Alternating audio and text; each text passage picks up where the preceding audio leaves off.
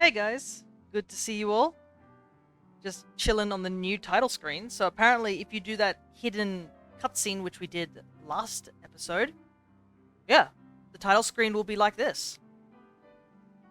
Just a relaxing piano to a sunset. And despite the implications of that particular cutscene, it was pretty cool to see. We managed to get quite a lot done yesterday. One, we investigated the crystal pool in Kitakami with Terapagos and witnessed a unbelievable sight that may have caused a time loop or time continuum error, or you could say a paradox. And we filled out most of the Pokedex of the Blueberry Academy. So we are actually getting very close to finishing it. I believe most of the ones we need to get are trade evolutions, which I might get some people here in the chat to help me out with. And I think the two paradox mons that we're missing. I did take a look online just to see like some information of what we need to do. Hello there, Blub, and also I should say hello to Jamokin because you did drop in really close to the start, so I thought I would just say hello in person. But regardless, welcome all. Let's continue. So, there's a couple of things I want to get out of the way first. The event for Dialga and Palkia, I believe, ends tomorrow. So, we are going to do those first, I think. I guess the event outbreaks for Milcery, Litwick, and Flabebe we will do near the end of stream. We want to make sure we get our Pokedex finished. And I think that's pretty much it. 134 Milcery forms. Oh, you went for like to get all of the forms? I think, yeah, if you're a mad person and you're trying to get every single cream type, there will be people who want to do that. But I'm going to just focus on getting the treats and just get one of every flavor instead of getting every flavor with everything like I have done in my living decks. But yeah, I guess we'll have to... Yes, I want all the forms. Good luck, dude. I'm just going to get the ones which I can actually see, which are the toppings. But here's another interesting thing. I've been using the item machine, and I will... I know this is... We just logged into the game, but I will show you some of the cool things I pulled out of this item machine. So, because we've been, like, hunting a lot of mons, especially, like, I think Meryl, I have so much Azurill fur, it's unbelievable. But I was using the item machine just to see how to upgrade it. To upgrade it, you need to just use it, essentially.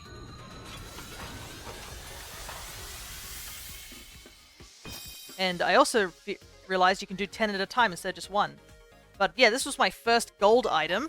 Just casually gets an amulet coin, which is kind of absurd. And I think this was my first gold shine as well, because the ball itself can glow golden when it gets a lot of gold stuff put into it. Got 4 ability patches yesterday, nice.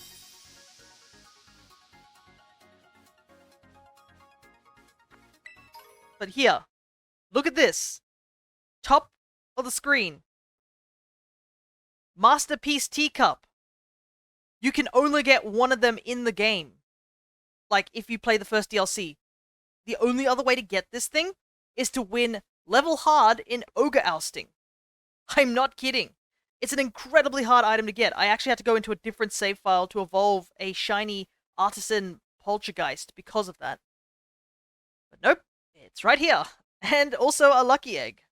So yeah, if you're not using the item machine, I think you ought to. This isn't even a fully upgraded item machine either. So there's my PSA. Another thing I will mention, I did hunt a couple of Milceries. That's pretty cool. If you are having trouble figuring out what Milcery is the shiny, because they are a very similar white color, a good way to just see them is to wait for them to turn to look at you. Because the shiny Milcery has these grey eyes as opposed to the white eyes of the regular one. So yeah. Let us continue. So I did leave off the upgrading, because I do need to get more points as well. So I will probably open up another union room with people in a little bit. so that we can get some more BP, because there is something also important about doing union rooms. You need to kind of do the union rooms in order to get the legendaries. Alrighty. ×2 item bonus, you might get double the items. Also, it doesn't help the item printer work any better, but it made it look like a great ball. Now that that's done, would you like to print some items? We'll print in a little bit. I noticed a shiny Milky without seeing its eyes. Yeah, it is possible to tell that it's a shiny without seeing its eyes, but it's definitely like, if you're having trouble, just run around until they all have a question mark over their head and they'll come over to you. And from there, you can basically get them to look at you. They'll come walk over to you and take a look, because they are part of the group that just are the curious kind. There's the timid, the curious, and the aggressive, I think. Alright, so first things first. Let's talk to this NPC that I casually did not talk to. Called Snacksworth. Holy heck, he has eyebrows on him.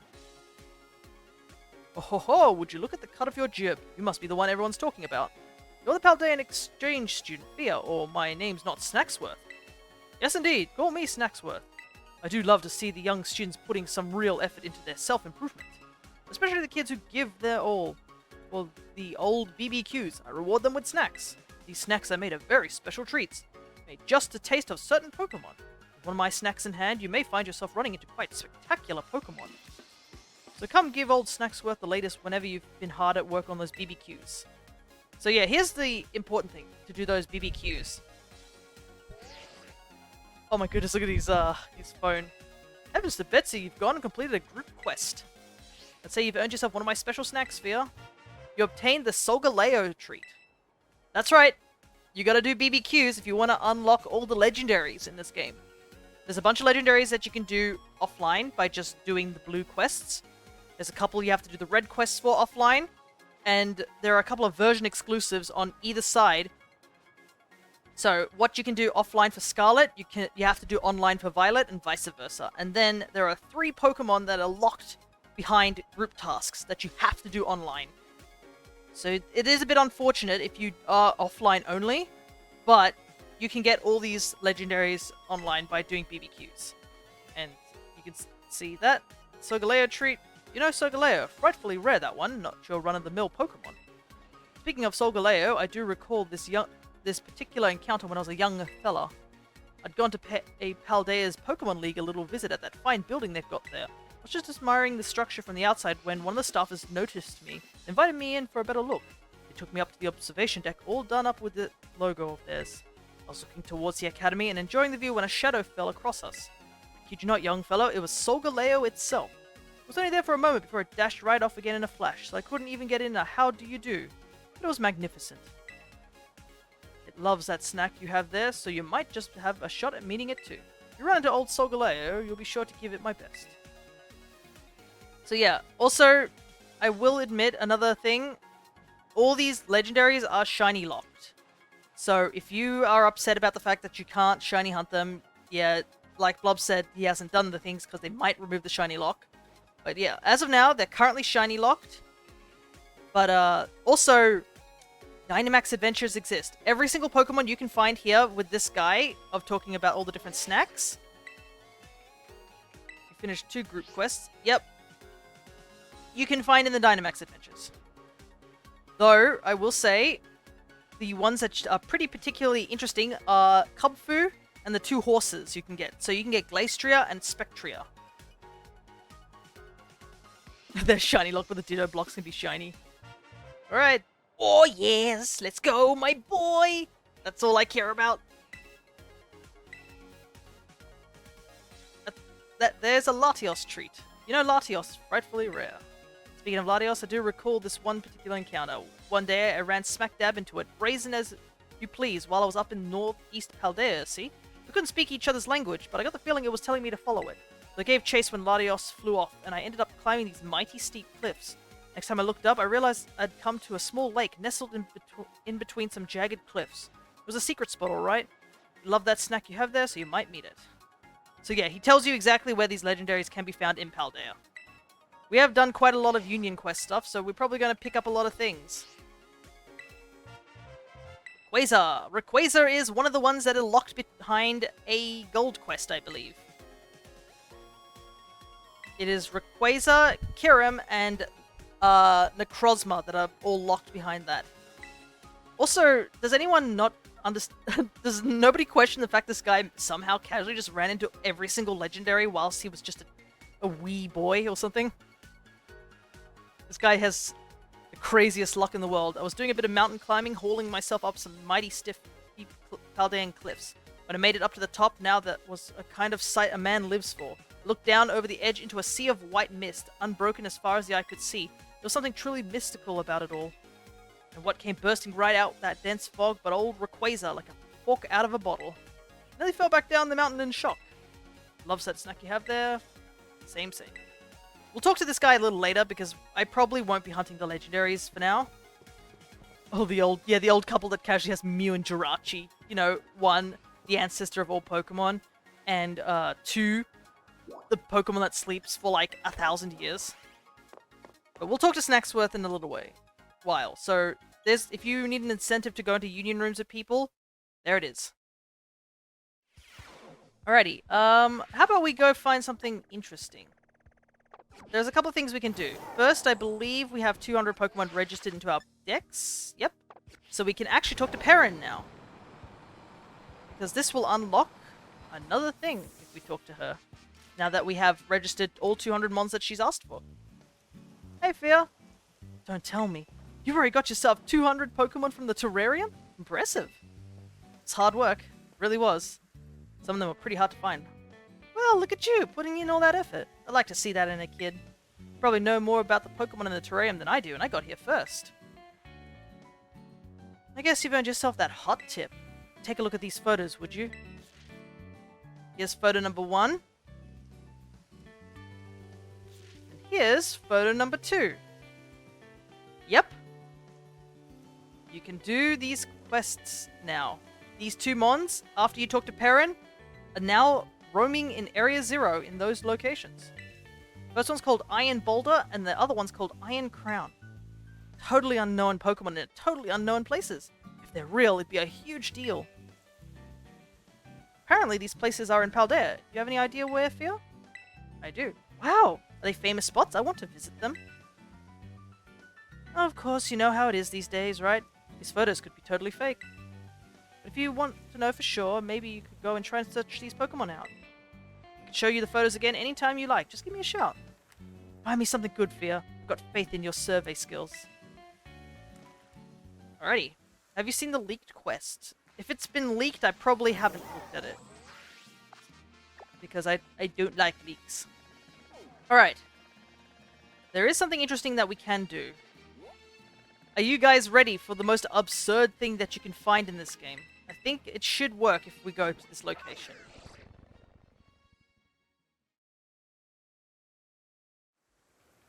Thank goodness we also have flying. I'm still getting used to the fact that we can fly. I'm so used to not being able to fly, so... It's wild that we now have an actual Miraidon that can just fly and we don't have to worry about, like, falling constantly out of the sky. Ah. Oh! Wait, is that Bulba? I want the Bulbasaur. Hello, Bulbasaur. I can put you in my decks. Thank you. Oops, I have the wrong Pokemon out. He's level 10. I hope he doesn't die. That was something I was wanting to show off.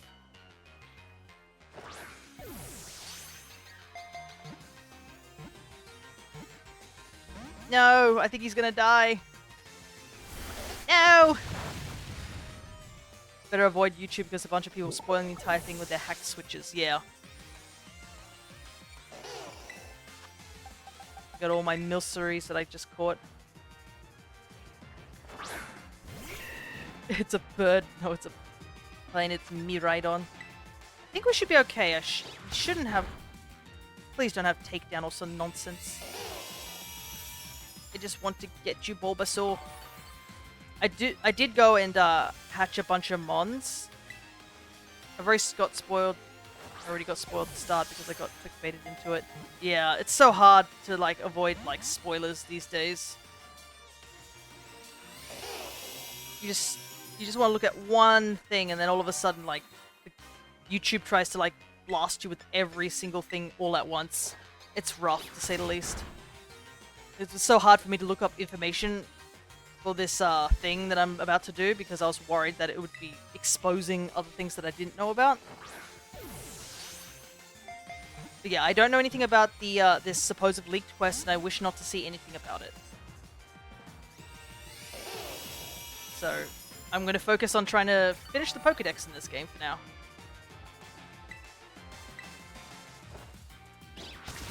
Bulbasaur, unfortunately, is not helping right now. I am happy to see him because I need him. But I do also need him in the ball. And I can't put him to sleep because he's a grass type. Maybe I need to invest in a Pokemon with Hypnosis. Much as I like Spore, because Hypnosis has failed me so many times. Anyways. Bulbasaur carries a seed on its back right from birth. As its body grows larger, the seed does too. We will put him in the box for now. I will need to go back to Kitakami at some point. I also want to show you something I've discovered before we go up further to the torch area. So you guys all know about the Synchronoise thing? Well, here he is. If you probably some old-time viewers know, this is Meep. He's my mini-marked Smoliv, or as small as the Smoliv can get.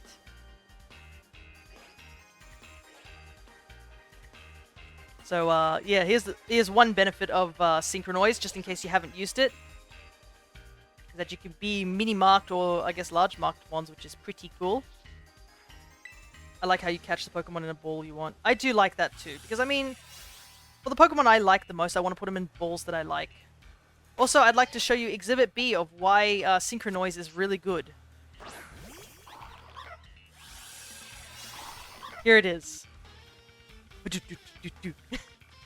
So you guys remember Code School's silly run? Now you can be the silly run. Okay, thank you for my joining my TED Talk about why Synchronoise is pretty cool. Hello there, Rin. Good to see ya. Alright, let's put Toad School away. And also, I did rearrange my decks, so everything's now in dex order. And you can see we are missing a couple of Mons, so we'll have to go and grab them. A lot of them are babies. I do have this big gap here. Don't worry, it's just for the different Minior. Because even if I have limited box space, it's not going to stop me from putting Minior. Alright, let's quickly empty out our box real quick. Gonna have to go catch another Applin. Probably we'll go to Kitakami to do that. Run around as Joltik. We'll do that a little later. We gotta focus before I forget. I am going to a certain location for a reason. Probably also should have more than one Pokemon in my party, because these areas are still kind of dangerous. Right, it should be somewhere around here.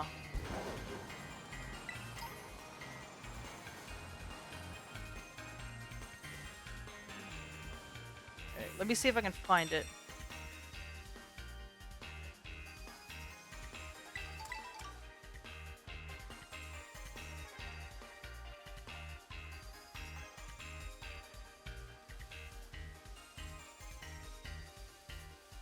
I also need to catch another Upiter. Maybe I'll do that while I'm here. But there is something around in this location. I've just gotta find exactly where it is.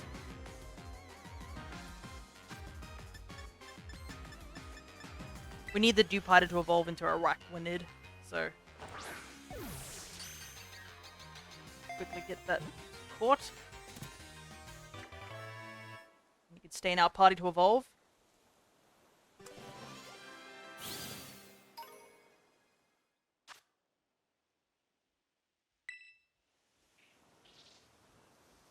Should be around here somewhere.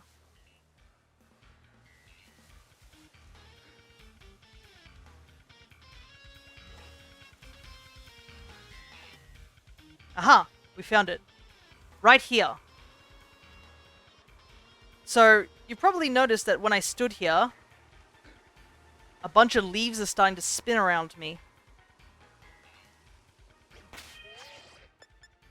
So, just come to the same location that I have, which I think is right here in the middle of these trees by the looks of it. Near the torchlit labyrinth. Now, I believe what we have to do is 1, 2, 3, 4, 5, 6, 7, 8, 9, 10. I believe it's 10 seconds. Then, if we pull out our camera, change the filters, should work.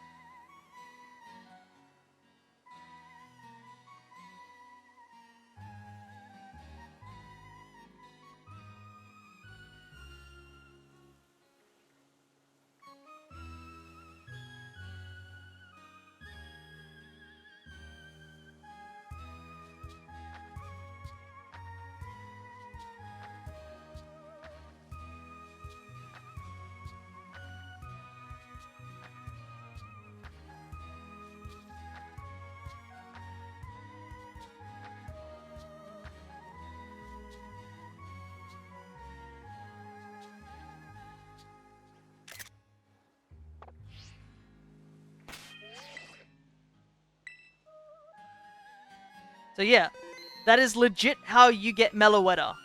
You have to spin 10 times in a circle where the grass is twirling around you.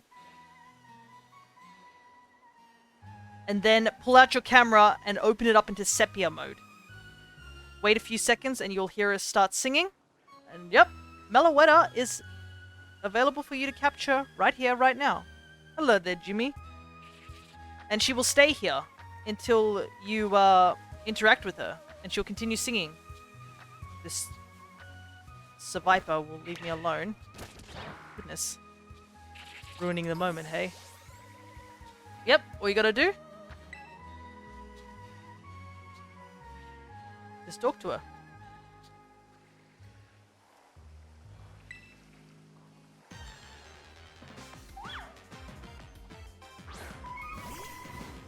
Now you have access to Meloetta.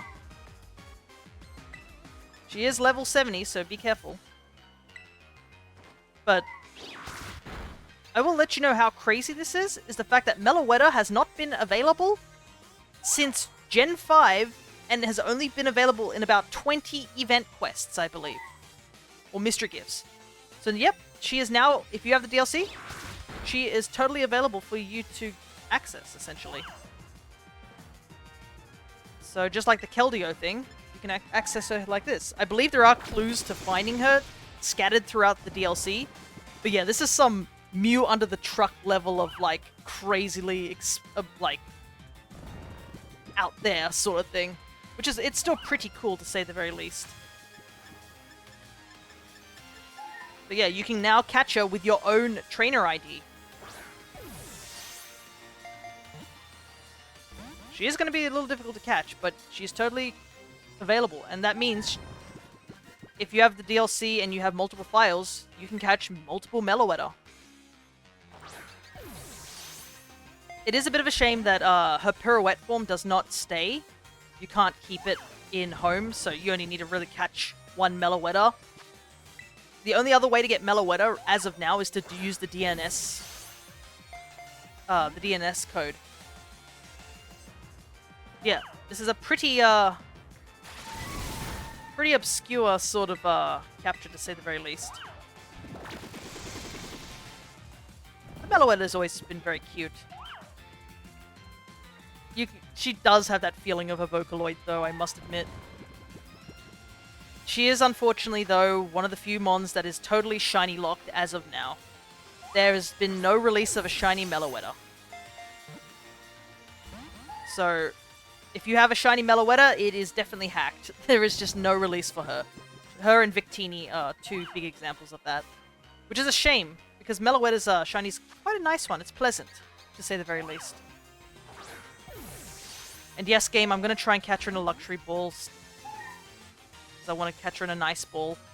So we're going to be here for a little while. Especially since her Hyper Voice does a lot of damage. I did make the good decision to bring someone else. Because I'm pretty sure we're level 100 and we're still taking a whopping amount of damage from that Hyper Voice. She is not required for the Pokédex completion.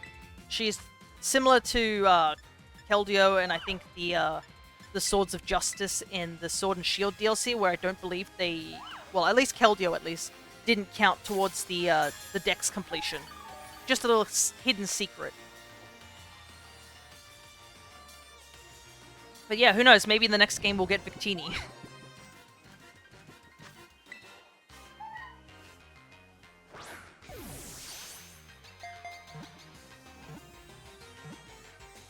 Oh, so close.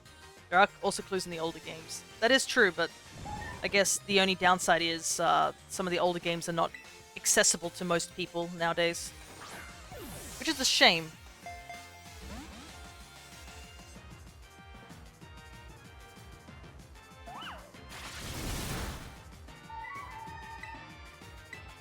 She is certainly fighting, to say the very least. After we catch Meloetta, I think we'll head over to Area 0 and go and catch the other two mons that we just saw there. Yes. Currently also, unfortunately, is that the two mons, Paradox mons we'll say, that are over in Area 0, you can only catch one of them.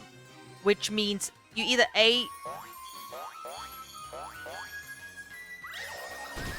Oop. She's gonna transform, I assume? Oh, this puts me to sleep as well, dang. There she goes. Relic Song lets her turn into a pirouette form, which is now a normal fighting type instead of a normal psychic type.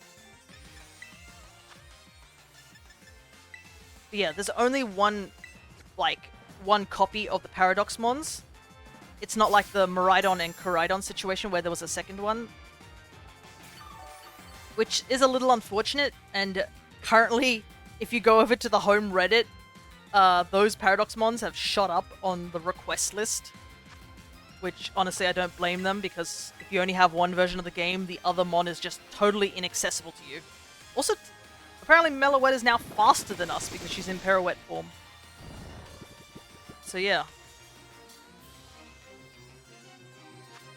A really cool mon that was sort of locked behind event quests, but is now more accessible, which is pretty cool. Try a Dusk Ball. I bet you if I try a Dusk Ball, the game's gonna be like, alright, that's the ball you want.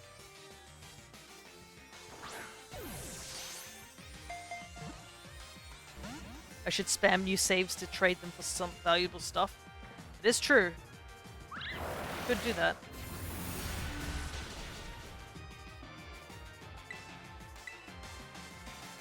I do have an extra file, so that extra file will probably have... I'll probably be getting a lot of all the legendaries from both DLC that are just going to be extras, and I could use them to maybe convince someone to give me a Zarude, but who knows. Who's your favorite character that came out of DLC? Ooh. I think all the characters were pretty solid, to say the least. It's very hard to choose a specific character.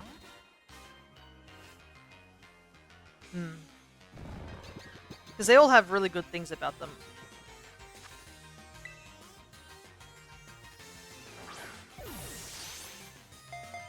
We know, like, some of them obviously, though, have more presence than others. Yeah, this Meloetta is really not getting in the ball. I'm kind of starting to worry that she's going to, like...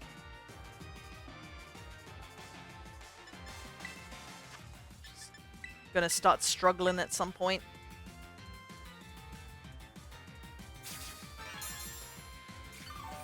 I think I do like how Kieran was a mixture of a lot of the different rivals.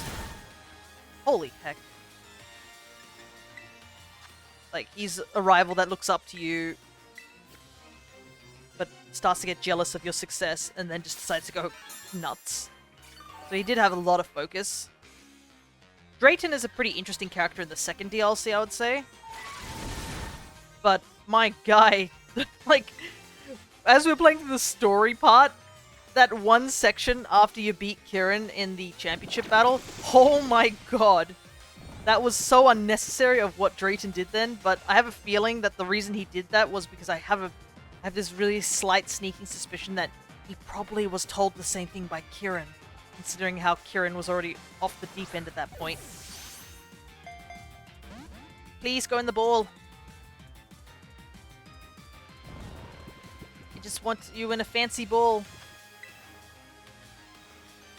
How long have we spent just trying to catch this Meloetta? Not even shaking now. I wish luxury balls had a slightly better catch rate. Oh, I don't want to use a timer ball. Timer balls are ugly. Yeah, it's not shaking like at all.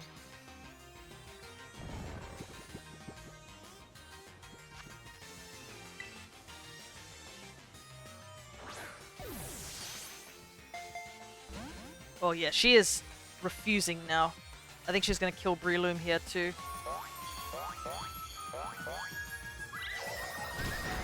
No, he's still alive. Ugh, this is rough. Well, at least she's now back to her normal form, so she'll be slower. So we can put her to sleep. It's already half an hour into the stream. Goodness, I haven't even caught one Pokemon, only Bulbasaur. We've still got to go catch some more. Speaking of, if anyone has a a raid battle with certain mons in it, I totally would not mind you guys letting me know.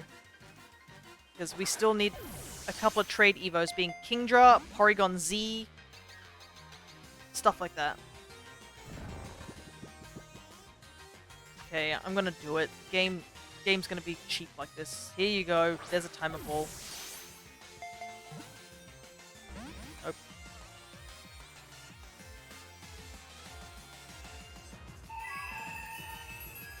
It's gonna become morning soon.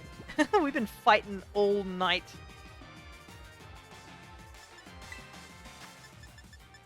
Let's hope this is like the only bad encounter, because we got two more big mons we gotta catch. Which is gonna be Iron Boulder and Iron Crown.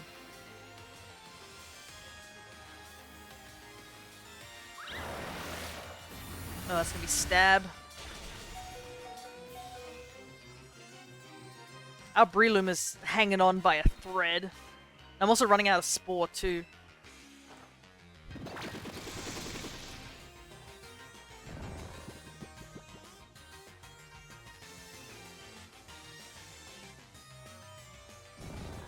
Unfortunately, I can't really add to this gameplay either. I'm just sitting here just like praying that she'll go into the ball.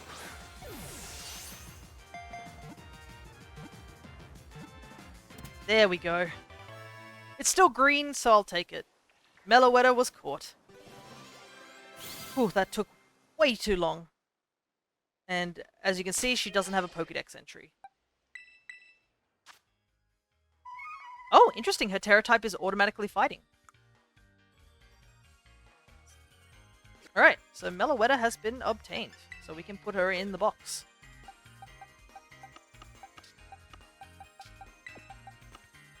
So she can sit right here. You can see I evolved a couple mons, so we can fill out a couple of entries, which I will do right now. Just quickly grab some of those mons real quick. I'll throw my Pokeballs as long as it takes. Yeah, that's true. I don't know if you've actually gone to catch Meloetta yet. Good luck with that. Alright, let's go and find ourselves some mons. We have to find all the Hoenn mons. We haven't found a single one of them yet.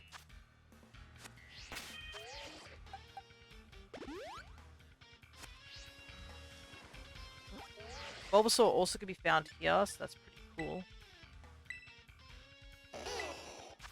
Not yet. Well, at least you now know where to find it.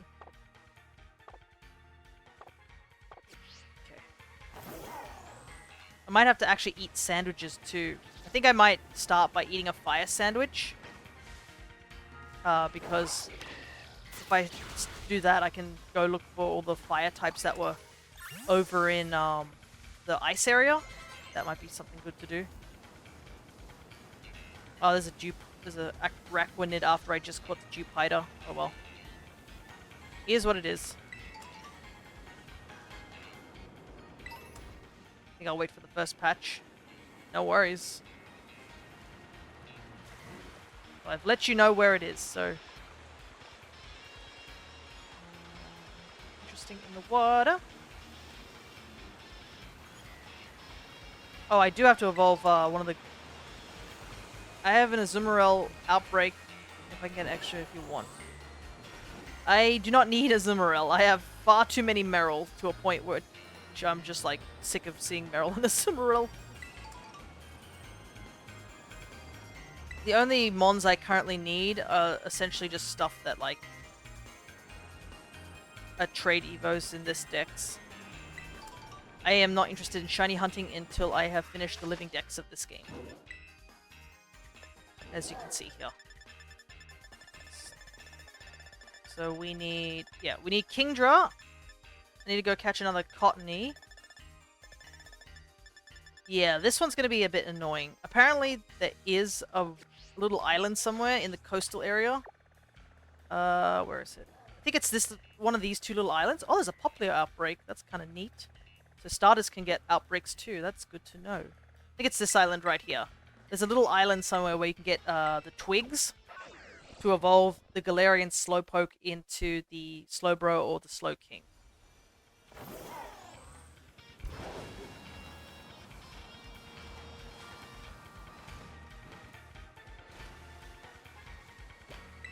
Why is there so many Slackoth just chilling everywhere? What the heck? Alright, we need to catch another one of these dudes, so we'll just do that real quick. They are on the beach and around the area. Oh! Well, we'll take a look over there in a second. I'll just catch one of these as the insurance.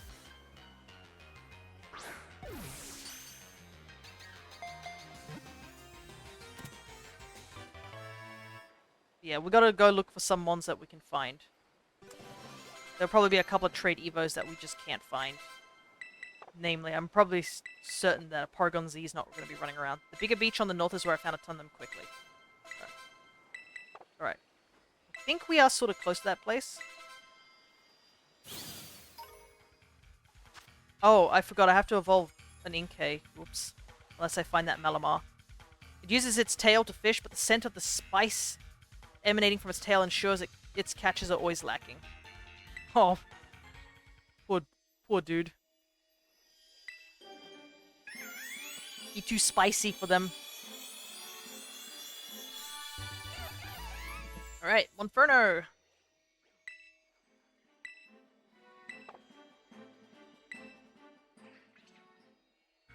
Okay, only Monferno evolved. That is alright.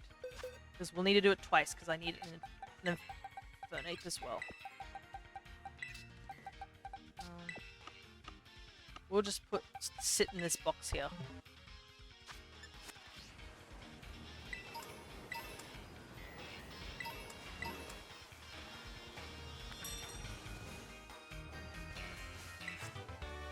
Sludge Wave. Yeah. I believe it's on this little island here that there's a chance of finding the twigs and stuff. Right, let's see what Blub says. Yeah, the beach here. Oop. Entering the waters and exiting the waters is a bit awkward. There's certainly a lot of Slowpoke. But I don't think there's I don't think Slowbro is gonna spawn in here, unfortunately.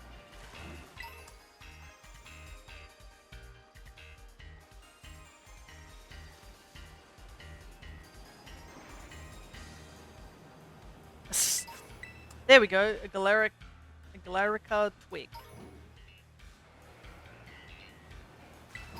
So you can find them around in this beach area.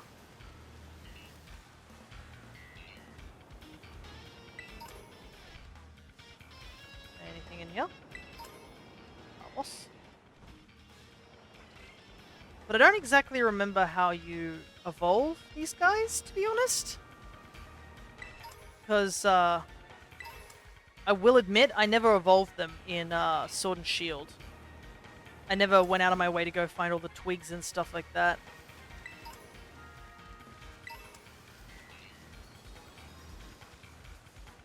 So I actually have no idea how you're supposed to evolve Galarian Slowpoke.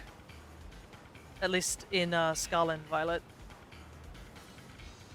Holy heck, the beach is full. Well, this would be a good place to shiny hunt them. Probably just pop a Psychic Sandwich and you're off. Alright, let me see if there's any clues on...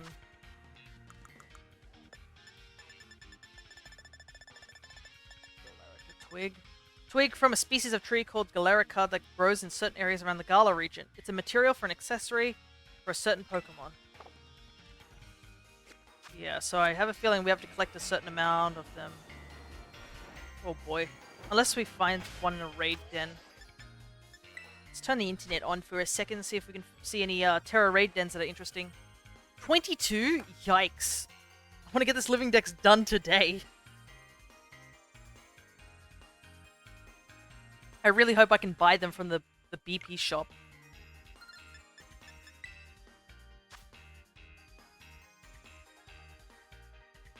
Okay, let me take a look and see if there's anything interesting in the raids. There's the Palkia. Oh wait, is that it there? That might be somebody's raid for Slowpoke. That looks like the Galarian one.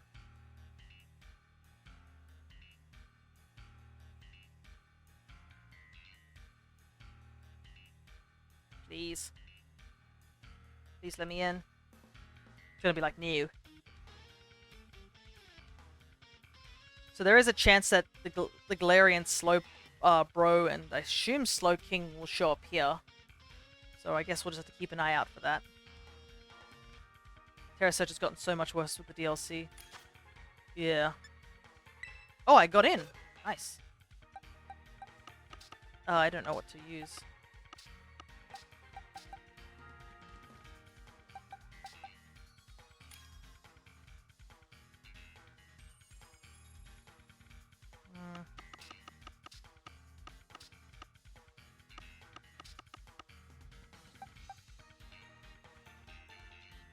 I'll just bring Gold and go.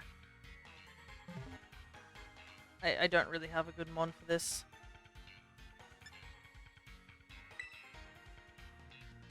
See if I can support. Right, so we'll... Oh, and hello there, Mao. Good to see you as well. I can imagine that, yeah, the Terra Search would probably have gotten worse, because now there's, like, not only are people, like, asking for mons over in, like, Paldea, you got people asking for mons in Kitakami, you got people asking for mons over in, now in the Blueberry Academy. There's a lot. Right. I am grateful we found this one, though.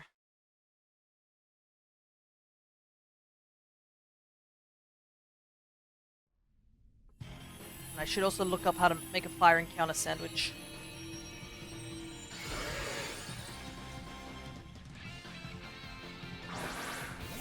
Because I will need to go and grab...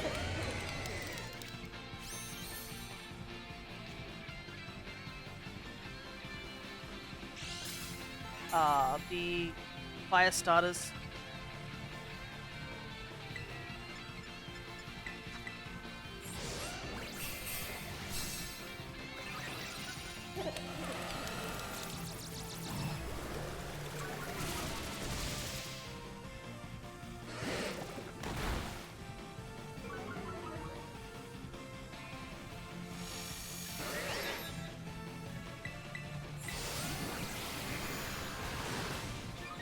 No, I missed.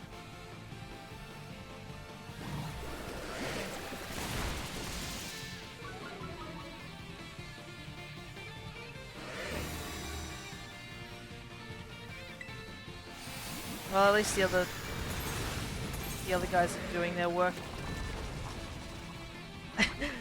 I am helping. Not really. I didn't. I'll just Shadow Ball it. Maybe I can go for a Spadef drop.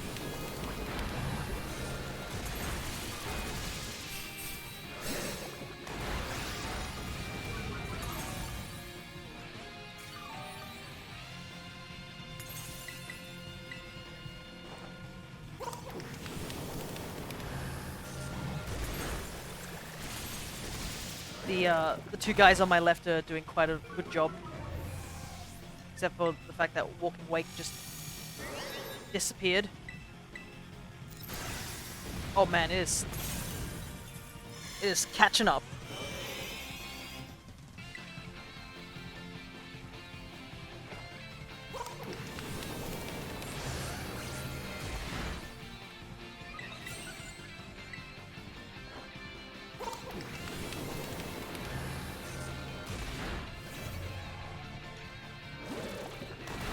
I don't know if the Kyogre has just stopped attacking.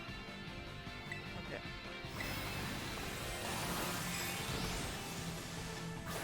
It died.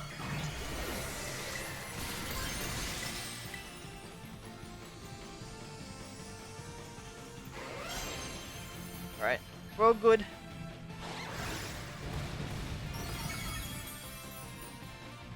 All that matters is we got him.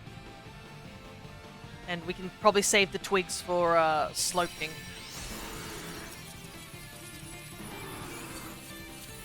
Yeah, because I remember these two having a really, really odd means of, like, evolving them. Alright.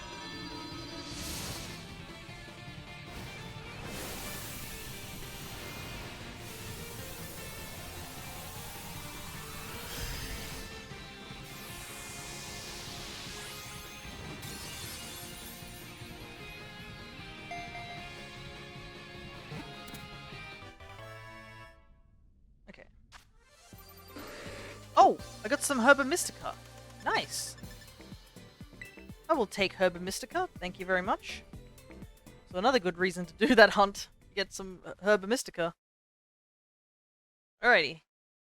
Got ourselves the Slowbro. It's another one on the list.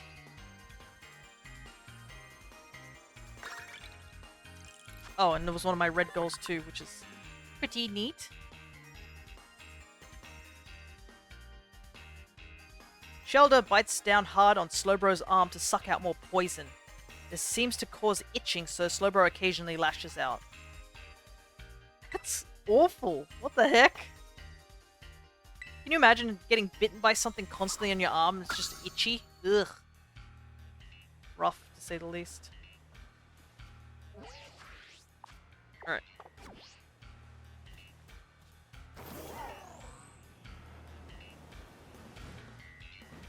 I could eat a fairy encounter sandwich, because when I was hunting Milcery, I decided to check this area out. And apparently a bunch of Cottony spawned.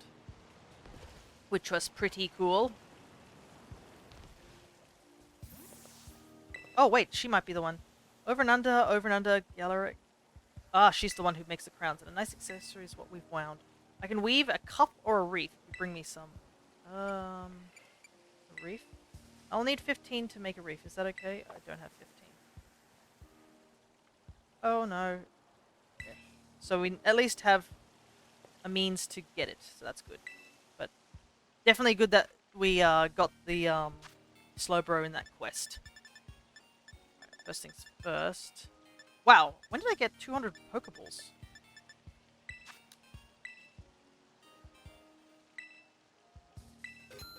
Let's grab some Ultra Balls. Buy a bit more Luxury Balls. Alright. Let's head to Area 0 in a moment. I gotta focus. I think I would go to Area 0 first so I can open up a Union Room so we can start grinding some BP, because we gotta start doing the Teachers thing as well. If that's alright with you guys. If you would like to join in a Union Room, just let me know. But first things first, I'm gonna go over to Area 0 and get the Mons there, I think. And then I think we'll drop by Kitakami as well, and pick ourselves up an Applin so we can get the Hydrapple.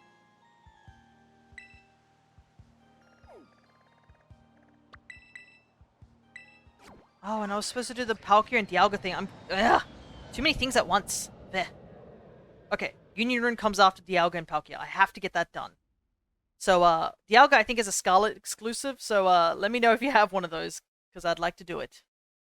I will have to train up a Fluttermane for it, so just letting you know in advance.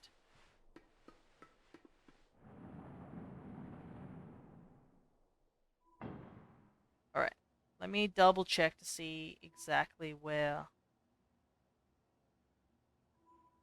the paradoxes are. Just get an image of the picture so I can see it. Though I have heard that they're... Let me see. So... I think he just enters Area 0 from here. Just go to Research 1. So yeah, I'm going to need to also trade somebody very quickly, like a touch trade for these 2 paradoxes so I can get the other 2. Don't worry, I'll give them back straight away, because when we do our home decks, I will get the extra ones there. So that I can trade them over. I believe I have asked Blub to help me out with that one. Okay. So from what I gather... Iron Crown is somewhere...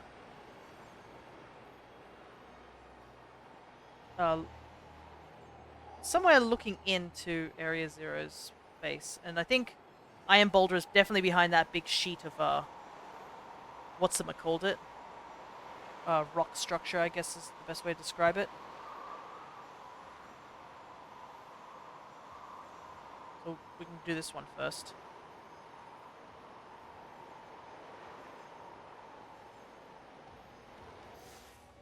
Should be around here somewhere. There he is.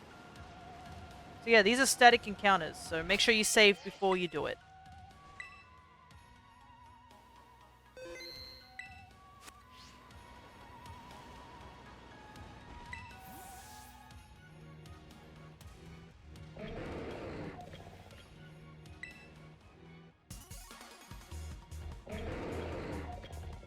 Yeah, so the future paradoxes are based on the Swords of Justice, whilst the Scarlet ones are based off the 3 doggos. How much damage does this do? Okay, good. Mighty Cleave. Whoa! That animation was sick. I can just give them to you now and trade your second pair later when you're... I can give... Oh, yeah. Sure. Because the home series will probably be in a while, so if you want them now, then that would make sense.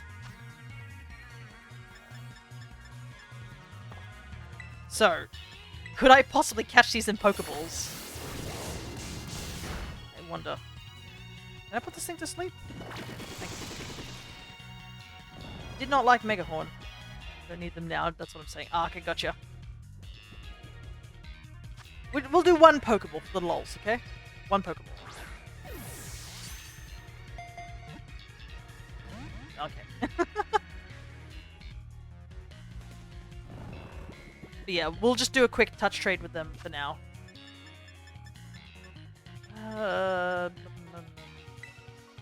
It's probably not dusk, it's probably daytime because we're out there, so this probably doesn't work at all. Yeah, imagine if it worked. Yeah, it would be funny, that's for sure. Blub would be like, I'll take them straight away if I did catch them in Pokeballs. Because I know Blub is a Pokeball. Malamar and Electivire. Okay, so we don't really need Electivire because we did evolve one at the end of the session with Mal, but I will take the Malamar one. Because I'm sure you guys don't want to watch me flip my Switch upside down in the dock. Well, actually, I can't even do it in the dock. You're just going to have to see my game footage vanish and be like, I'll be like, yeah, I'm doing it, guys. And you'll just see an error on the screen. I don't think that makes for good gameplay, as we'll say.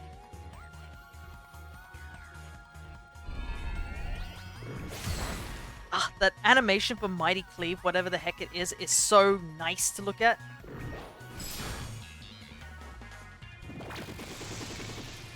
And he's not a bad-looking Paradox Mon. I think they've changed it up a bit more than... I don't know, he looks a bit better than Iron Leaves, which is strange. I don't know, it just works more. Like, you sort of expect this guy to be a mech. I think it's because of the metal sheen of it as well. Also, I will mention as well, because these guys cannot be shiny hunted. They are shiny locked at the moment, much like Iron Leaves and Walking Wake.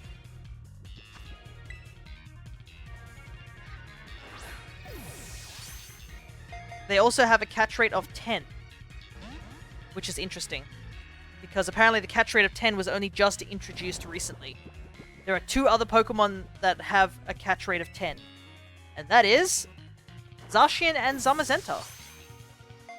So they're not too easy to catch, but they're not too hard to catch like most legendaries. So, fun fact. There you go. I Am Boulder has been caught. A bunch of my mons are going to evolve right now as well, which is cool.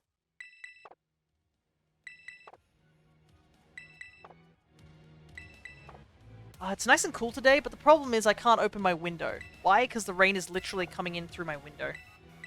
After like 2 scorching hot, like, heat wave days, all of a sudden, a thunderstorm happened last night, and now it's just raining all today. Okay.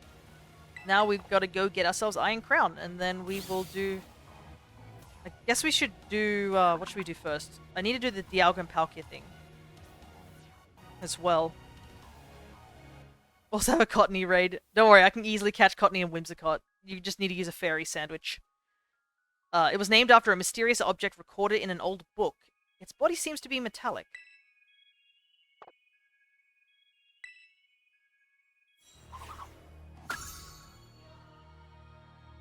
Alright. It's 1.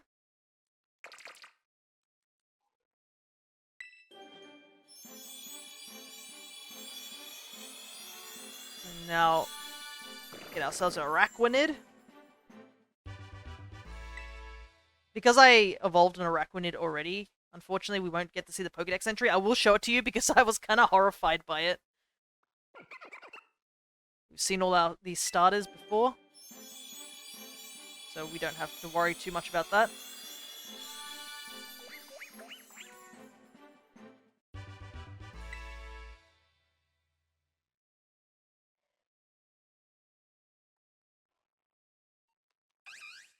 Can't wait till we shiny hunt these guys. Very excited for when we do the shiny month. It resembles a Pokemon described in a dubious magazine as a Terrakion that has been modified by an evil organization. Is the Scarlet entry for that paradox.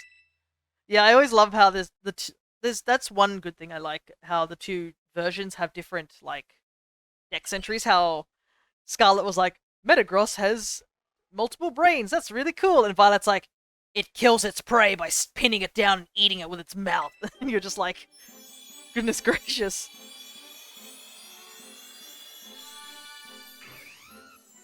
Ooh, I guess I've never really noticed because I didn't see it, but yeah, you can really see the fluff on Prinplup. Look at that. So fuzzy. Fuzzy penguin. We're also evolving a lot of mons, so this is going to take a while. I also like how at the end of Chimchar's cry, it almost sounds like there's a lighter, like a chick sound like of a flame. That's pretty cool.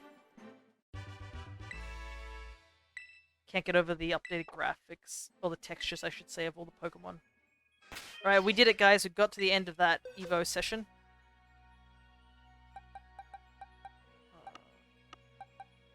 These guys are going to be in the wrong section, so I'll just quickly scoot them over.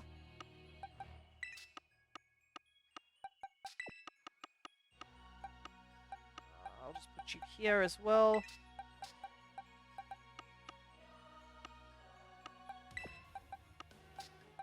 Do some quick mon placing.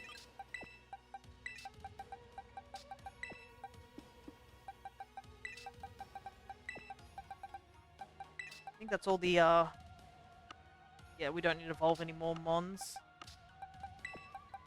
Oh, no, we got 1. Yeah. So nice to see the living decks coming out neatly, though, I gotta say, after all that messing around and stuff. Alright, so here's anyone who's curious about Araquanid's Pokedex entry. Araquanid, it launches sticky water bubbles. Foes who lose consciousness while trapped inside the bubbles will get torn apart by Araquanid's gnashing jaw. So yeah, that's fun, isn't it? So don't drown, kiddos, because you're not seeing the light of day after that.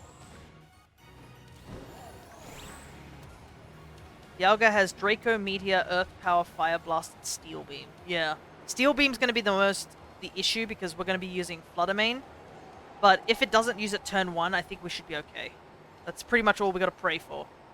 Is that it doesn't use Steel Beam first.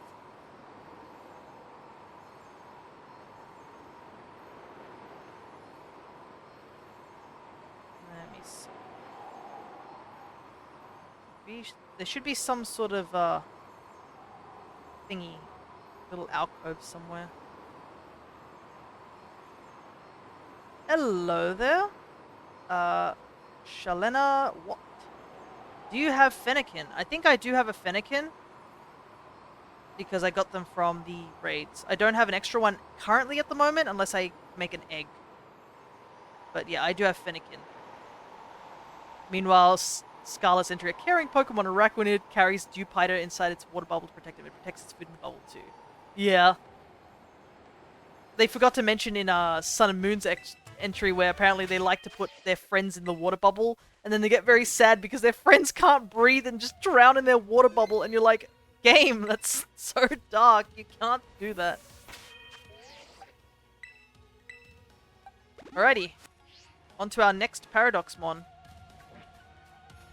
Oh, holy heck, and the entire zoo, what is this? Excuse me, let me talk to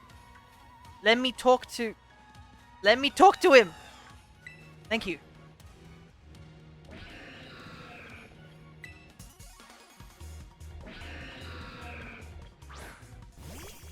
I suggest using a Zoomerol because it won't take damage from Dracometer. It will only take half damage from the rest. That is true, but I think you can't really use a Zoomerol against Palkia because it's got... how much damage will... I don't know how much... Let's see how much damage this does. Okay, good. But yeah, you can use a Zoomerol or you can use Flutter Mane. I'm going to be using Flutter Mane because I want to give it a go.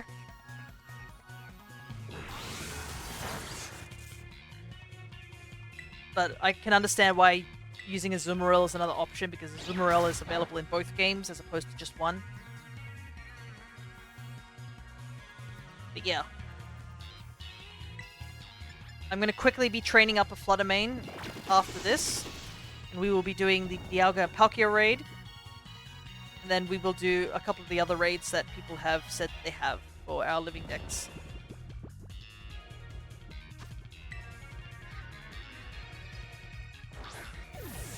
Yeah, I'm gonna say the Cobalion and the Terrakion Paradoxes. I don't know why, they just look nicer than Iron Leaves. I don't know what it is. I think Iron Leaves looks too similar to Virizion, or it looks a bit bland compared to these two. I think these two, they really stepped up in their designs compared to it. Ah, so close. Maybe it's just because I like the little wing accents. Oof, that was a crit. Oh, that's a multi-hit move.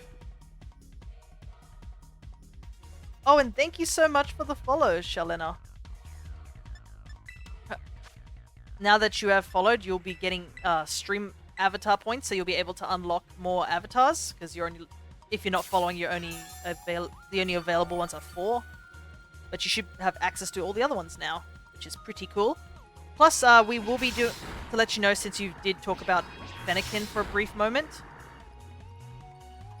we are going to be doing a shiny hunting month next year, which we're going to be doing 30 sessions of shiny hunting. If you need information, it will be below. You can also see information about Nightbot down there as well. In the About section, I believe it is.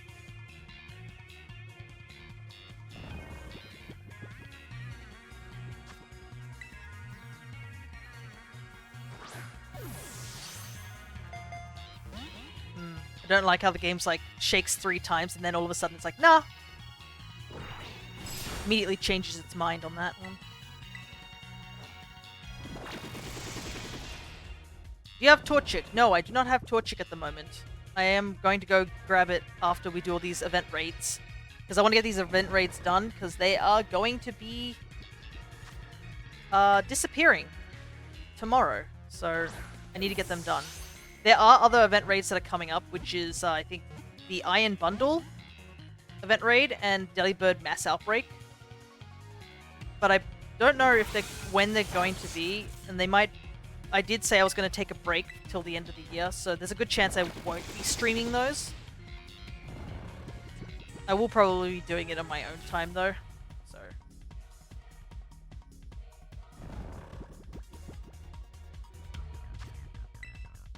I guess the one benefit of doing these hunts is that I get to listen to this music. Area Zero has such great music. I like how still he goes when he's asleep. He's just like, eck. Yeah, during this weekend. Right. Then I could stream Saturday and then end it there to the end of this week.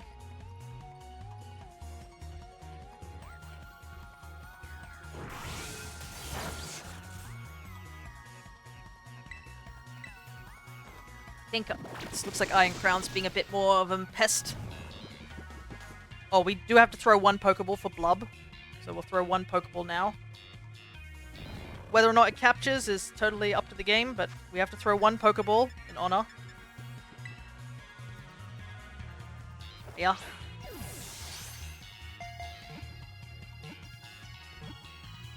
Ah, so close. Dang, it almost looked like it was gonna work.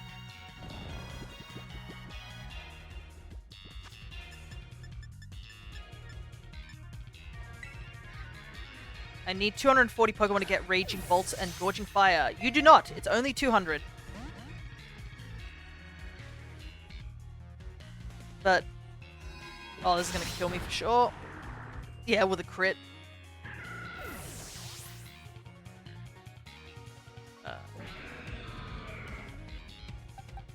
Go, baby. Sorry, you're going to have to be on the cutting block.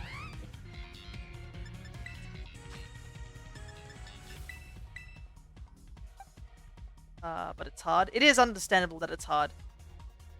That's why, on Monday, we got into a union room and just caught a bunch of the Pokemon whilst we were doing it. There are a couple that we're still missing. That's a future sight. I'm just going to keep lobbing balls while I'm waiting. So I want Breloom back into the party.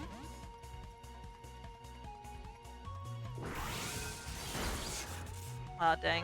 Kind of hoping the future sight will go off first before the Volt switch. Yeah, we're just, we're going to go catch some Mons as well after this.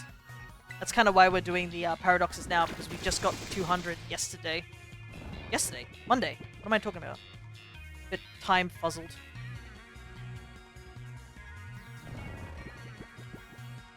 I wonder if it's nighttime yet. Ah, cool. That just Okos me. It's fun. Love to see that.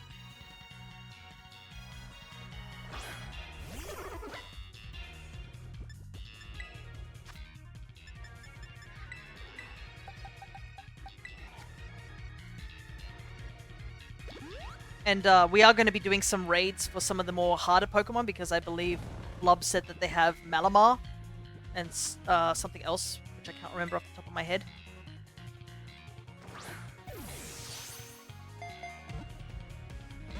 Ah, this Iron Crown is just refusing to get into the ball. Don't use Future Sight.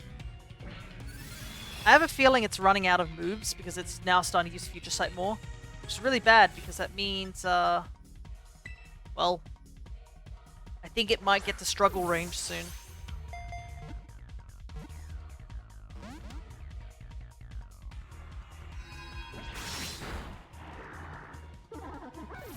Problem is we can't bring in Breloom until the Future Sight goes off.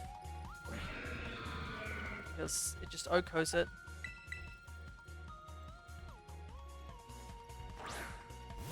There are Alchemy forms that have no differences. No, there are differences. If you talk about Mint and Matcha, they're pretty similar. One's blue and one's green. Okay. Do hate that I caught it in a timer ball, but we kind of had to. It was taking too long.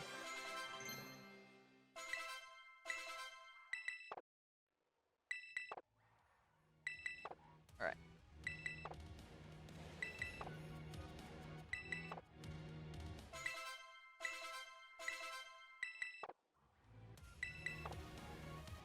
Strawberry during day, strawberry during night. Look the same on Cerebi. Oh, I think you're talking. Are you talking about ruby cream and strawberry cream, vanilla cream? Because there are stuff. Where is Iron Crown's location? If you have Violet, it is in this little alcove.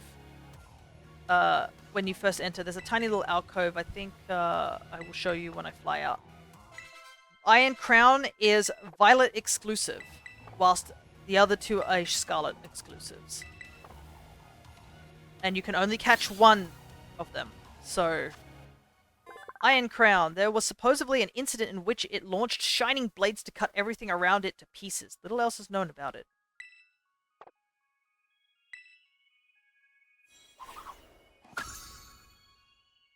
Vanilla cream and matcha cream. Yeah, matcha cream's green. Vanilla is white. I wish I could show you right now, but it's in my home account. I have every single flavor. And also, don't forget there's the elusive rainbow cream, which only happens during dusk, I believe.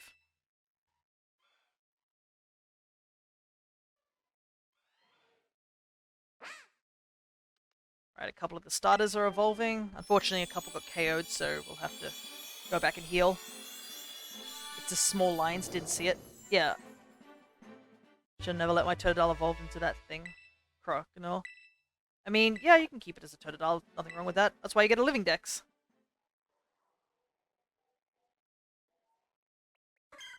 I do kind of miss that Chikorita doesn't do its leaf spinning animation in this game. Chikorita's little leaf animation is so cute.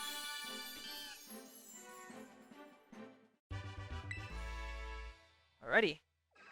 Holy heck. Whoop! Okay, I need to look for, the event raid. Just see where it's at. Okay, so that's probably it there. Good to know. We need to head over here so we can start up leveling up some stuff. Alright, time to get this Fluttermane ready. I might have some vitamins though that will speed things up, but we'll see.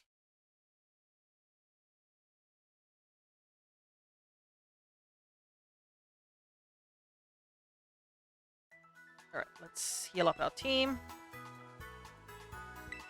And I guess, Blub, if you want to, we can quickly trade the Paradox Mons right now.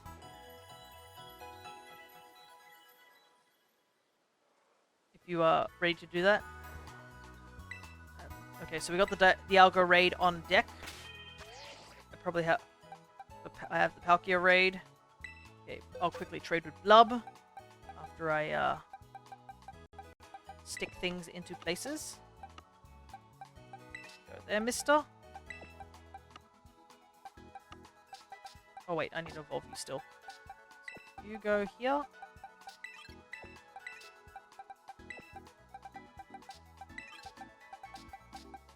You go here. Go here.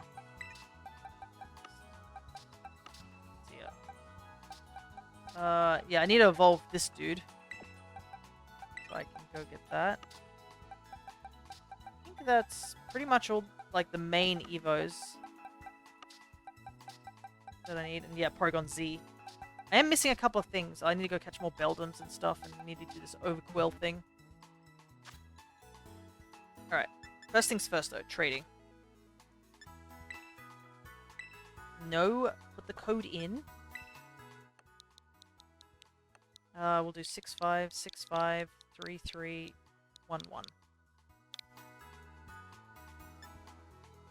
Alrighty.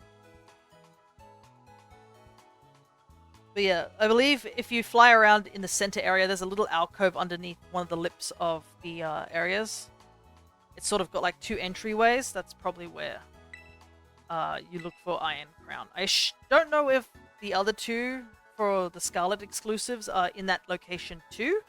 If they're in similar locations or they just have totally different locations, but yeah.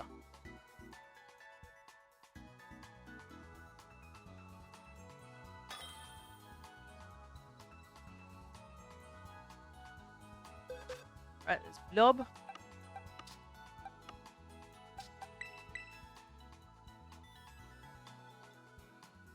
Oh wow, the rain is pounding down right now. Can't get over what's this one? Gouging Fire's design. It's wild. It's like a giant, like, demonic flower on its head.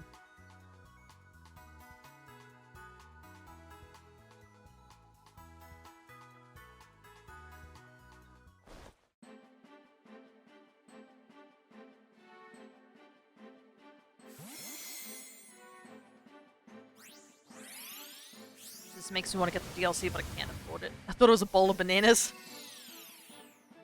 There are two types of people. Oh man, looks like a really cool flower. Oh, banana. Alright, Gouging Fire. It resembles an eerie Pokemon once shown in a paranormal magazine. That Pokemon was said to be an Entei regenerated from a fossil.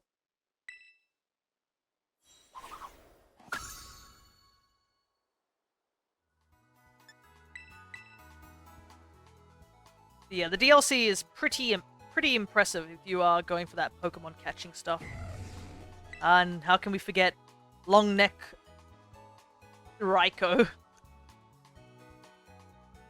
I know a lot of people don't like his design, but I think he's just like that goofy. You know, that really slight goofy thing, and it's fun that way.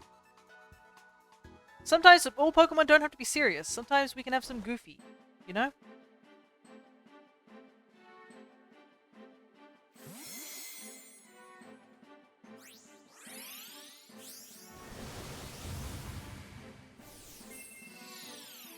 Right, and we'll trade them right back.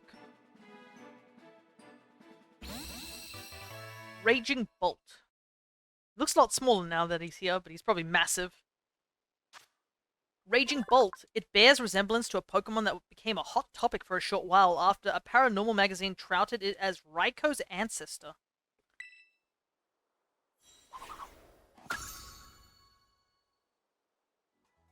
Alrighty.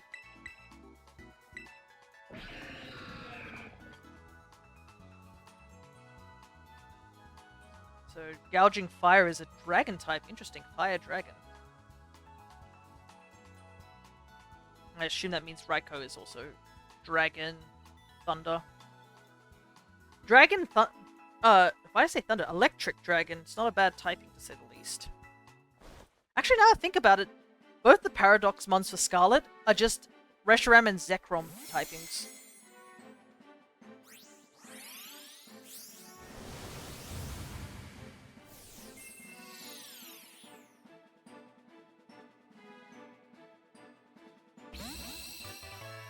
Iron Crown back. I do miss how it just says, take care of it. I do miss the thing where it would register your, like, trainer thing, and if it was a Pokemon that you had, it said welcome back. I do kind of miss that part. Right. After these trades, it's a quick training arc with our Fluttermane, and we will do the Palkia and Dialga raids. I don't know if I'll do it multiple times. I think I'll just do it once for each of them. Because we're already an hour into the stream and we've still got stuff to do.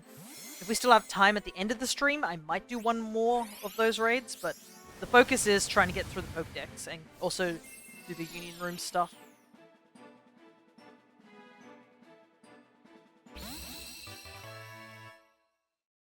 Alrighty. Thank you so much, Blub.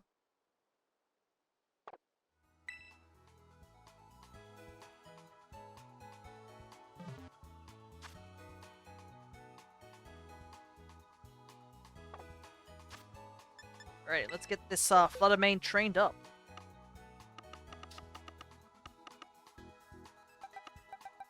I do have, I think, an untrained Fluttermane?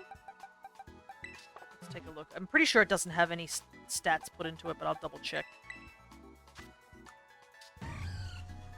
Yeah, it looks like it has not been trained whatsoever. It's not mine either.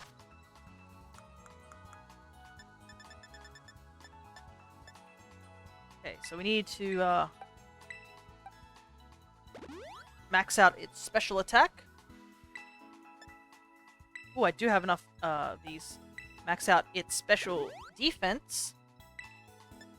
And put the last few points in HP, which is a bit odd, but that's what we're gonna do. Next thing that we need to do is give it an item to hold. Can I have your iron crown, please? To touch trade? Also, you don't need to at me every time to talk. I can see you guys in the chat, so it's all good.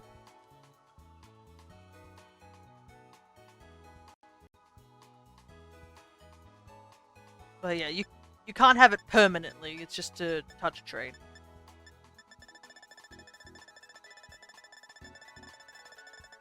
Because I need it too for my living decks.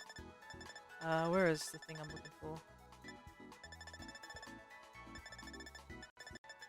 Oh wait, I have it on one of my mons. I was trying to look for an item.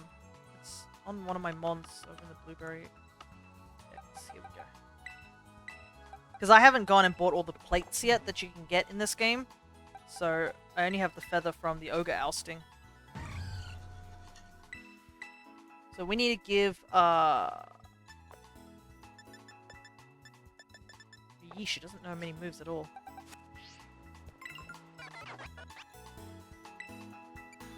Filter for learnable moves. So we need... Do I not have Moonblast? Surely Fluttermane learns Moonblast, right? Let's level it up to 100 real quick before we find out.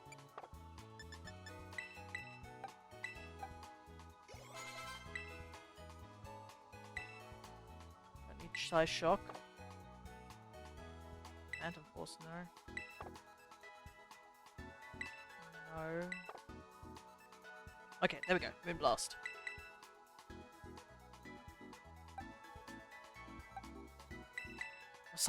I was thinking, I was like, what the heck?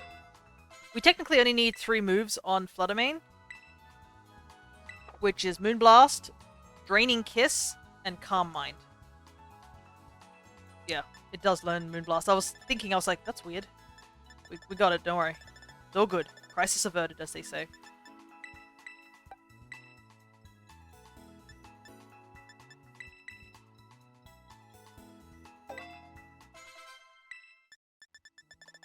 And then we need Calm Mind. I don't know if I have an extra Calm Mind in here, but I'll take a quick gander. Okay.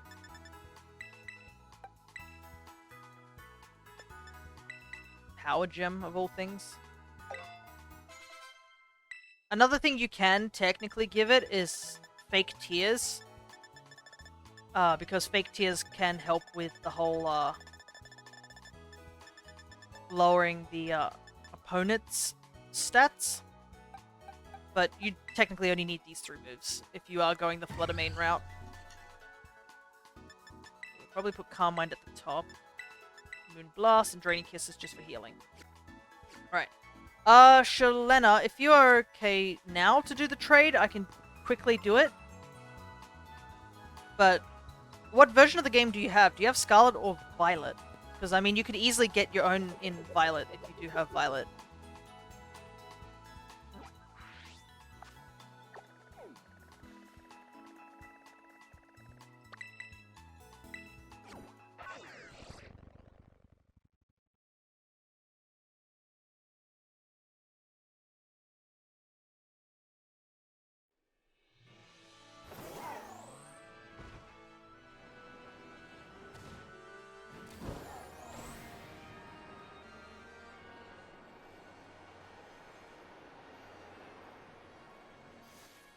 Ready? It should be the Palkia? Yeah, there we go. Oh, I'm gonna grab that Gimme Ghoul too before it becomes a pain to listen to.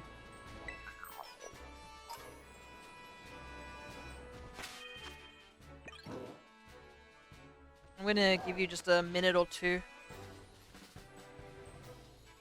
You know, if Indigo Disk requires the full base game story, I believe you have to finish the post game of the main story. So you technically can do the DLC 1, the Teal Mask, before finishing the main game, but you have to do it after finishing the main game for Indigo Disk, because you'd meet up with Geeta and Rika and have to have at least gone to Area 0. So I would say yes, you have to finish the base game. So, and also you kind of want to finish the base game because the battles in the Indigo Disk are rough. They are hard, to say the very least. I haven't got a reply from Shalena, so we are going to go in. So, if you want to join in with the raid, now's your time.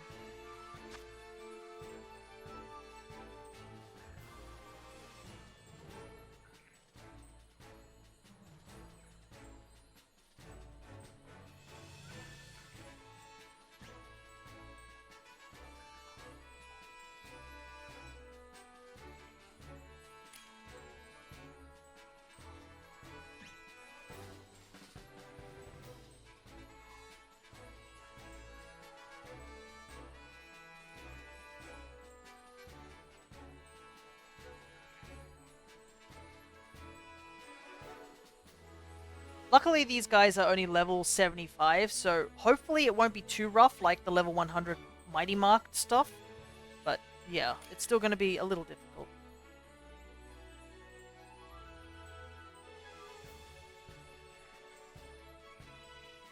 And as Chris has mentioned, Palkia has Dracomedia, Thunder, Fire Blast, and Hydro Pump, so that's another big reason why we're going in with the Calm Mind, is to try and negate a little bit of damage from that Palkia, especially because he's going to set up the rain turn 1, so he has, I believe, 100% accuracy on the Thunder. So that's another big reason to be a little worried about, like, bringing a Zumurl.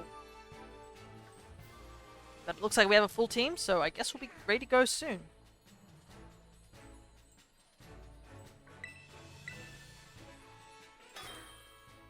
And also, I guess this helps the Scarlet players too, because Palkia is Violet exclusive.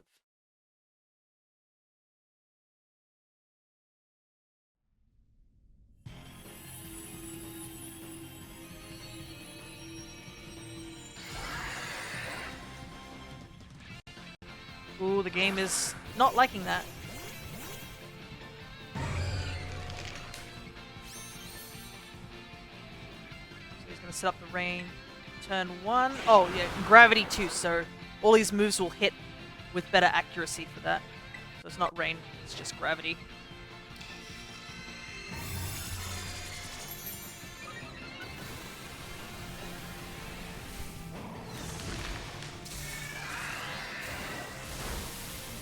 Okay. Oh, there's the rain. Which is funny because he has Fire Blast and yet he can set up rain.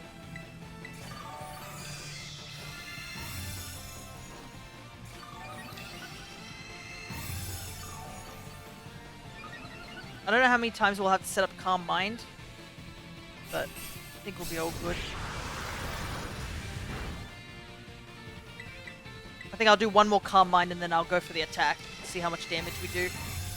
Because we obviously can't waste time just setting up.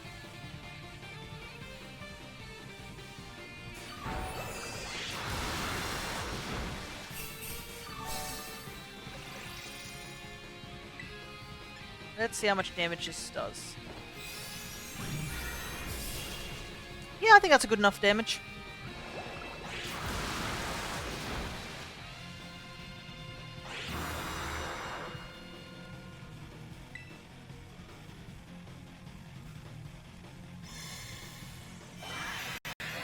Oh, far out.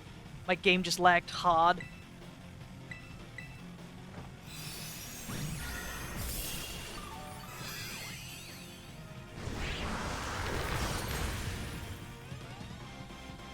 One more. Terra.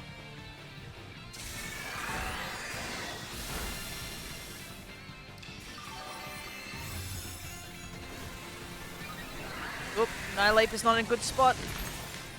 But I think Blob has got that under control.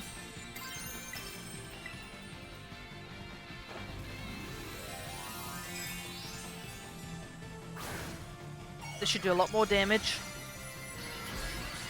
Yeah, we're going to apply a similar strategy to Dialga because Dialga actually loses the steel typing due to being a dragon terror type, which is funny.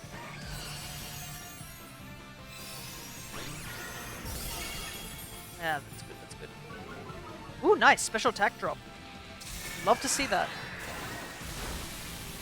But yeah, I think this is a wrap for Dialga. Not Dialga, Palkia.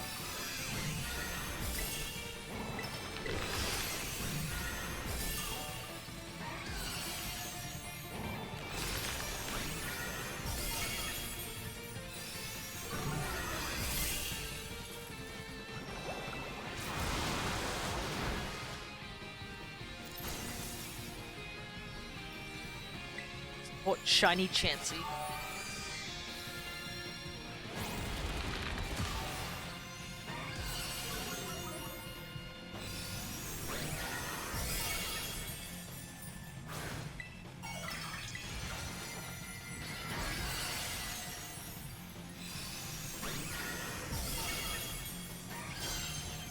One more hit and that should be it.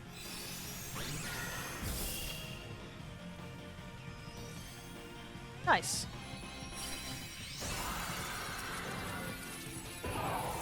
If there's anyone else who wanted to do the Palkia, just let me know. What do I want to put you in? I definitely want to put Dialga in, I think, the heavy ball, so...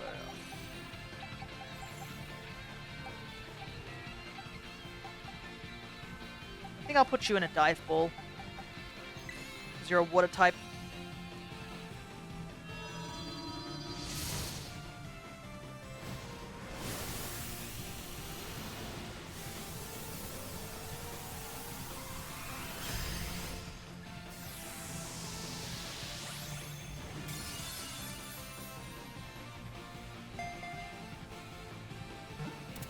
Alrighty, Palkia has been caught. It's one down. One more to go for now. And then I will open code for Dialga is that. No worries. We'll jump over there and straight away. Once the game loads.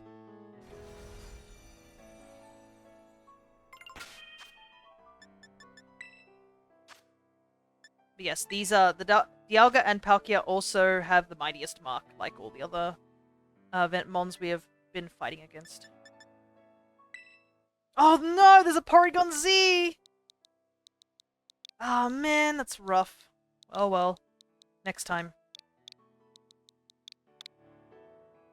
He's right there. There's two of them even. Oh, that's rough.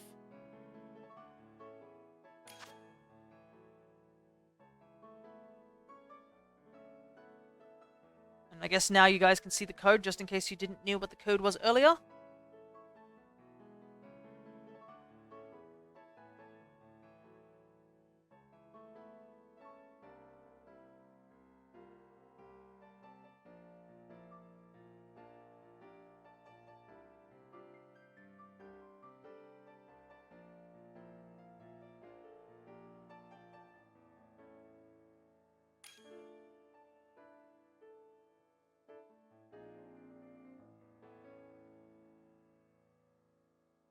Doing a quick leg stretch while I can.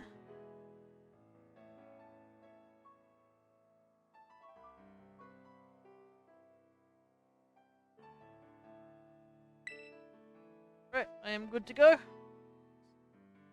We have only about a minute to wait anyways.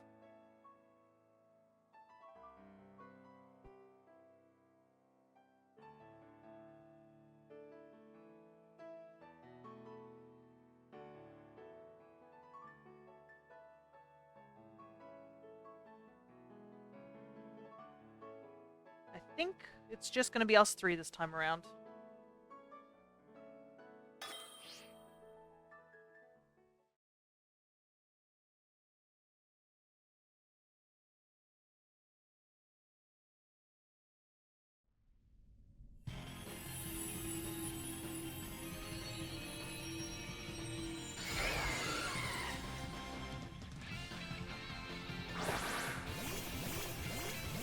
And random Dunsparce.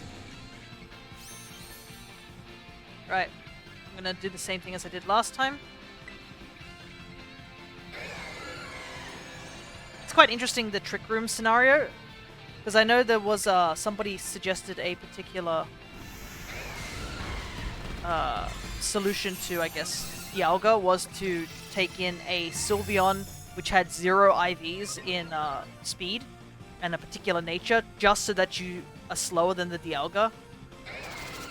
And I thought that was pretty funny, but it's kind of hard to do when you need an incredibly specific set of things. Oh boy, please live. Okay, good. That Calm Mind really did help.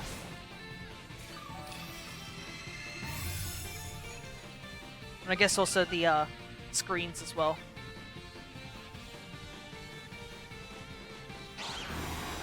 Dang, he's already setting up the barrier.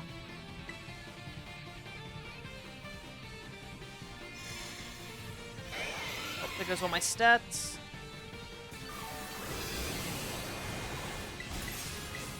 Gotta start up again. Oh! Dang, that wrecked me pretty badly.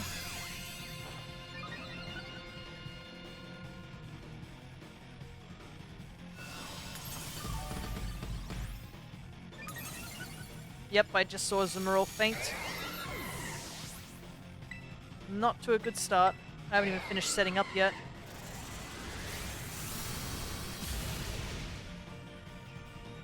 That's why I don't, unfortunately, like a Zumurul belly drum. I would know because I used to run a Zumurul belly drum back in X and Y as a competitive. And I will tell you many, many times how I just lost because a Zumurul just did not hit that play rough. Play rough's accuracy being that awful is just rough. And yeah, also not having enough HP doesn't help either. Because I know Blub is helping in terms of like healing, but there's only so much healing he can do. Is the Trick Room over yet? Yes, it is.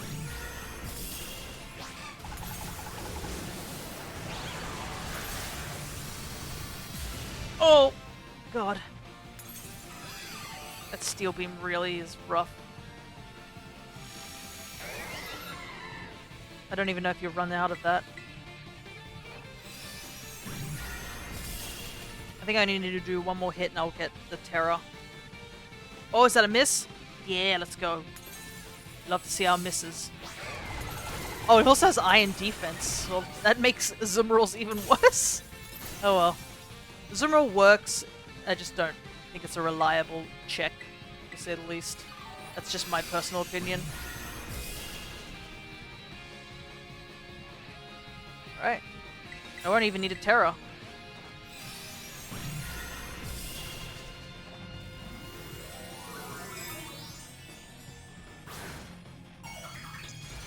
Yeah, that not having gravity on Dialga's side definitely doesn't help.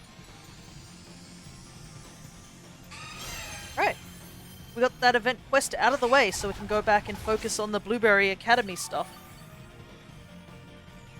So I will open up a union room over in Blueberry. Also, textures on Dialga is really nice.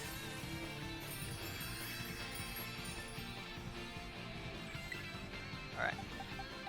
You can go in a fancy ball.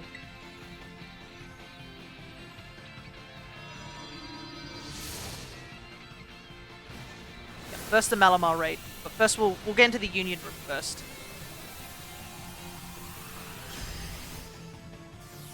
Oh, maybe we should do a couple of quests to see if we can unlock the Terror raid. You know, goal. That might also be another good thing to attempt to do for a little while. Anyways, there's Dialga. Alright. Easy peasy. Though I do say that we got some help, so, you know. Not joining the questing today? No worries. We'll do the Terror raids though, so I'll open up the Union Room just for other people who would like to do the Union Room stuff. And we will go from there. Characters looking into space. Hopefully you will come back from space soon.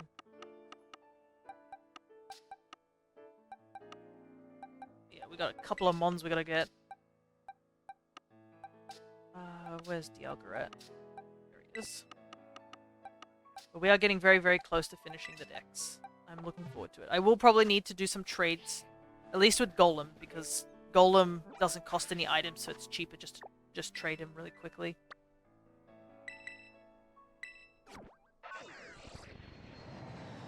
Right. I'm going to get the Union Room set off, and then I'm going to go grab some water. Because my drink is looking a little low, so I'm going to quickly do that. So I will be back in just a moment, once I get this Union Room set up. And whoever is interested in joining in the Union Room, first comes, first serve, I guess, because there is only 3 slots. But I will be back in just a moment.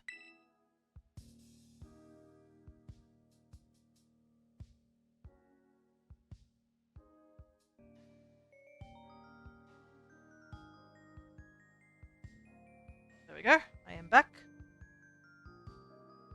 I'll leave the Union Room link here just for a little while longer.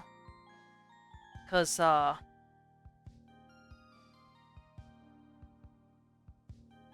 once I make the room, that will be it. Like, I'll have to, like, completely get rid of the room and such. I'll probably look around in my Terra raids as well and see if I have anything interesting. I think that's what we should all do, is just everyone look around in the Terra raids and see if you could find any interesting Terra raids. We are hoping for Porygon Z. We already have the Malamar on deck. Slow King would be another good one to get. I think those are kind of the big trade ones. If I get a fossil, like, if for Shieldon, I would also take that as well, because I need to get one more Shieldon. I think that's pretty much it. And any starter Pokemon, I don't know if can starter Pokemon be in Terra raids? I don't know. But yeah, I still have to get a couple more starter mons, and then we shall be done.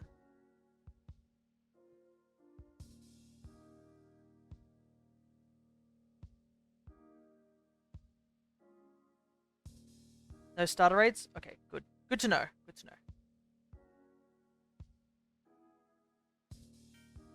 That's done. That's done. Got my... Right. I will give it a couple more seconds, and I will head off, unless somebody's going to yell out that they want to join as well.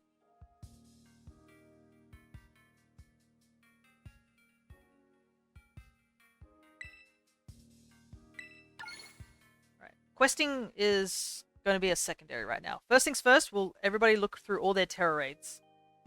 Make sure you mark them on your map with your map pin, because everyone's Terra raids show up on the screen, but you can't enter anyone else's Terra raids.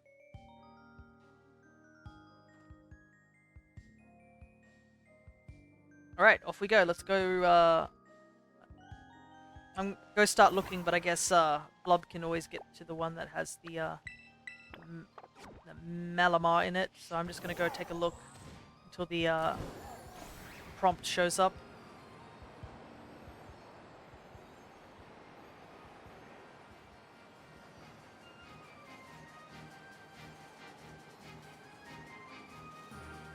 Would have been cool though, yeah, it definitely would. I found a Porygon Z first up. Holy heck. Well, I know what we're doing next, guys.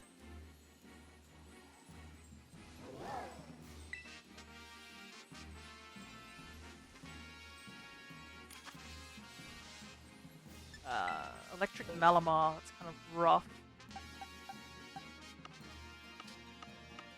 I don't think I have anything that really works against it.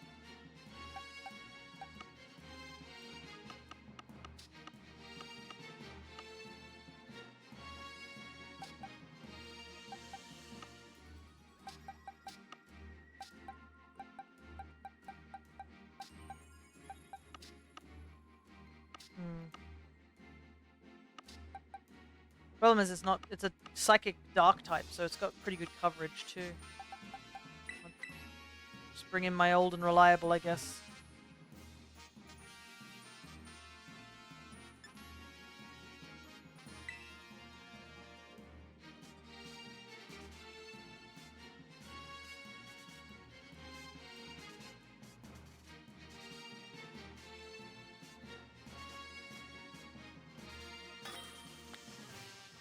Here we go, and then we'll go straight to Porygon Z as well, and that takes 2 of the Mons out of the equation, like, instantly, which is pretty cool.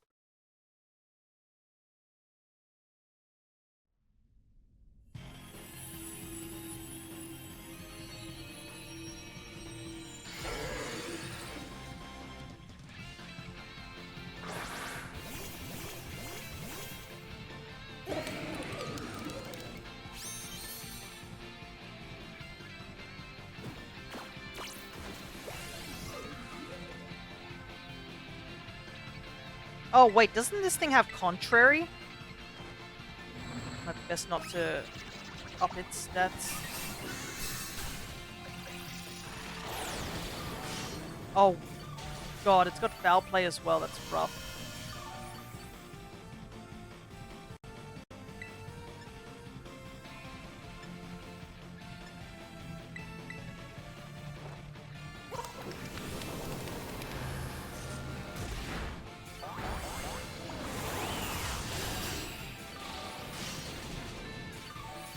Not off to a good start, to say the very least. I'm pretty sure this thing has contrary. So I don't want to use metal sound on it. Oh no, it doesn't!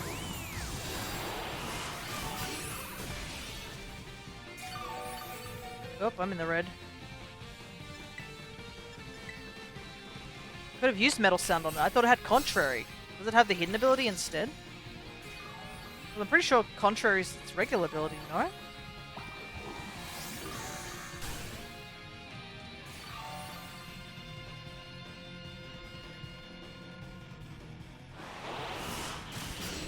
Oh boy.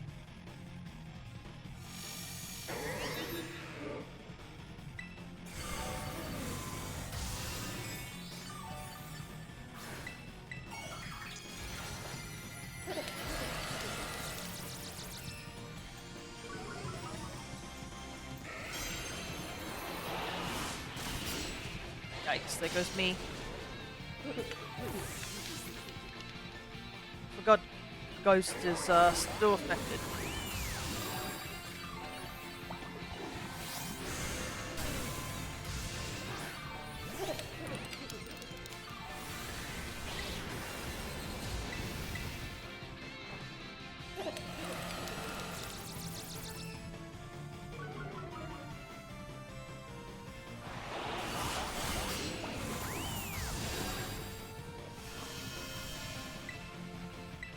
More.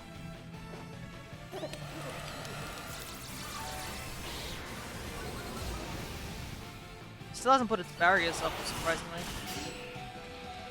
Oh, I definitely made the bad choice of Golden Go. So.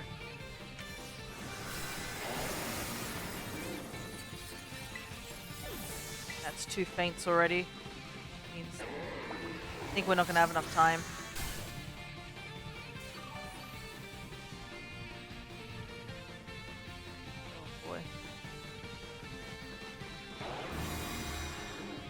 Me and I haven't terrored either. Ugh. I think we're gonna fail this.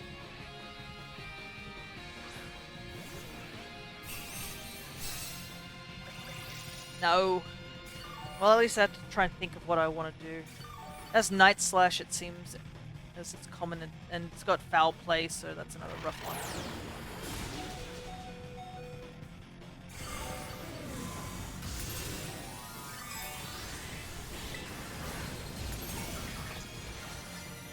No, Metagross died immediately again!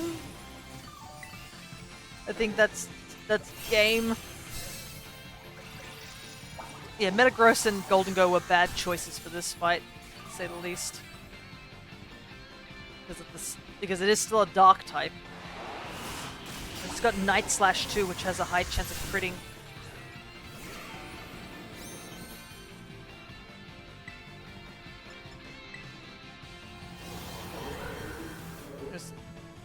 I'm just gonna attack. I got nothing.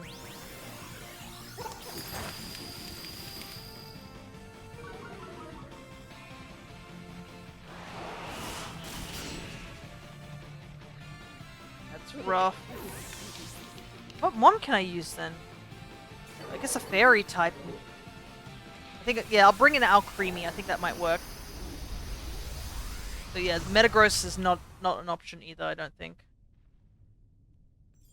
Yeah, I think I'll bring in Alcremie, that might work. Because I could decorate. Oh no, Topsy Turvy exists.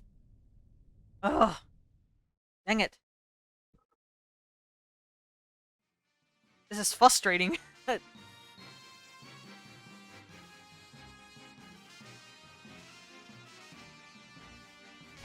I mean, I could use Fluttermane as well. I literally just trained up a Fluttermane.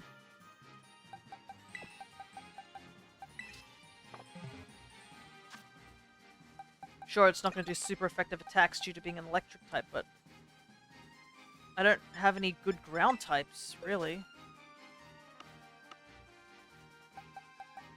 I have these two.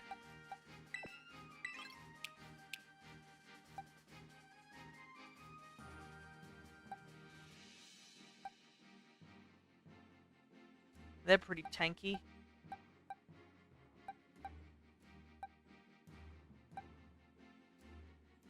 But I kind of need people to help me on to use these guys too.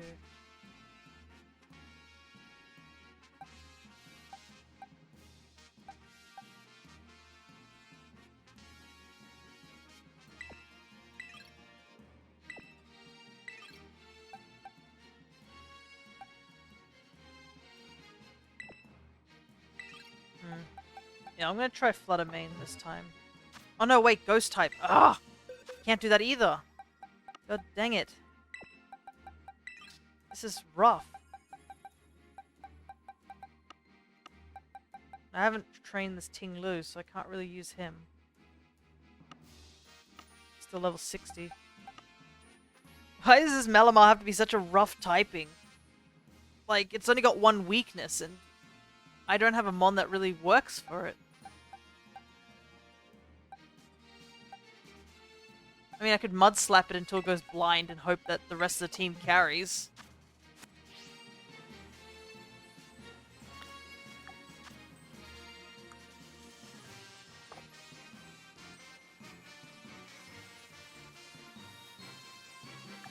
What do you guys think?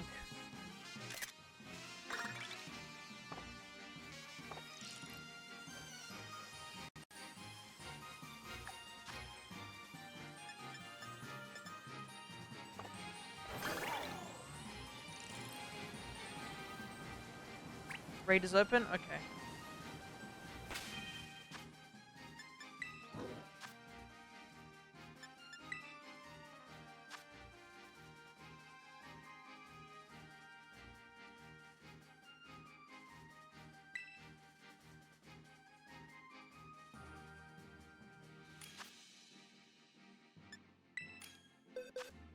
Yeah, this is just gonna be a rough fight, to say the least.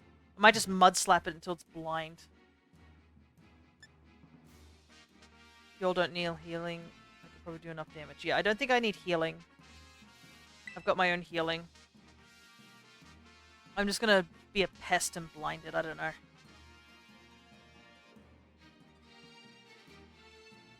We'll see how we go. If it doesn't work out, we can always do the Porygon one I have. It's just an unfortunate thing that it has such a niche typing.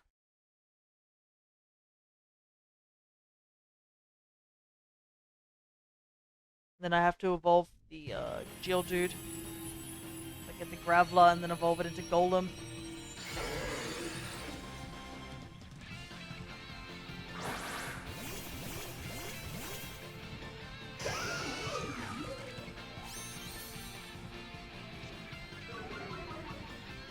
Well, we got Arcanine, so I guess Night Slash is going to do less damage, which is good.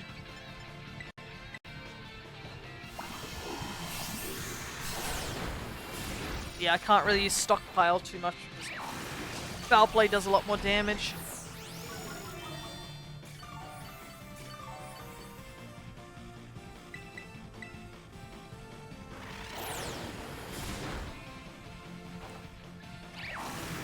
Gonna be a pest. Oh, Mike, if your Creamy has Decorate, you can use it on Albeliever, and that should help boost it. But same time, it's like, I don't know.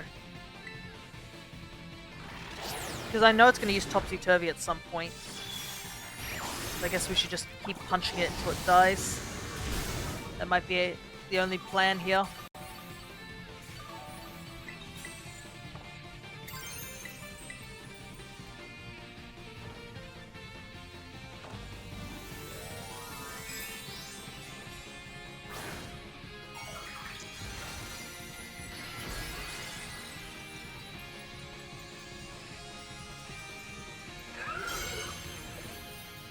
Just continue being a pest.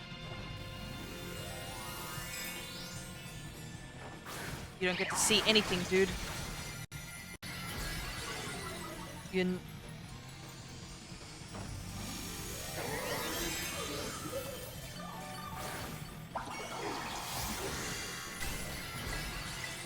Oh, it's cool that you erased all those accuracy drops. Here, let me reapply them.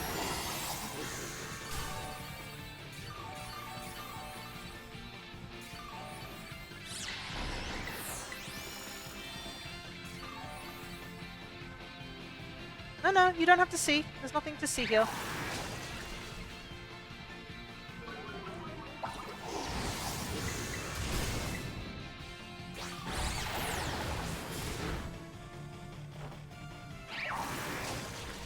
I realize he hasn't hit the Arcanine enough times to make it faint, which is funny. So we can't even get the Intimidation drop.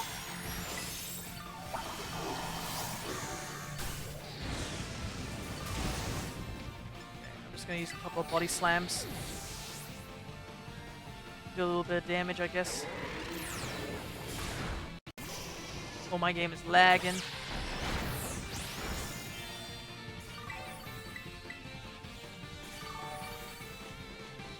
Alright, we gotta try and keep doing damage. We can stay ahead of the timer, that's all that matters.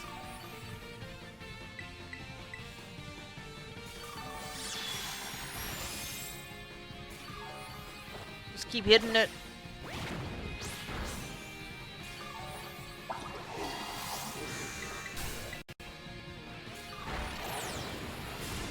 Ooh, I need a heal. I'm gonna use recovery next turn.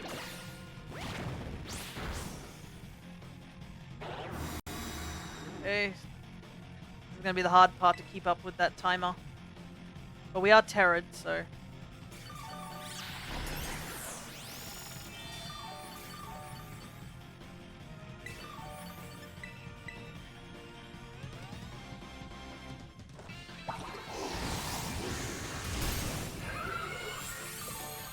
yeah, Arbor Leaf is definitely doing the most damage. Oh no, I guess our Creamy is also now kicking in.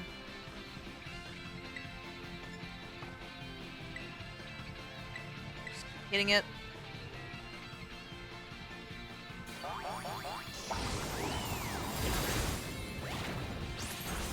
Just keep chipping away quickly, guys. Just keep mashing. That time is catching up, don't let it.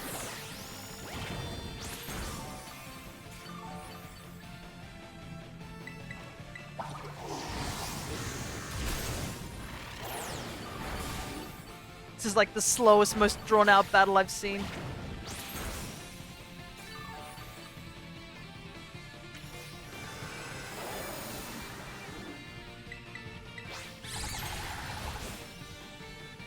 I have a feeling some people are out of certain attacks soon too.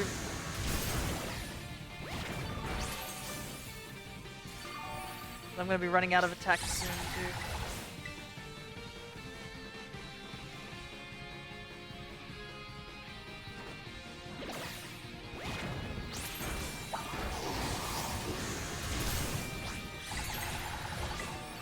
I can't believe I haven't got a single para on this guy. With all my body slams.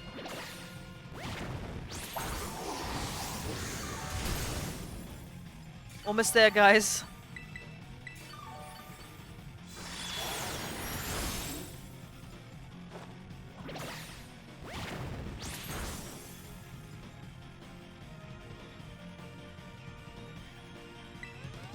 I'll use a heal. I'm dealing the least amount of damage, I will admit.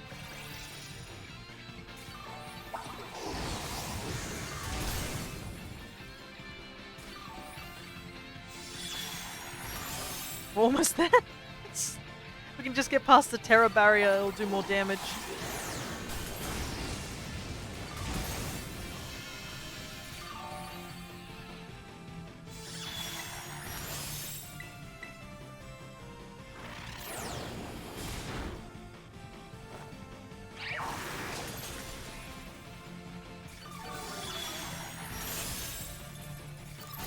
Oh my god, we did it. We just now just got to kill it.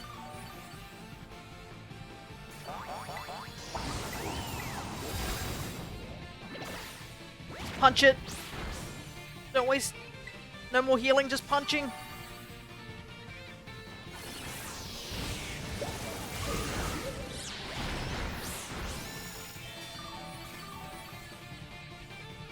Oh my goodness.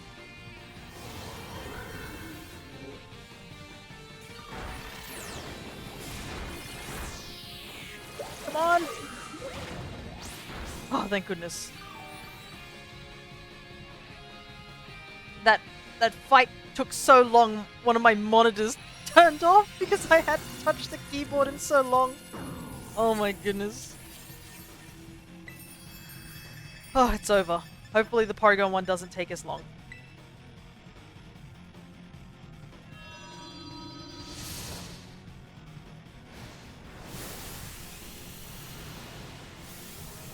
It would have been so much faster if I just got an Inkay and took my Switch out. Oh well.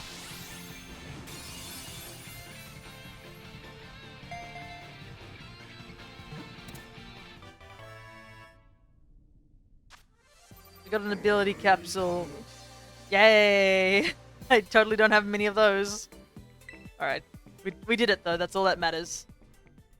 Don't worry about my Switch freaking out. Not my Switch, my computer freaking out. My computer's like, are you still alive? And we're like, yeah, we are.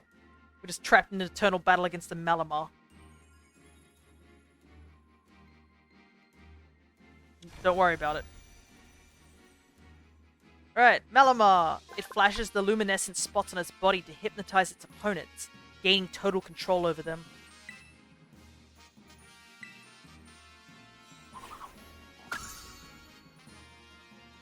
Right. Now I should be able to get Porygon Z done. Oops, I should be back in here.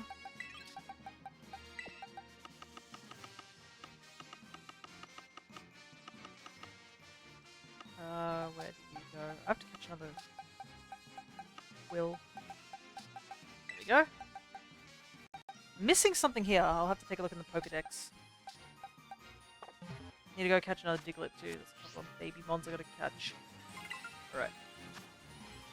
Here's the Porygon. And funnily enough, it's a normal type, I think.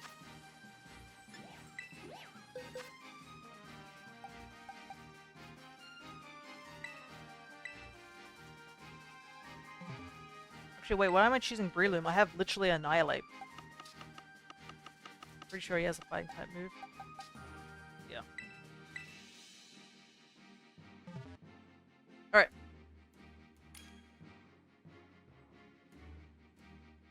Let's get this Porygon Z.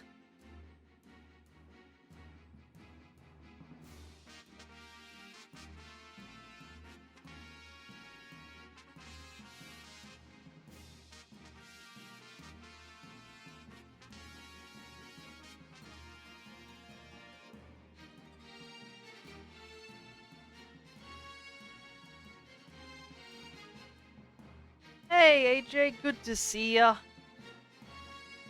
We've finished the Dialga and Palkia quests, event quests that were up, and now we are trying to finish the Pokedex.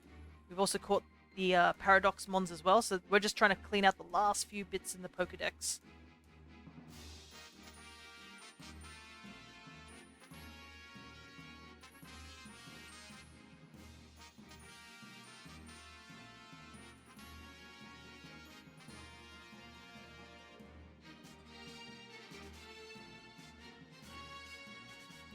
Are you not joining us, Mal? Just really quickly.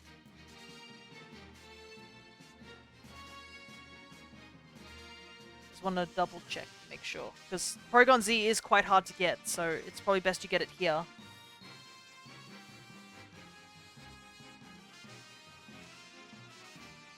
finally got back home. That's good, that's good.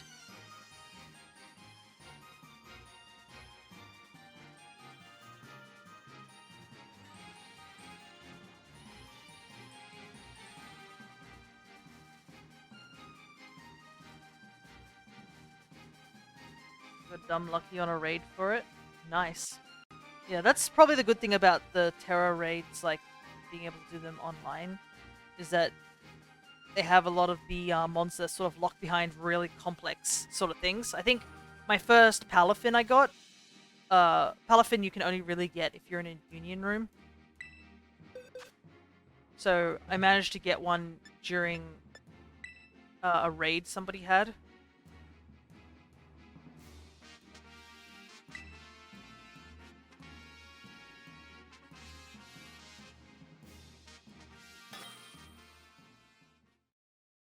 We need to find Kingdra and Golem. I mean, AJ, if you want to jump on, I can trade a Graveler with you. So I can get the Golem as well. Kingdra, we still need to take a look around and see if we can find a raid for him.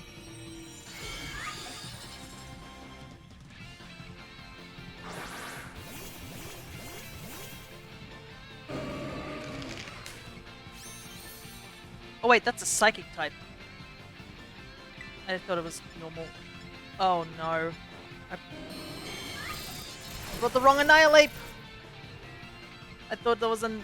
Oh my god. There's nothing I can do, I brought the wrong Annihilate. This one doesn't have Rage Fist. I can't quit out of it. No! I didn't think... Oh! I keep getting normal and Psychic mixed up. I hate it. Why isn't the Psychic one look like... I don't know. Like an eyeball.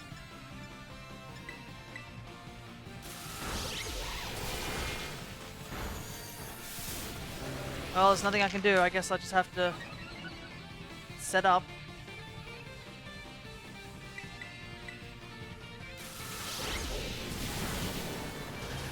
Oh, it froze the guard block. That's cool.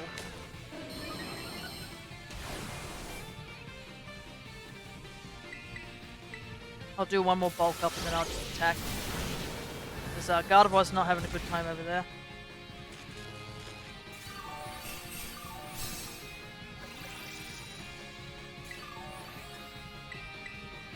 I don't know why they changed the type of the look so much. Yeah,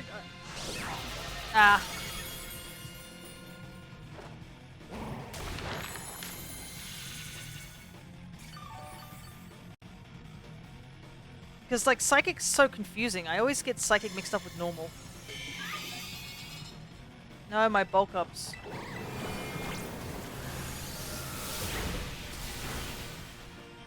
Well, he's got Screech on him still.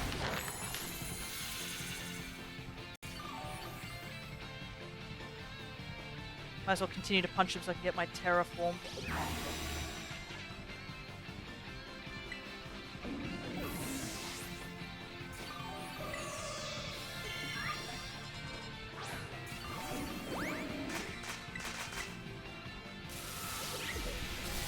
That discharge is getting annoying.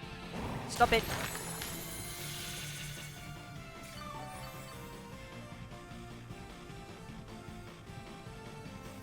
Nope. Oh, okay. I thought he was gonna, like, heal himself, but no, he chose not to. How odd. Ah, yes, I love my favorite glitch angle.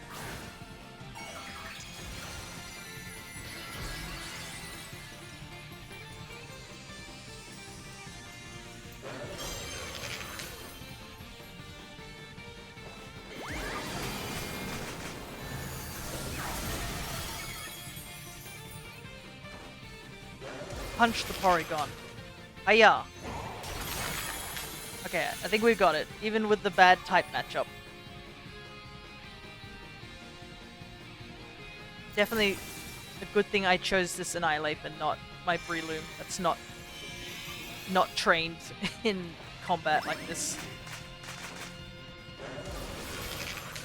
Punch the Porygon. There we go.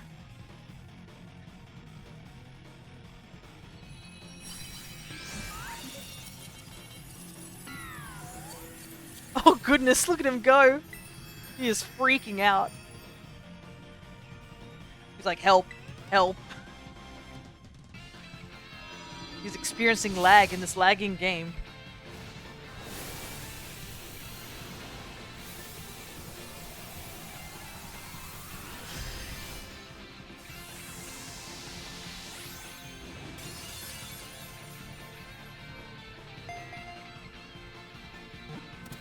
Alrighty. I think there's only one more trade Evo to go.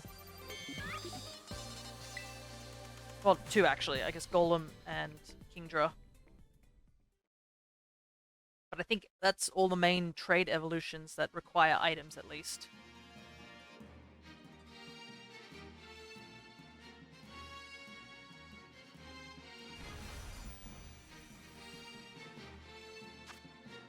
Porygon Z. Its programming was modified to enable it to operate in other dimensions. This did not work as planned.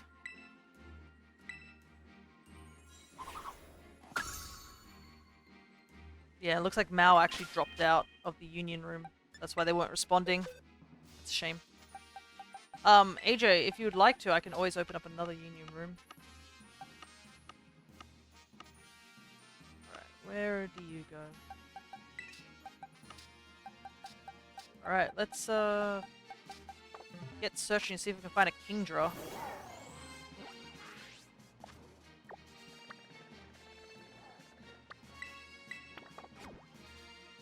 Also try and catch some more mons that we might be missing.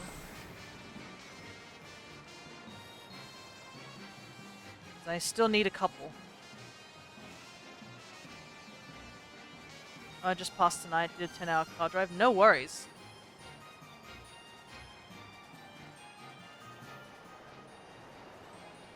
It's understandable. Today is in the middle of the weekday, so it's a bit of an odd day to do any sort of thing. That's why I've decided that if I'm going to do any Legends Arceus stuff during the Shiny Hunting month, it's going to be on a Wednesday. Because I think you guys are a lot more active on Monday and Saturday streams. Because it's understandable, even for the Americans, because it would be like Friday night maybe, and like Sunday night as well, or such, for those days in particular.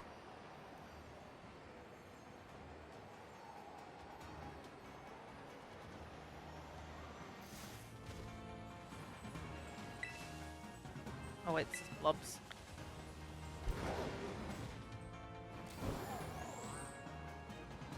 Oh, I should catch a Tyrogue. I realize I haven't caught a single Tyrogue. Oh, Turtwig's at the front of the party. I don't know why, I've just been avoiding Tyrogue. I see it so often and I just haven't touched it. Had an unfortunate incident with my first full-blown migraine along the way. Oh no. Well, hopefully you get enough rest for that. We've taken some painkillers as well.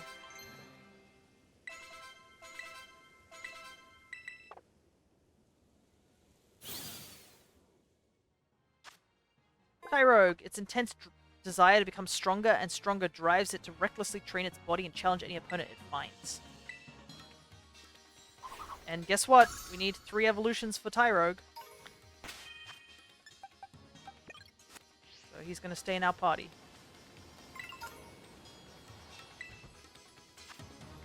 Trio.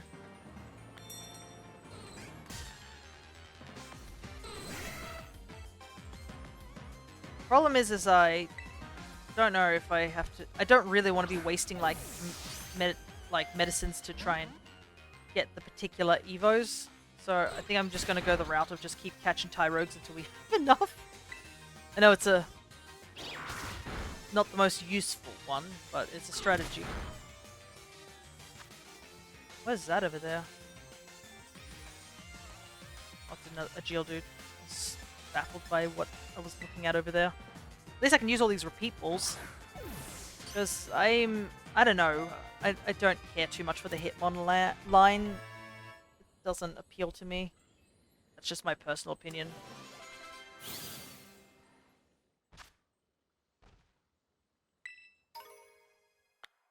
The Tepig there, but we already got him, so we don't need that.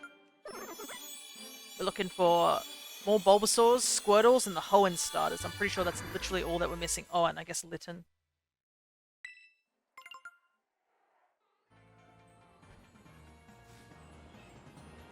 Okay, I'm gonna turn this off because goodness.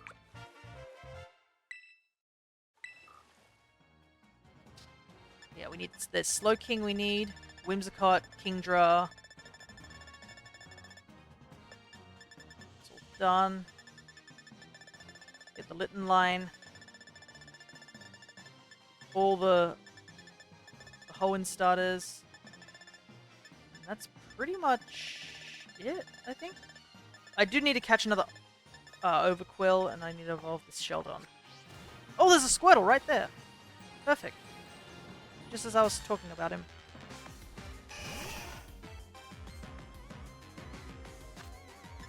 Don't really care too much about what ball I catch these guys in.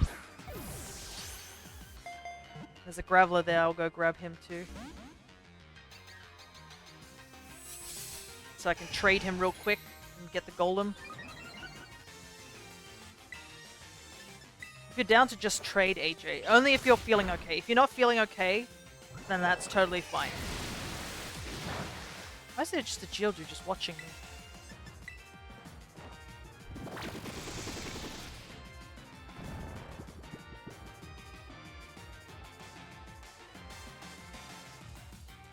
I do have the Dragon Scale, so if I don't find a Terra Raid for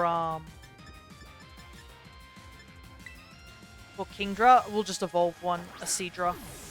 Because you can buy Dragon Scales whenever. And to be honest, I don't think I'll be needing to use the Dragon Scale anyways. That often, because I already have a shiny Kingdra. Squirtle! Its shell is soft immediately after it is born. In no time at all, the shell becomes so resilient that a prodding finger will bounce right off. Apparently, Blastoise finally uses its cannons in the attack animation. Yeah, let's go, Blastoise! He finally does something. Alrighty. Squirtle is in the party. Just make sure that Grottle is placed in the right location. Yeah. Lichen is the only other starter besides the Kanto and the Hoenn ones that we need.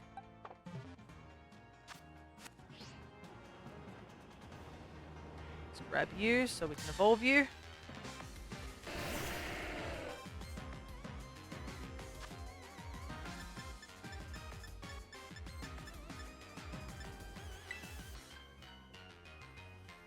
He's got a monobrow. But I'm so excited that a lot of the Alolan Mons are here that we can capture quite easily. Because it definitely saves on us going over to, back to Sun and Moon for some of these Mons. Oh, someone's calling me. What's this about?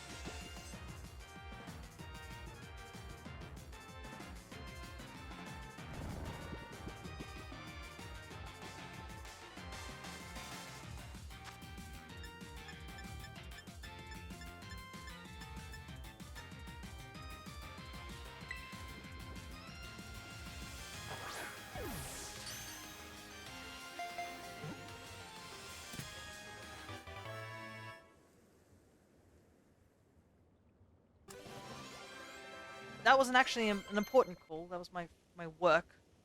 Because they want me to bring in something, and I'm like, well, I'm going in tomorrow, so... Anyways, Graveler. Graveler's entire body is electrically charged due to the stones it likes to eat. It is very quick. It is a very quick-tempered Pokemon.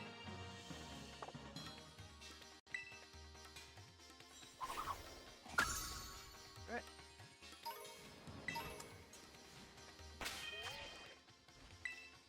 Since we are here... where's that Graveler put?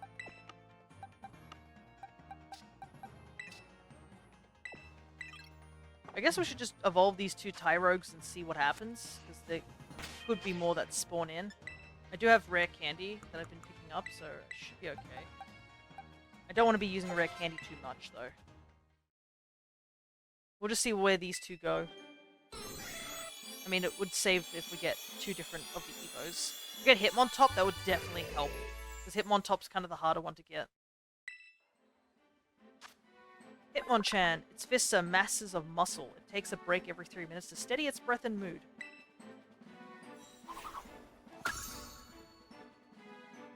hello there, Pomer Benumur. I hope I said that right. Hello, who's looking for a legendary shiny Pokemon? Well, I am, but not now. I am currently working on the living dex in Pokemon Violet.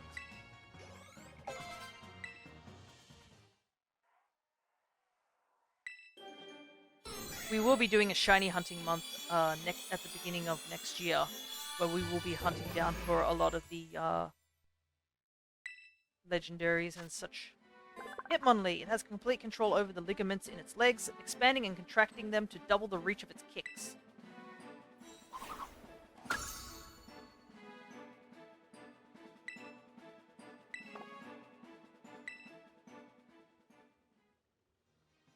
Ready? We'll have to go catch another Tyrogue. I think I'll also make a fire sandwich to see if we can get Litten and Torchic to show up.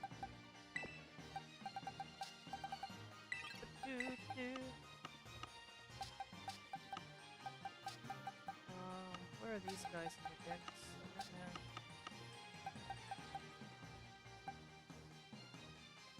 Unless I accidentally forgot to put them somewhere. Let me double check.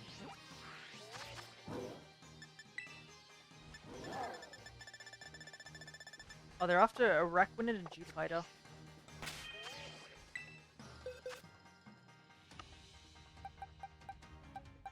Oh, I accidentally did miss a spot for them. Oopsies.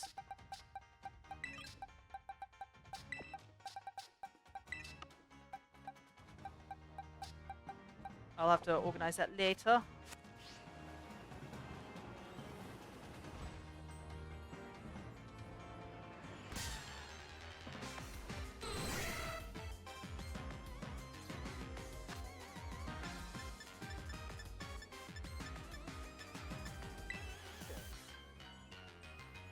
Should I make a sparkling fire sandwich?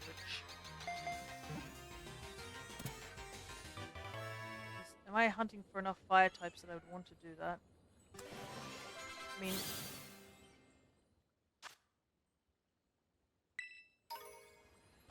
yeah, sure, why not? I might make a fire sandwich right here.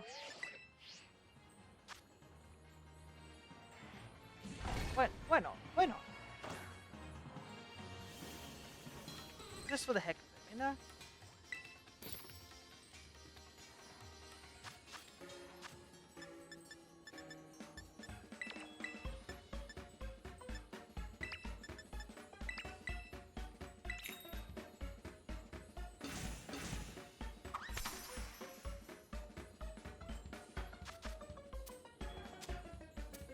Never eat the sandwich.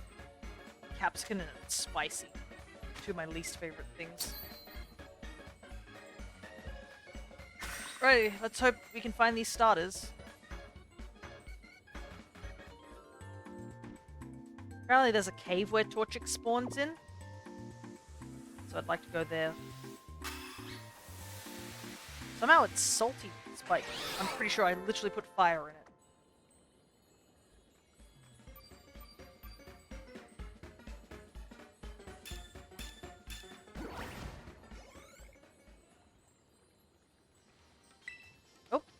I guess the Union Room shut down or something.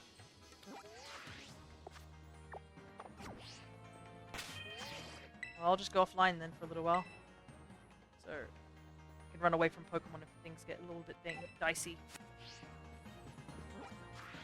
Let's head over to the ice area first.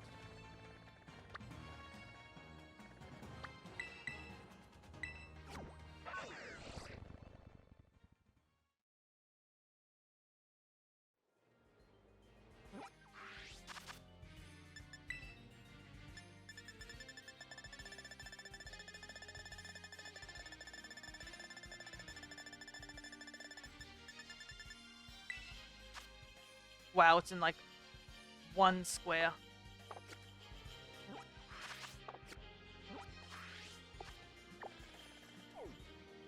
Somewhere over here.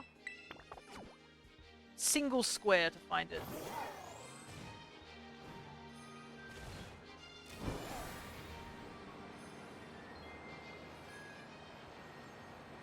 But I did look on the internet because I know somebody said that Torchic was very hard to find. There's apparently a single, like, cave somewhere which has a pretty good spawn rate. Okay, it's also good that the old starters are starting to spawn in.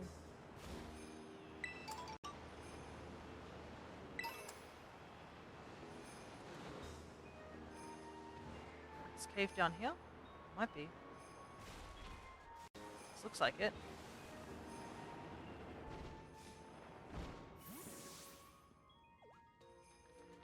No, I don't see anything in here. Maybe this is not the cave. Just see a couple of numel.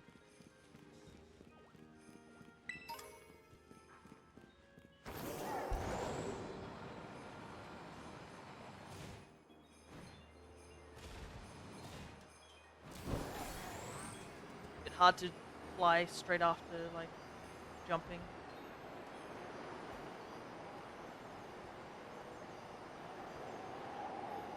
That's one cave. Oh, is that another cave there? I'll have to take a look at the Pokédex again to just double check, because there's a couple of caves.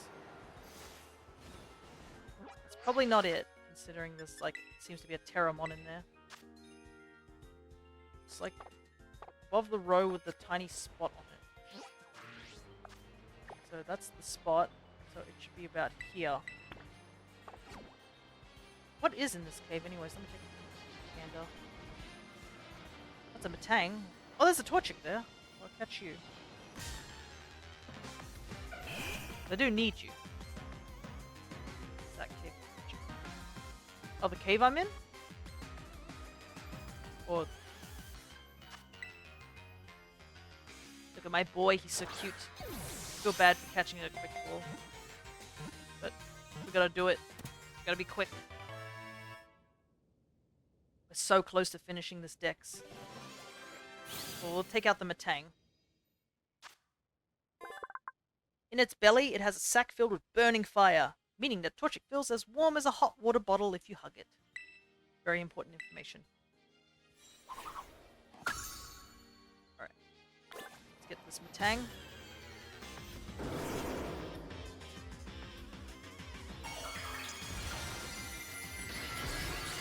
Ghost, interesting. Well, it actually makes my job easier, because I can actually hit you.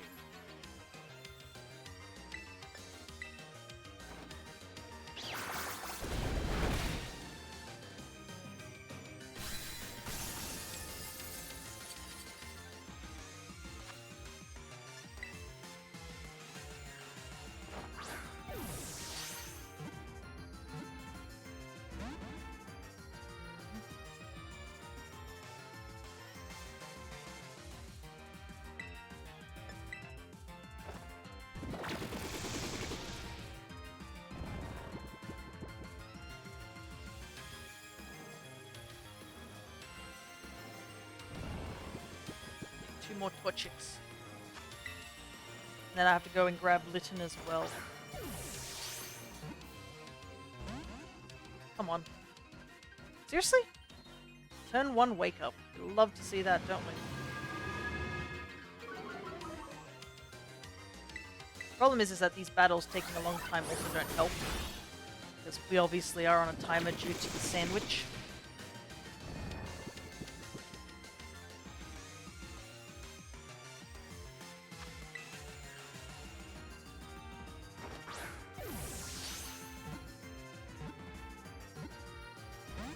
Oh, I forgot, because this is this line.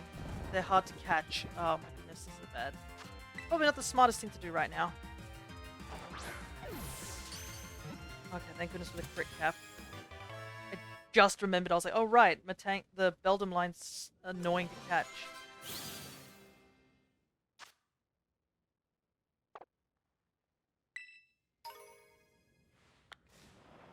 You sure it's this cave? There doesn't seem to be anything in here. I don't think this is the cave, but... Because I'm pretty sure we're still not in that location for Torchic. Oh, I saw another Torchic spawn, so maybe we are. Oh, look how cute this picture is. You can also see the little spot on one of their butts. That's a male one.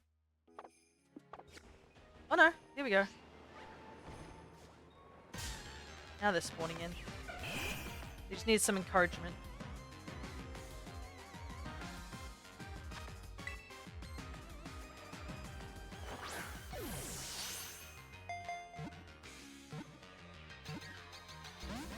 Oh, so close.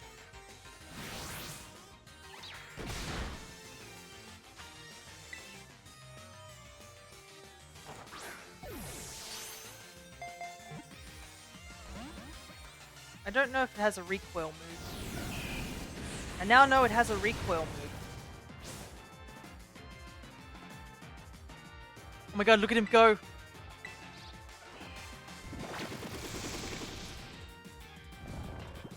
Look at them go! Oh my god! I love them so much!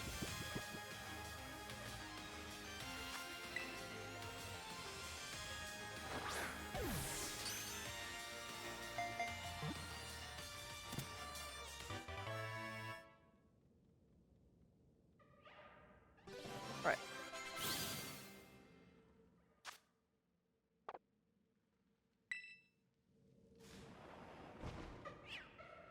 Okay, now, yeah, now the Torchics are spawning in. So yeah. This probably would be a very good cave to shiny hunt him in.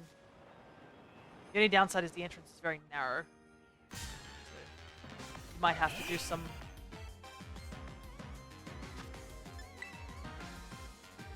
You might have to do some, just fight to get rid of the ones in the doorway.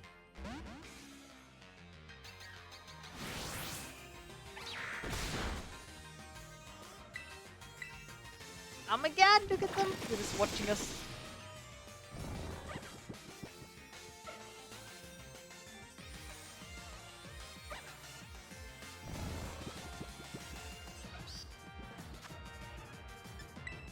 Can you tell I'm slightly enjoying myself? This may be taking a while, but I'm enjoying myself. It's all that matters, you know?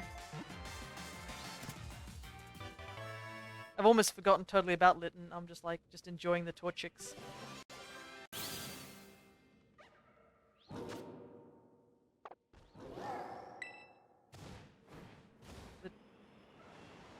The true meaning of happiness.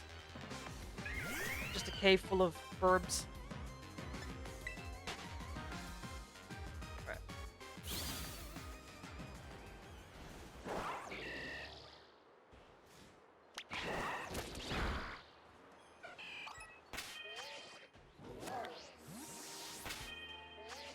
Heal. Just want to take one more look.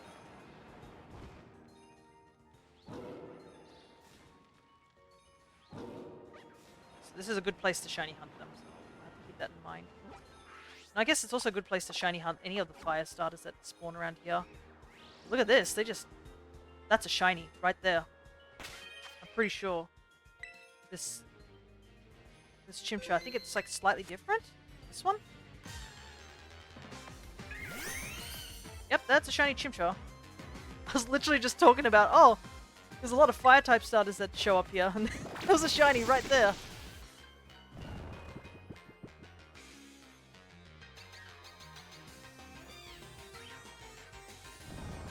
Well, that's one of the starters, I guess. I don't have this one, so I will take it. Though I'm really worried about capturing these guys, because now I have the fear of, like, Flare Blitz constantly in the back of my mind.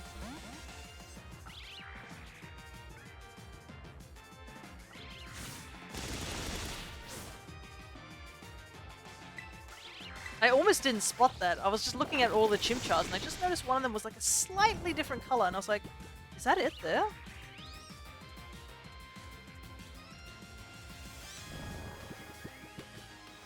Oh yeah, so here's my advertisement for why you should eat fire sandwiches when you come here. I hope you enjoy this,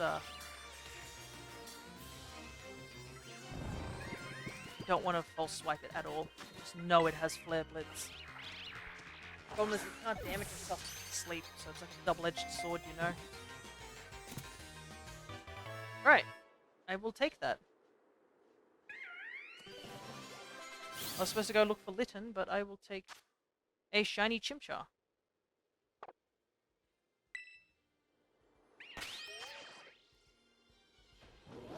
You're all attacking me.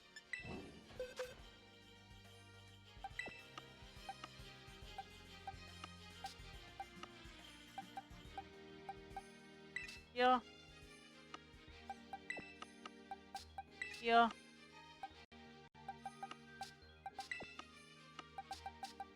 Go here. You go all the way over in the shiny box. Let's take a look at you real quick. Has it got a mark?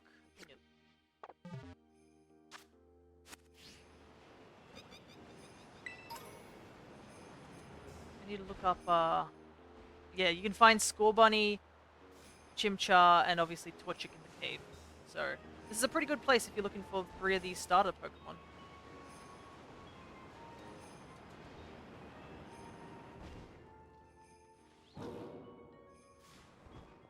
But, yeah, you're going to have to remember that, because there's so many fire types outside, it may minimize the spawns on the inside.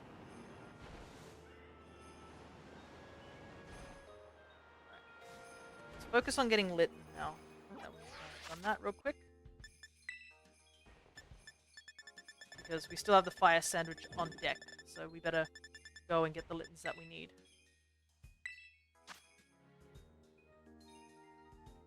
Just go down to the canyon.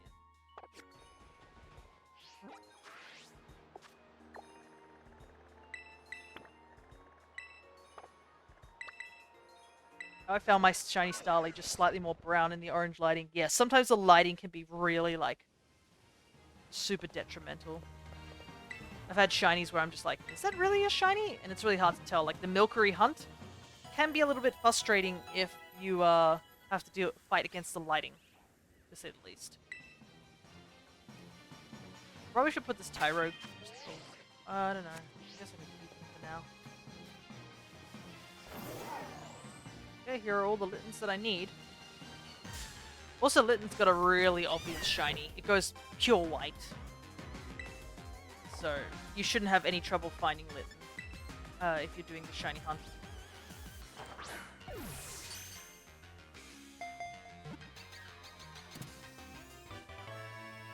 Alright, go.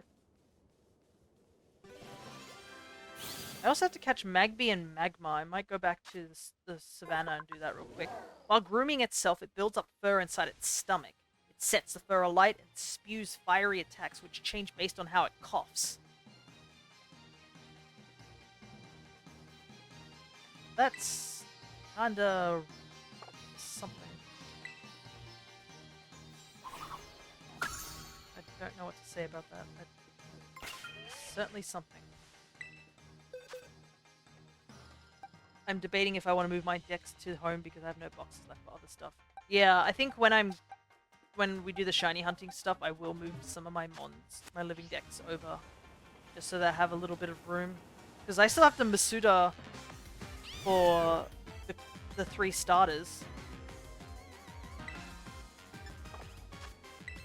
So I don't really have much of a choice.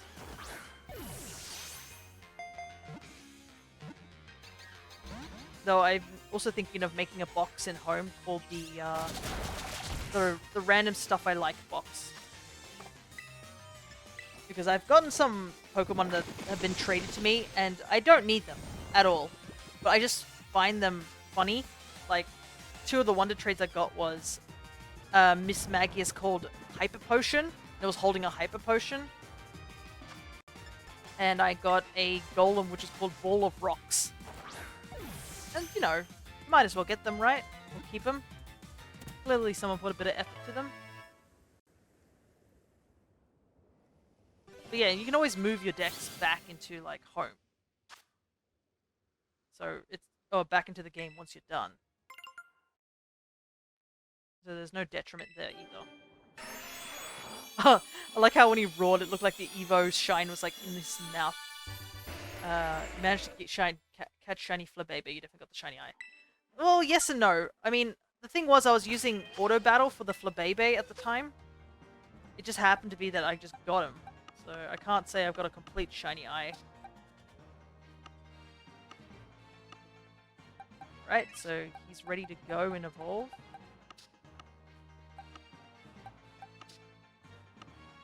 Grab the other Torchic.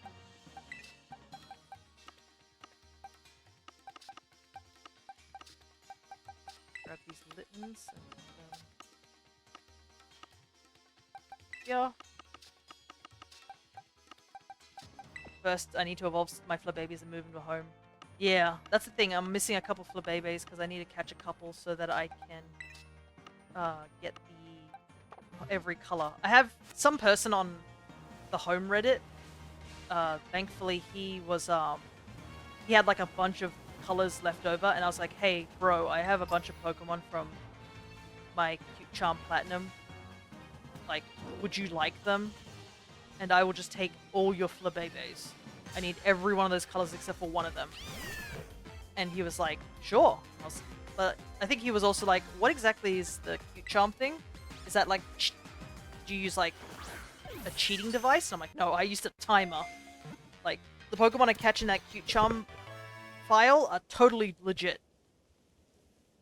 It's just a glitch, pretty much, that causes that sort of thing to happen." Alrighty, Litten is done. I'm gonna head back to the savannah and catch the Magma and Magby so that I can finish the line in the living decks. We're getting there, guys. We just need to get that last... I need to find that Kingdra. And then, Blub, do you want to trade the Golem and Kingdra if it comes to that point? Because I am very close to finishing this dex. So there's a part of me that's like, maybe I should just trade over.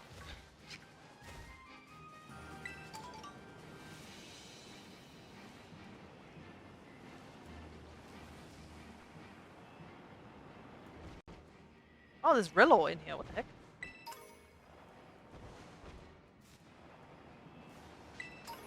I still can't believe you're going to go for every single flavor of Milcery. Like, yeah, I need Kingdra too. I'm currently using the one from BDSP. Yeah, I need it to come from this game for it to count. Unfortunately, for the home decks. If you look on the mobile app, there's a special Pokedex list, and they only accept Pokemon from those games. That's why I have to go back to Let's Go Eevee, and then eventually go back to Shining Pearl. I'm actually missing a couple of mons from those games. Yeah, I've already taken a look at this one. There we go. I was like, where am I supposed to be looking for these guys? I knew they were in the savannah, but I didn't know where in the savannah. I'll go catch another Seadra, I think. I think looking for a Terra Raid will take too long. And I need to go into the water anyway to go catch another Hisuian Quillfish to get the Overquill. But I think our living dex is looking close to complete. I'm very excited to see it completed. Plus, this Saturday, if all the Christmas stuff is done, that definitely will get things, we can do a bit more of the Union Room then, when people are a bit more fresher, to say the least. Without the Savannah, I would have never went for all our creamy forms. Yeah, definitely. Even just like, if you're going for, just the regular forms too. And this is also a big opportunity for some people who may have not got the Sword and Shield DLC, because, the decorations were also locked as well. Because two of the decorations, the star and the ribbon, were locked. I actually think I need to get a shiny Magby. I think I'm missing a shiny Magby out of the line. I got Magma and such, but I am missing shiny Magby. I just need Magma, right? Let me take a look. The event makes it. Yeah, the event odds are crazy. Like, I found 2 shiny Milcery just, like, trying to knock out the 60 for the encounter, which is pretty funny. Catch this Magma will be a lot quicker.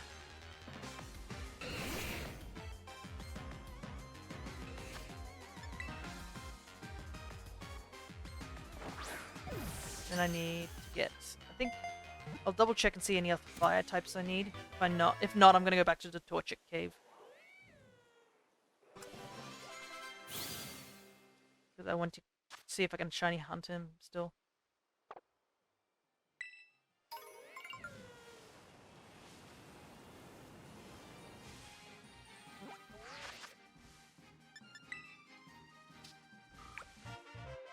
ball. We're getting there.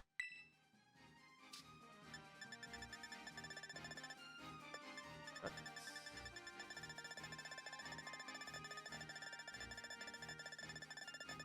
yeah, it's a slow king. That's the annoying one, and then Hitmon top. Oh, well, we can actually see a Hitmon top. It just says lives in caves, rarely seen, so we can actually catch one. That's good to know. It looks like I got most of the fire types I need. How much time do I have left on the sandwich? 8 minutes. 8 minutes. Is it worth it to go back to the torture cave? Yeah, why not? Because there is Chimchar and problem is I got no good warps to it.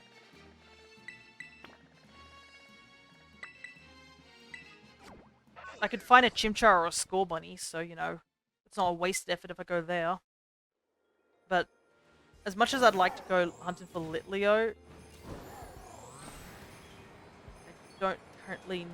Well, the thing is, another issue with Litleo is that I need to get a male Litleo or a male Pyroar.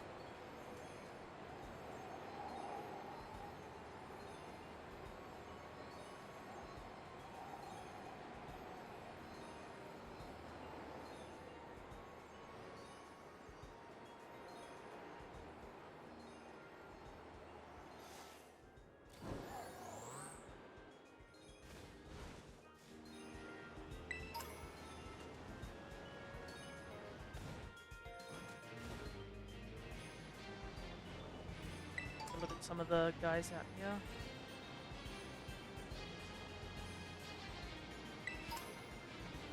This wasn't the cave, was it? Was this the cave? I don't know, I can't remember, they all look the same. I don't think this is the cave. Yeah, the exterior looks different.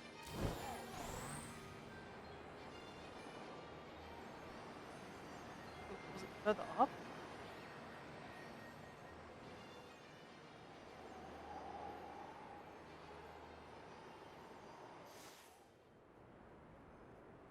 It's not that cave. I don't remember what the cave was. No.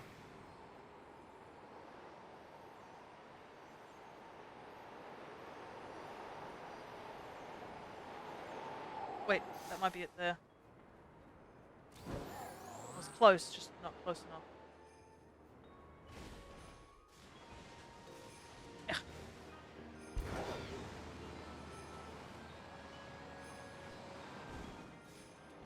Look how small he is, that one. Okay, we'll just stay here for like the 8 minutes.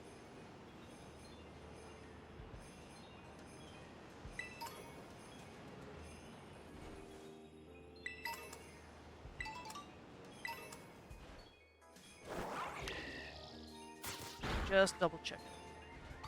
Because, I mean, it is still very hard to see the shiny Chimchar. He was a little hard to see in this lighting. Is there any way to see marks in home? If you have the mobile app, the marks do show up like when you show the status of all the Pokemon. I believe that's the only way you can really see marks.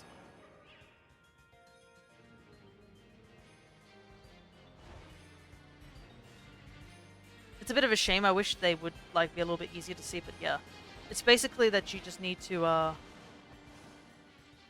open it up in home on the mobile app as opposed to the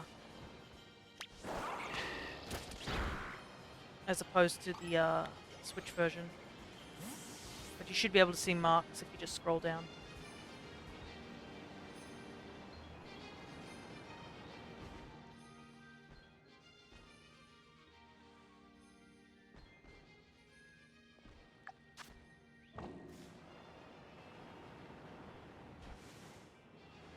I haven't been lucky with some of the recent shiny marks.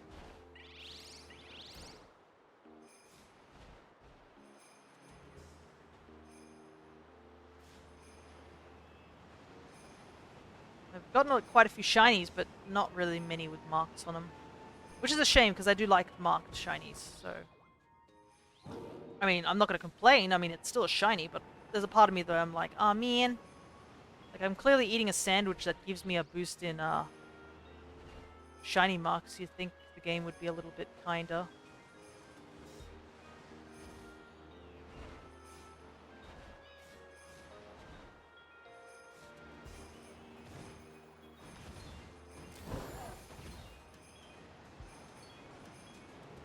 I just wish we had the mark charm that you get in Sword and Shield.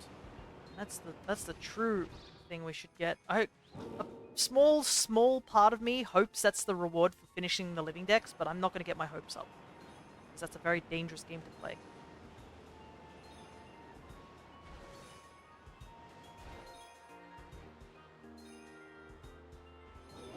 Once this sandwich is done, I'm gonna go and catch the Seadra, and we'll do the trade. Go check. Torchic's gonna be a rough hunt, to say the least. There's two reasons for that. One, it really only spawns in this one cave, but the second reason's the hardest part. So for those who don't know, Torchic has a gender difference. And it's not like Meganium and Bulbasaur where the gender difference is only in the final stages of the evolution. No. It has a gender difference in every single one of the Evos.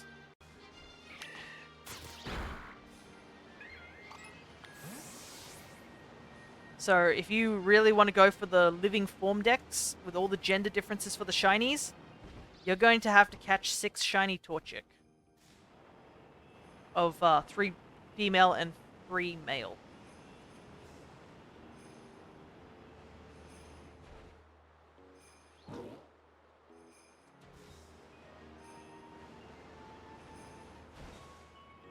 Sandwich like 2 minutes.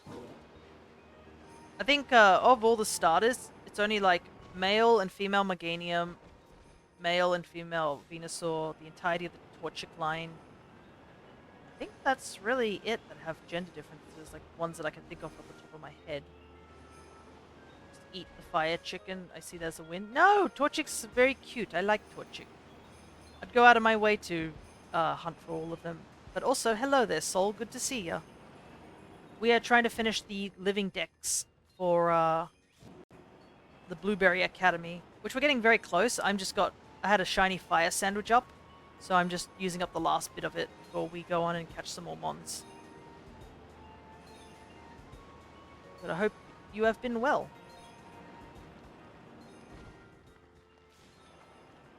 Getting many spawns in here right now.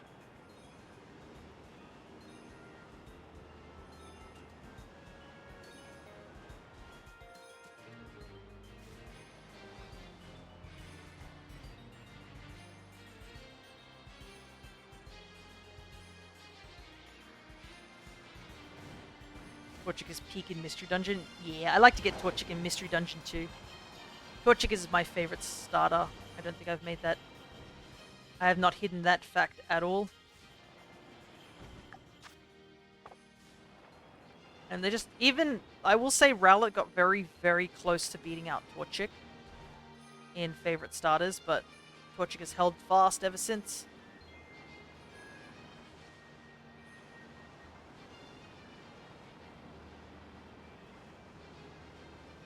I've been sick for 3 weeks. Ah, that's a shame. Hopefully you're starting to feel better though.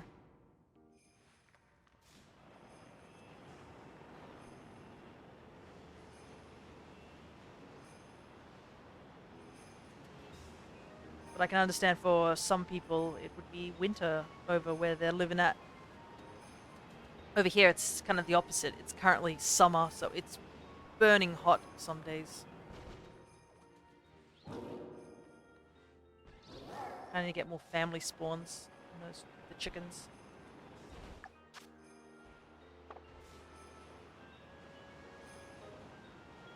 Last 8 seconds. Whoop, one last check. Whoa. No, nothing here. Yep, the Duraludon is spawning in. This Torchic though has a mark.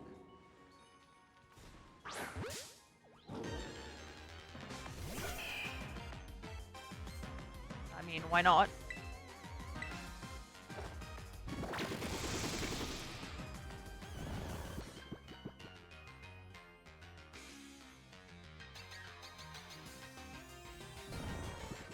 Ah, that's a Pokemon I remembered I have to go back and get. I totally just sort of blanked on it, but we have to go back to Kitakami because we got to go catch a Applin.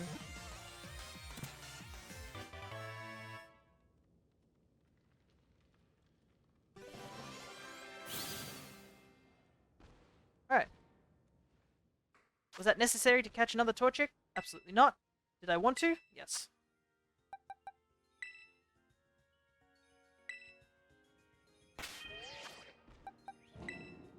So this Torchic's mark is...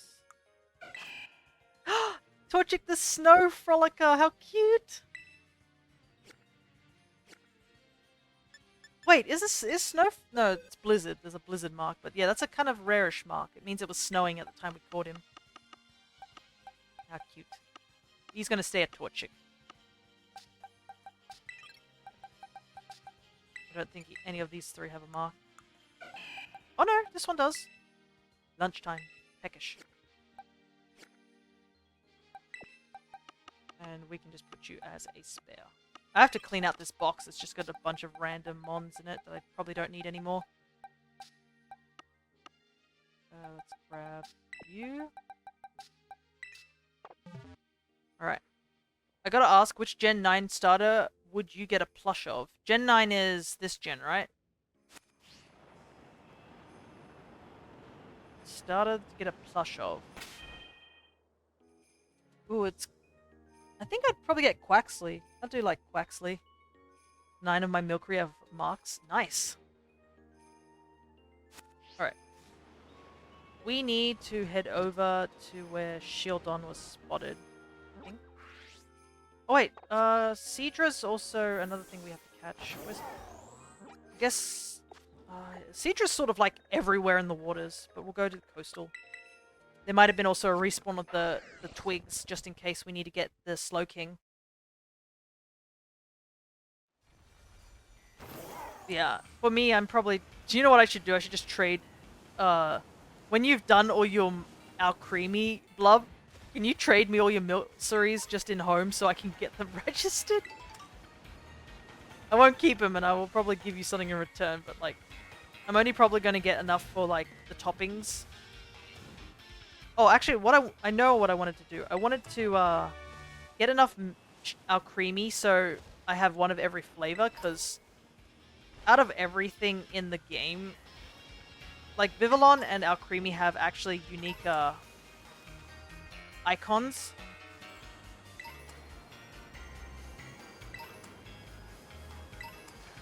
Grab. See if we can find any more twigs. Let's see, Awkward is getting a little comfortable. No worries, Awkward. Gonna be in and out for a while. No worries. Hope you are doing well or whatever you're doing. Ooh, we picked up 3. I wonder if that's enough.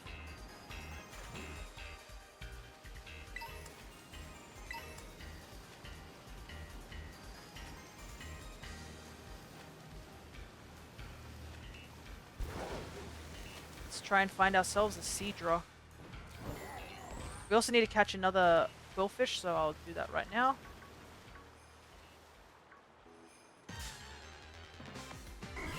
Because we will need to evolve one into Overquill. Is that an Oshawott in the back? It is. We don't need Oshawott though, so... We will need a shiny hunt an Oshawott at some point. Because it will probably be faster to catch a shiny Oshawott here. I do have all of Oshawott's shinies except the Hisuian one. So I haven't evolved. Though I do have an Oshawott over in whatchamacallit, in Legends Arceus. I just don't want to evolve it because it's actually an alpha Oshawott. It was a shiny alpha Oshawott, and I was like, that's rare enough to keep as an alpha. I thought it was funny, a big baby. like alpha mons that can be pretty cool to get as shinies. So just getting a big baby alpha was just peak, you know.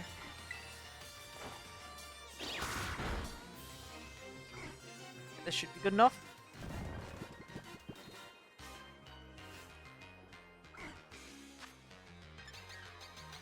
We'll just use our people. There should be a Seadra around here, right? Like, I see Seadra all the time. Unless I'm just not thinking of where it is.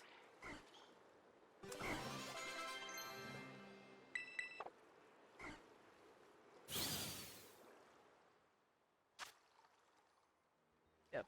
It absorbs toxins from the food it eats. The distinct purple spikes on its body are evidence of this potent poison. I think we already read that description, but that's totally fine. I cannot rename the boxes on the mobile app. I don't know how to, but I think it's better just to do it on the Switch version, to be honest. It's a lot easier to organize things over on the Switch version than it is on the mobile version. Mobile version's good, really good for trading and stuff like that. I won't deny that part, but yeah. I would stick to like actually organizing your mons to be in the Switch version.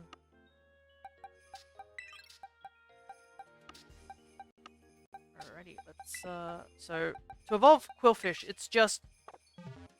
it needs to have the thingamashiggy, right? What's the word? Barb Barrage or something like that? And then it will evolve.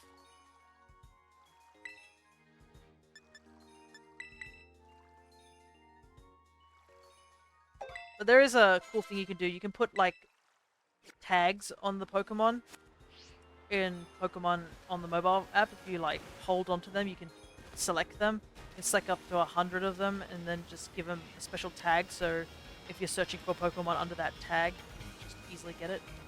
It's pretty neat. There's a Froakie there. Nice.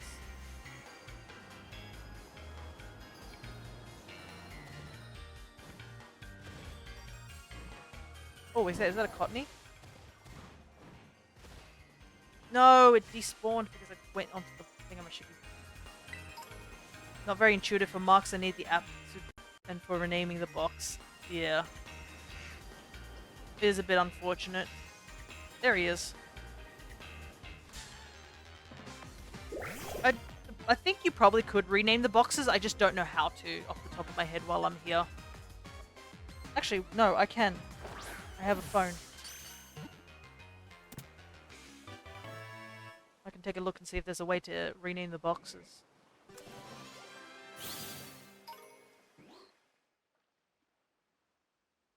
Okay.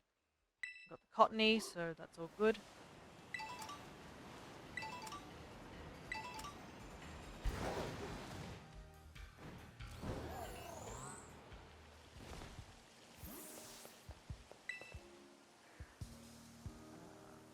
We need a reef, right? Do we have enough? Don't have enough. How many more do we need?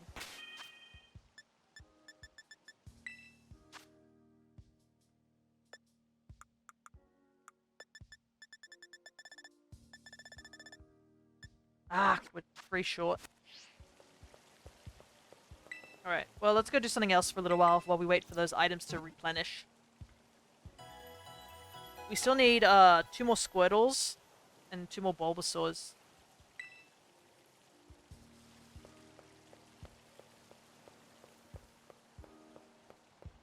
And we need to go get 1 more shield on. Then we're done.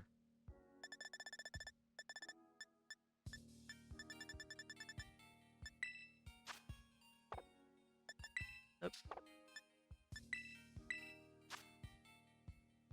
Yeah. It's all in the upper coastal area where we found the Meloetta. I'm thinking what sandwich to eat, but it might be just better to just wander around until we find it. Because, unfortunately, if I think about it, the 2 sandwich types probably overlap with other mons there.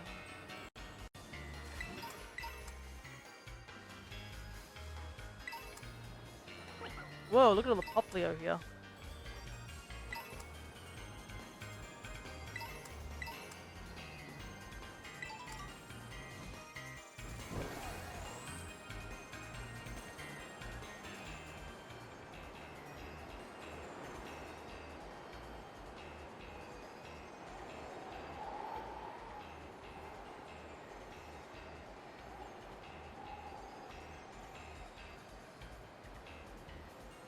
Yeah, it doesn't look like you can up. Yeah, you can't you can't update the boxes. Sorry if I was just flying around aimlessly for a moment there. It was just because I was looking at home. Yeah, you can't label the boxes. Your only hope is to just remember or know, separate them over in like the game that you got them from first.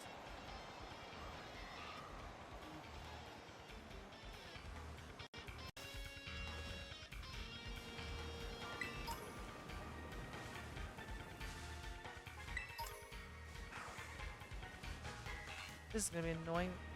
Yeah, like if we use a poison sandwich, it's gonna get overwritten by like all the poison types here. We just gotta hope we find the Bulbasaurs, pretty much. That's unfortunate. You're battling against like Executor and for grass, and Survivor for poison.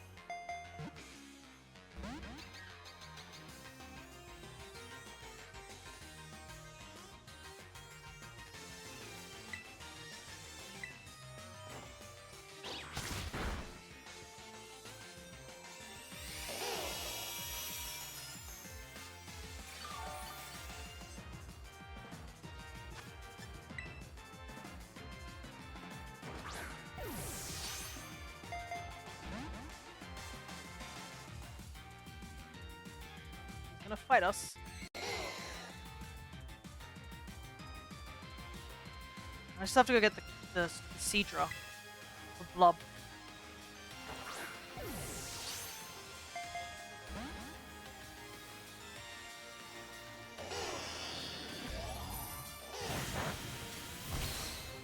Oh no, all this damage.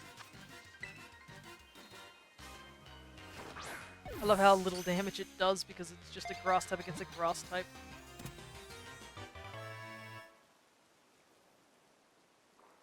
Alright. Bulbasaur acquired.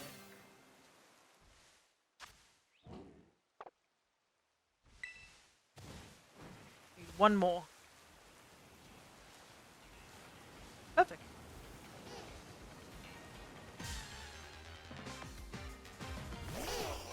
And the Squirtle should evolve soon too. Oh, this one's a female too. That's neat. Running out of quick balls, I gotta go buy some more. I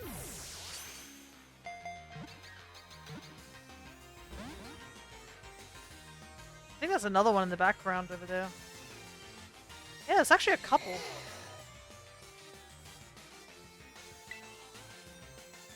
I guess this is a good spot to be for them.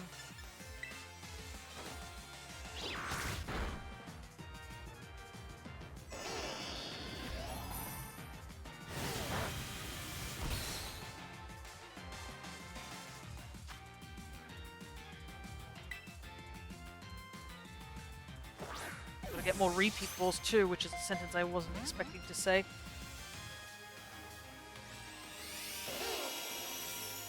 That synthesis is a bit annoying to say the least though. Oh, but it's raining so he doesn't heal as much. Nice.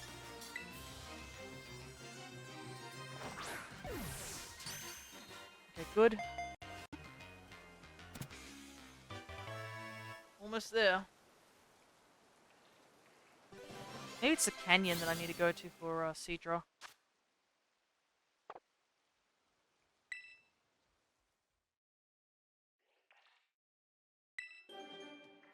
We'll probably keep the Squirtle and evolve it straight to Blastoise, so we can get the Dex entry for both. Problem is, it's not really fighting any big mons, so they're not really leveling up fast. Wartortle. It often hides in water to stalk unwary prey. While swimming quickly, it moves its ears to maintain balance.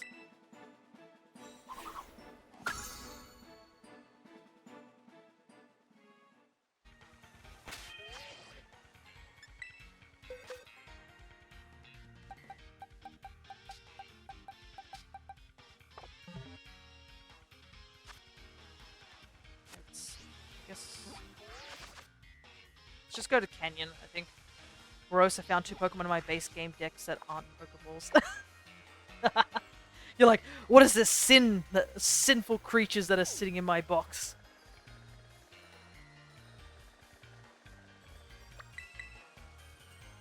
What mons were they? Were they just mons that you found randomly? Or maybe they were mons you wanted traded at some point.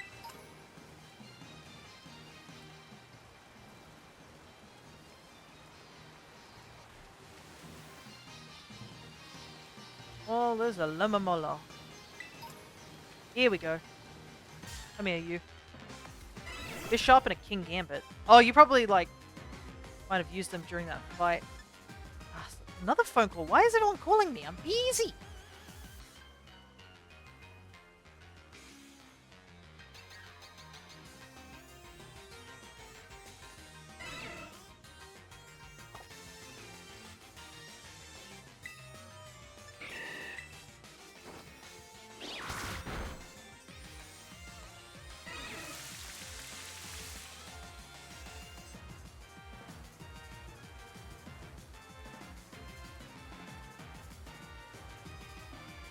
Okay. That phone call is sorted.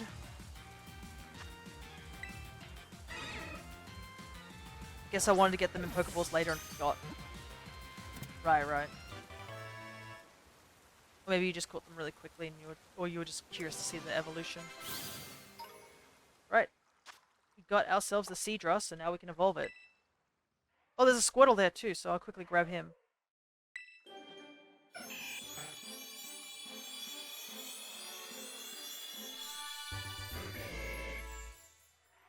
Gumbuskin. He actually looks a little bit better in this game. The eyes look a little bit nicer. Gumbuskin. When it enters battle, the flame inside its body burns stronger. Its kicks have outstanding destructive power.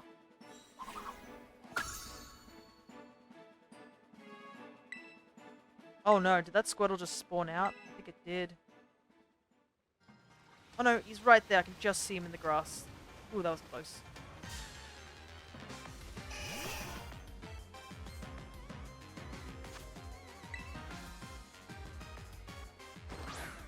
Alright, I'm gonna get ready to evolve the Kingdra and the Golem.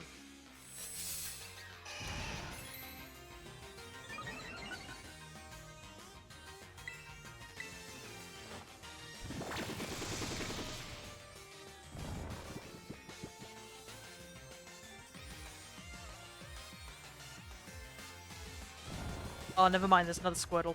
Sorry, guys.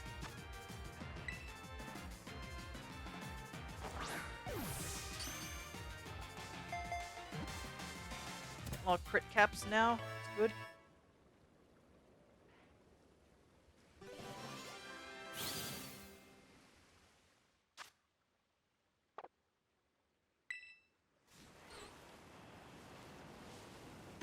Okay, that line. I think that's. Is that all the starter Pokemon? No, we still haven't seen Mudkip and Trico. What am I talking about? I totally forgot about them. Anyways, I'm going to do these trade Evos first, so I don't want to waste Blub's time a little bit. So after this Squirtle, I'm going to trade.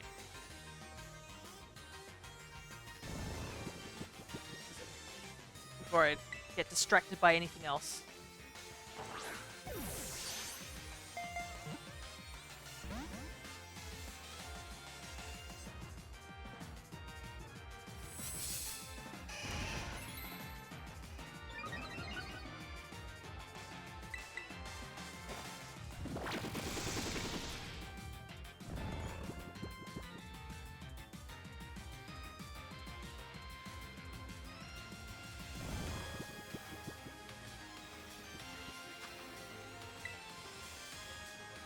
In ball, please.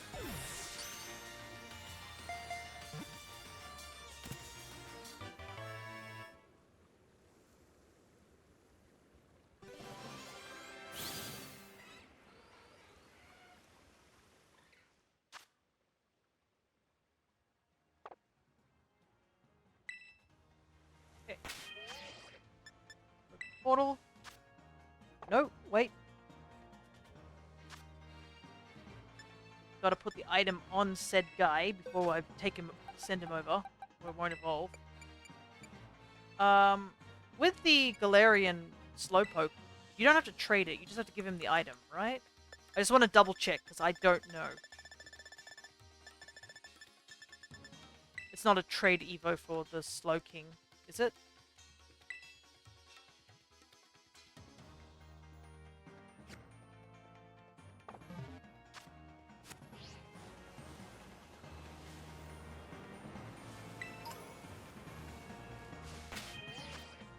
Guess we'll find out later. Link trade. We'll use the same code, Blub. And I will go when you're ready to go.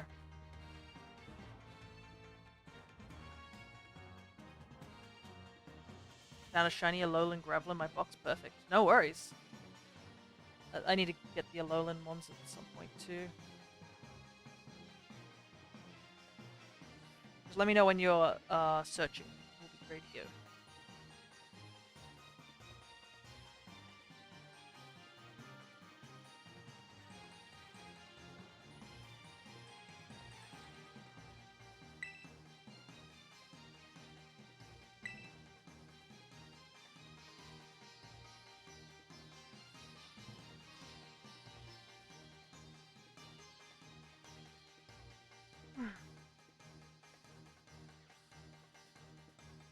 Whew. Don't forget to put the dragon scale on a Kingdra. Well, I guess that's if you want your own Kingdra. You probably do because you want all your Pokemon in Pokeballs. Don't forget that, because I nearly did.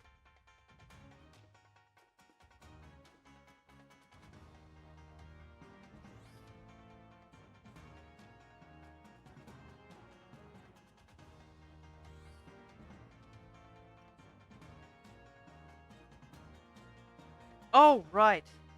That probably does help. Thank you for letting me know. I forgot I went offline to just make sure the shiny hunting went okay.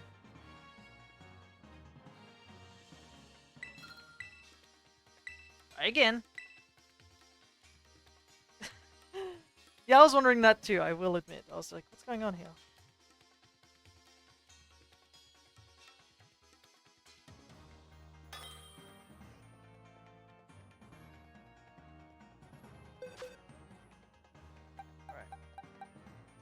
Dragon Scale.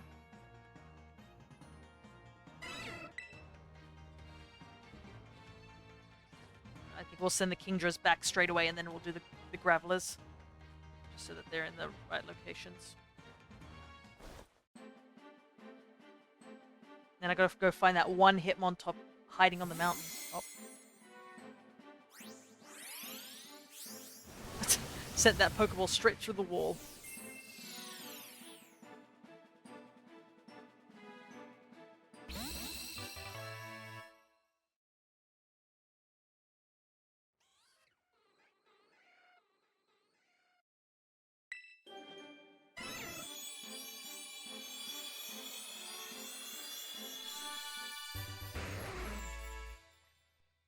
Here we go, Kingdra! Kingdra, this Pokemon is said to sleep at the bottom of the sea, deeper than any other life form can descend, building its energy. What about Kyogre? No? Alright.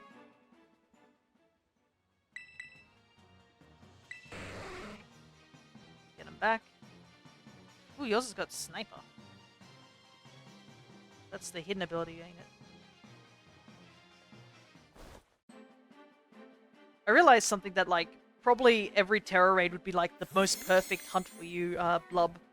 Because as long as you defeat the Mon, it's a guaranteed capture, so you can just lob Pokeballs whenever.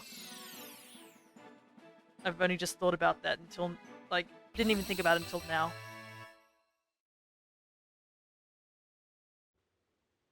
Alright, Kingdra is done. So, grab the Graveler. Only for low star raids. Right, right. Ooh, he is very chocolatey in this game. That's a nice color on him, and the texture works really well on him. I know he's this color, but like, I didn't realize how chocolatey it looks. It almost looks like he could be a dessert, you know?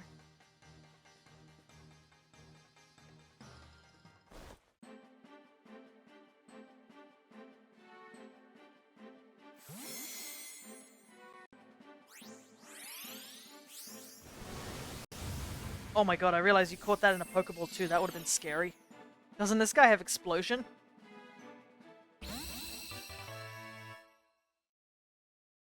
I can't remember if it get... Just noticed it has the wrong ball.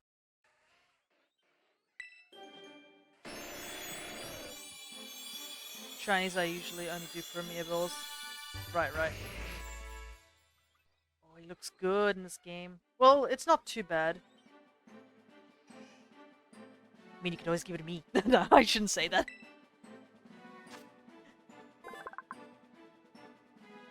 Maybe if I find one of the Alolan Geodudes, I'll try and catch it in a Premier Ball for you. If it happens during our Shiny Month if you don't get one. But I'm sure you'll find one as well. Alolan Golem. It fires rocks charged with electricity. Even if the rock isn't fired that accurately, just grazing an opponent will cause numbness and fainting. Oh, I realize this is gonna register the Golem. Oh no, I will get my Golem back. But it was probably gonna register it as like the shiny Golem in the decks for a little while.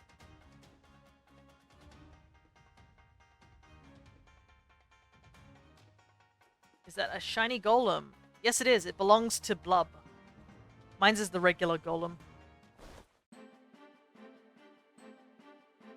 We are just evolving it so we can get it done on the living decks.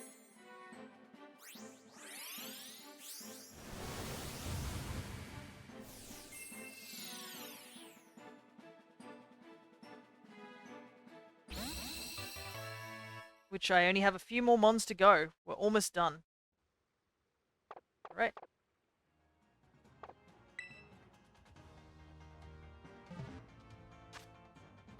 Go out. I'm just gonna rare candy these mons. It's gonna take a while. Because they're all now in the level 70, so they take so much EXP, and I can just see it's crawling now.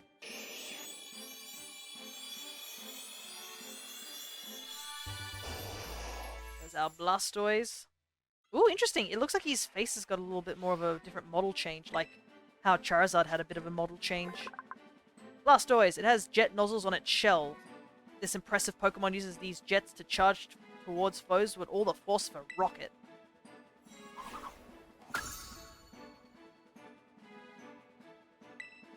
Ooh, you can even see the scales on his legs.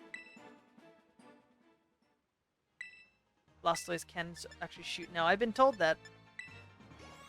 I think Blub mentioned that too, so it seems like a lot of people are excited about that.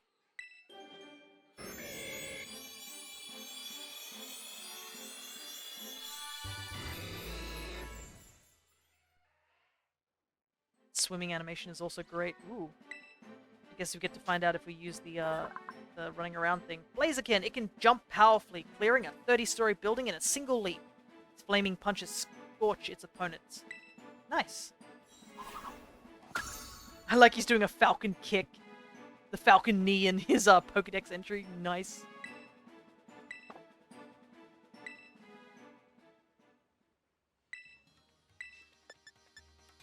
Bolt this Torchic.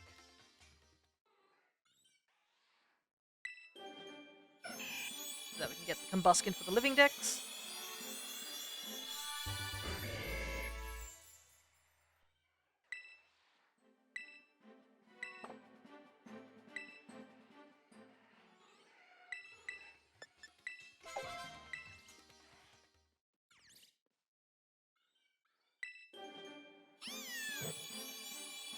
Bolt the Litten.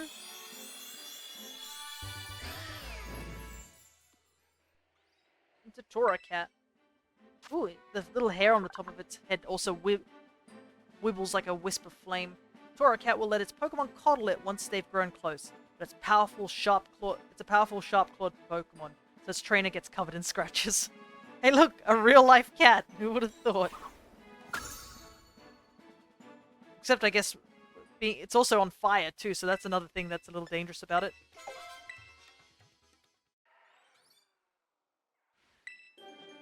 Incineroar taking over competitive again. As soon as he got the hidden ability, he was taking over competitive, like the jerk he is. He took over competitive so hard he ended up in Smash. Which I don't mind. He's cool in Smash. Alright, Overquill. Unfortunately, it's not going to give us the dex entry for Overquill because I already had an Overquill from somebody giving me a hacked one, unfortunately.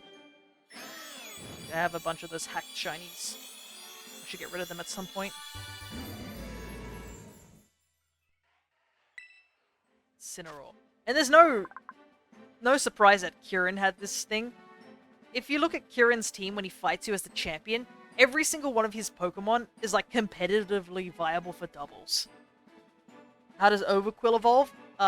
Teach, Hisuian, Quillfish, Barb, Barrage, and then just level up. After hurling ferocious punches and flinging furious kicks, it finishes its opponents off by spewing fire from around its navel. Oh, I love that pose in the Pokedex where he's just grinning. It's so good. Alrighty. Let's start putting these away.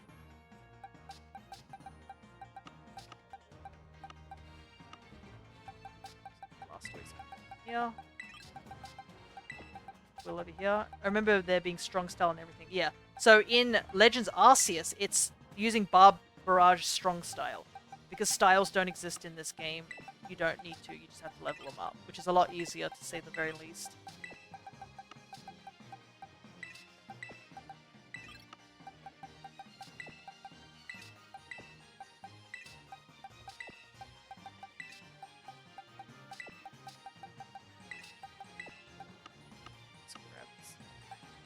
Yeah. You should do that for Wordia. Yeah, I noticed that Wordia doesn't, like, you can't evolve Wordia in this game, which I found very odd, to say the least. You have to send it back to Legends Arceus. Heck, I don't think you can even evolve Wordia in... Can you evolve Wordia in Pokemon Go? Because I didn't see that either. But that might be because it was an event Stantler. Because there's currently a Christmas event. There's Christmas Stantler going around. You can't evolve them into Wordia. Anyways, Cottony into Whimsicott. Whimsicott, it rides on the wind and slips into people's homes.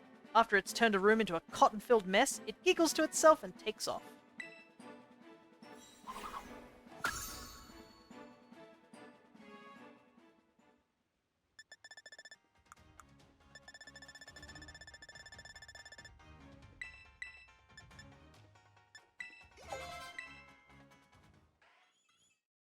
And we'll quickly evolve this Litten into a Torracat and the Squirtle into a Wartortle. Good thing I have all these rare candies from all the event raids we've been doing. Definitely saves time.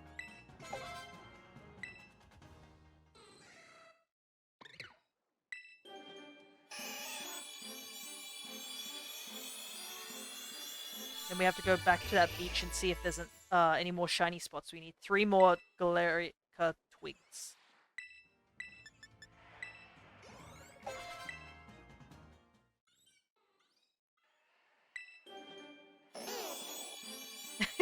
He's so close to the camera. I've always liked Ivysaur. Ivysaur's very cute and cool at the same time. The bulb on its back grows as it absorbs nutrients. The bulb gives off a pleasant aroma when it blooms. Look at that Dex, it's getting full. Let's put some of these Mons away. So I know exactly what we're missing. I do have to readjust the room here for the Tyrogue. I'll do that off stream.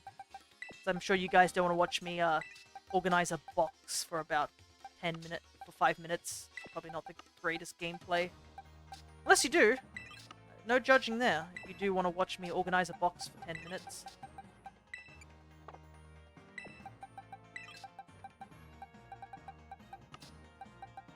Yeah, we gotta go get these guys now. Slowpoke in my party for now. Let's head over to the beach. Yeah, apparently there's just a Hitmontop somewhere in the mountains up here. I think that's what the game says. That ability patch. It's the last item. They won't let us know. Cool. So close though. Very, very close.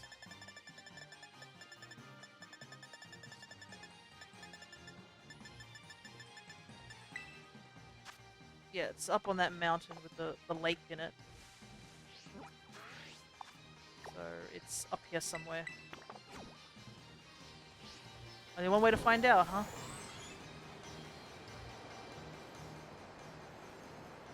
But yeah, I think pretty much most of the Hisuian mons can be caught. I think the only ones is literally, what, Sneasel and Sneasler, Voltorb and Electrode, the Hisuian forms, and the Hisuian Lilligant. I think those are kind of the only few that don't really have a means to shiny hunt them except for their own games. Which is fine. Though, definitely this game has chopped down that number quite a bit for mons that we need to catch. Also, I forgot to go get extra balls. Ah, oh well. Maybe I'll... We're running out of Pokeballs. Anyways, I wasn't here for Shieldon, I will admit, but I'll take Shieldon. So we do need Bastiodon. I was hoping to find the Hitmontop. I don't know if I have to use a Fighting Sandwich to encourage it to come out. It doesn't seem like there's any other fighting types up here, so... Oh, there's a Trico in the background. Oh boy. It's a quick ball for me. Yeah, unfortunately I ran out of quick balls. I've got to go buy some more. We used up all our quick balls.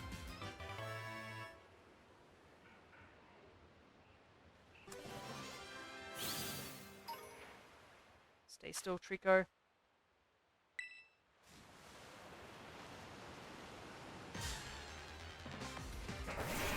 Trico's got a really good shiny in this game.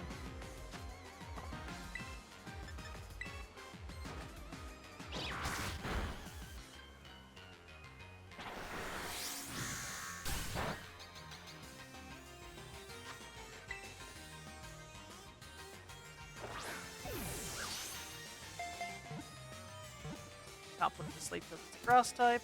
It's okay. Now we just need to find Mudkip, and that should finish the starters. Trico can quickly scale even vertical surfaces. It senses humidity with its tail to predict the next day's weather. Ooh, that's useful. Okay, I'll just take a quick gander and see if there is a Hitmontop up here, but Hitmontop's in the cave below. Gotcha. Thank you for letting me know.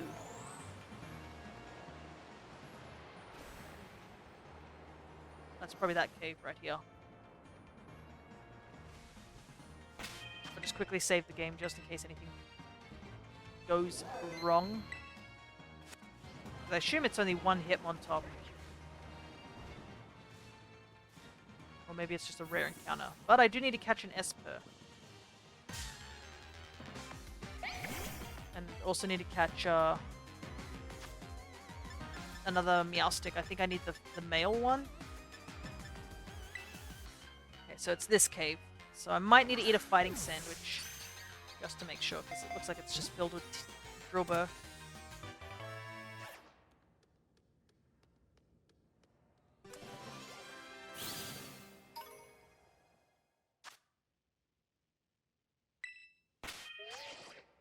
Let me double check that the Meowstic I need isn't the male one. Yes, it's the male one.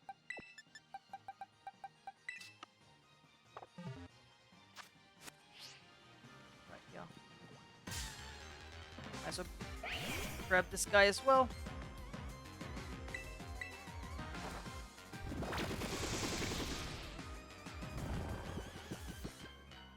I just need this guy as a shiny. I have the female one. I just need the male one. I think Meowstic and like both genders shinies are really great. It's a lot more obvious on this guy because his entire blue body goes yellow, as opposed to it only partly going yellow on the female one.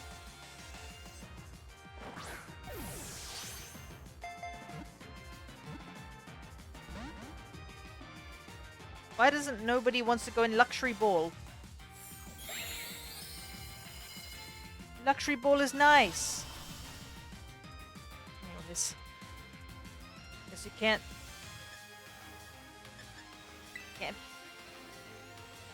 win them all.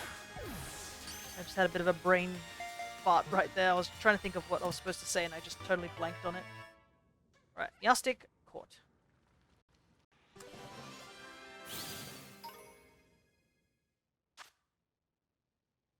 Meowstic continuously emits its powerful psychic energy. It will damage its own body.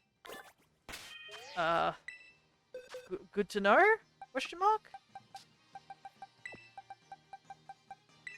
It's all the Minior, so we don't have to worry about that. You can get another Diglett.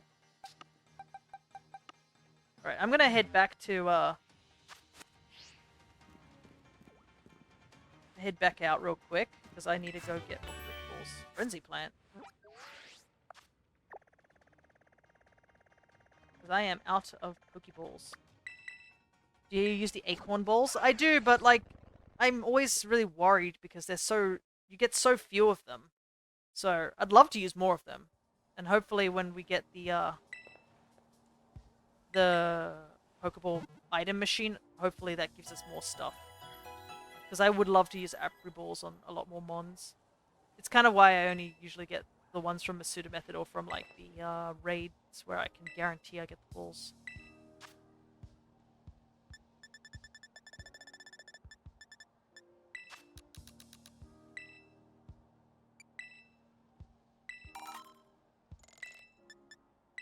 But I do like the Apri Balls.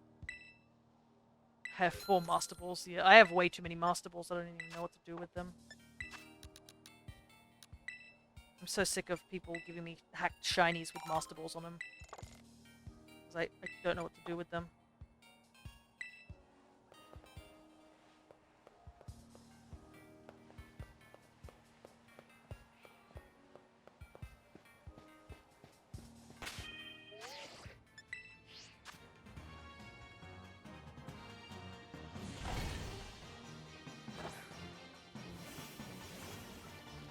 Look how big Bulbasaur is compared to Trico. Goodness. Alright, let's see if I can find a fighting sandwich.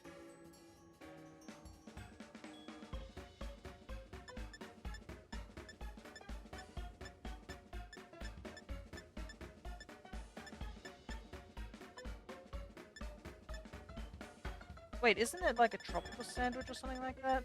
Because I usually use that for Tauros. Can I make a tropical sandwich?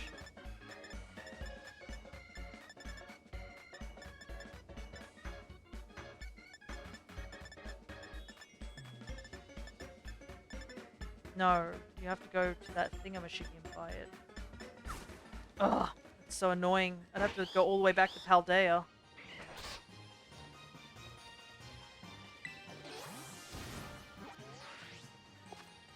Because you can only get it at the sandwich shop. Can't believe I've got to fly a plane all the way to get a sandwich to go all the way back. This is peak gameplay. But I want to guarantee it because I don't want to do the whole, like, keep catching Tyrogues until one of them turns out to be a Hitmontop.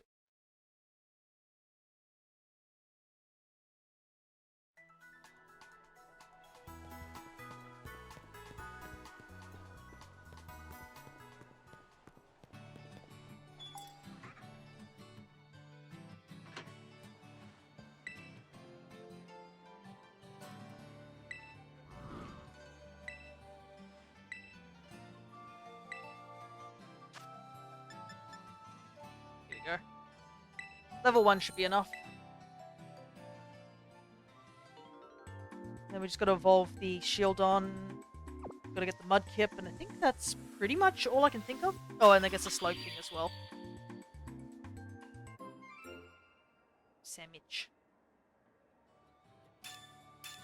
I can't believe the one, like, easy fighting type sandwich is locked behind, like, actually having to go out in public and eat a sandwich. Like, what is this?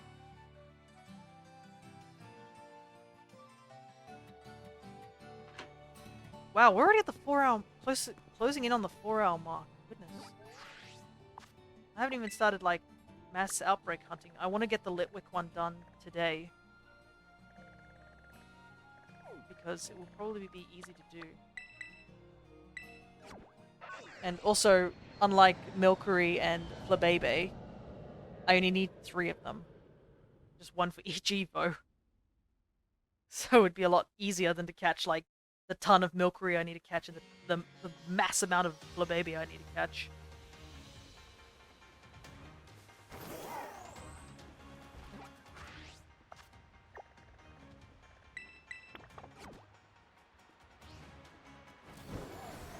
I'll go on top of the, well, we have the fighting sandwich on.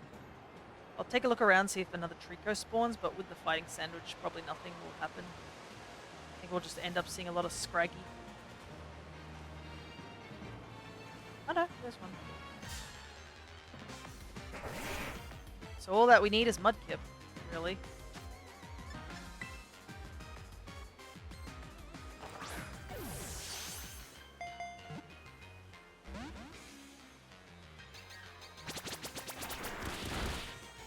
Ooh, Endeavor, that's not fun.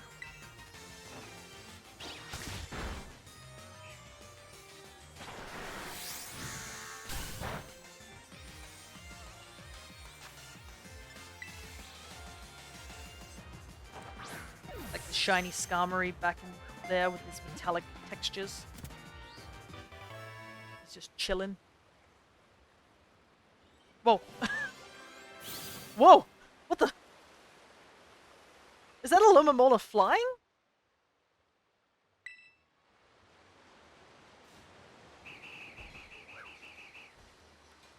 A Lumamola, I think you're in the wrong location. Hurry, get back in the water before you drown. Well, I don't know, if they drown, suffocate, I guess.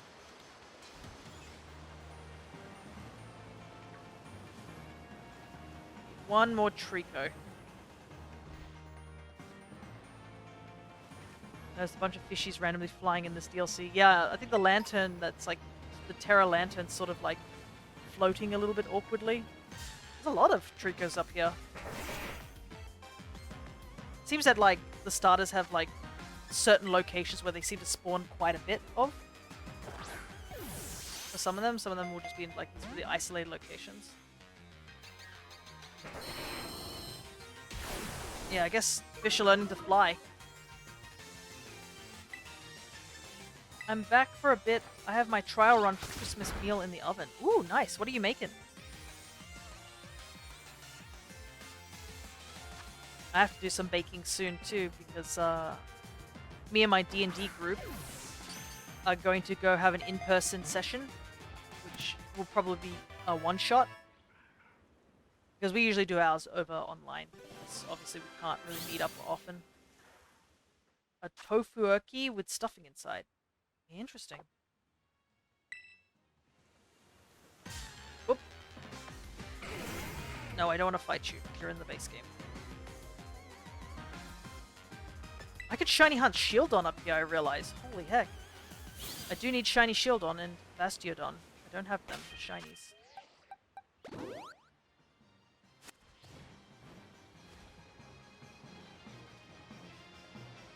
Yeah, D&D's gonna start in the new year. I believe, yeah. For the one in the Hollow. Where is the cave entrance? I think it's getting quite close to starting.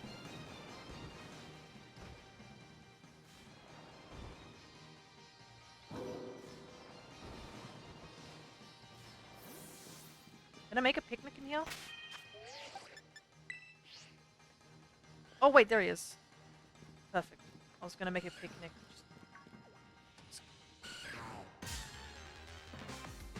But I think we're gonna be doing a session 0, like, just to get all our characters all set up and stuff for that event. That's all I can really say on it. But I believe we're planning on streaming with, well, Crescent is, at least. That's why we've been doing those V-Roid things, which apparently our entire Hollow has now become obsessed with. And Crescent's just sitting there with a smile on her face, knowing that she's done that. It spins on its horn while dealing out elegant kicks. Its horn grows continuously through its lifetime.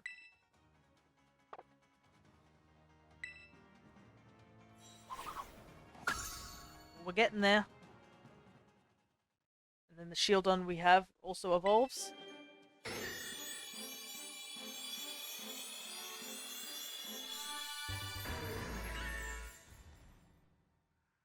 will be fun. I love doing Session 0, learn a lot about how your character is going to interact. Yeah, and also gets an idea of like how everyone else is going to interact, because obviously certain people play certain play styles. Bastiodon live in herds. When assaulted by enemies, they line up side by side and use their hard faces to block attacks.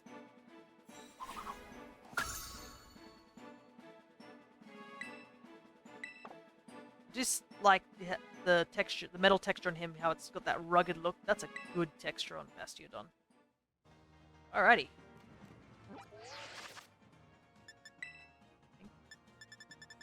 Let's double check. Yeah, Slowking. I think that's it. Slowking and the 2 starters, right?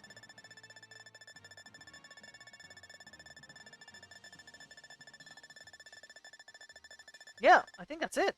Slowking and the 2 starters. We'll be done. And then we can do some shiny hunting in the last sort of hour that we have. So close. We're very close. Almost there. Why are you guys in the Kitakami decks? I do have to catch a couple of small mons just to fill out the living decks to make sure it's 100% done.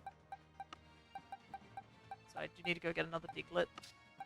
I'm gonna go catch all the Minior too. But for the Minior, I will bring in a Dampmon. Need another Beldum. We need to go get the Applin from Kitakami. But first things first, actually, should we go and get it now? There's not many fighting types in Kitakami, so it might be a good time to go grab the Applin now in the apple fields, and then evolve them into Diplin.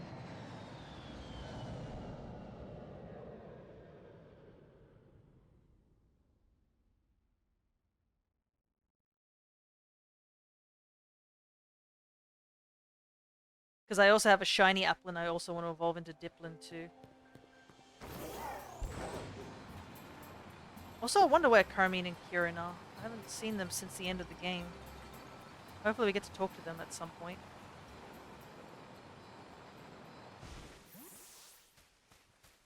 Alright, let's look for a suspicious apple.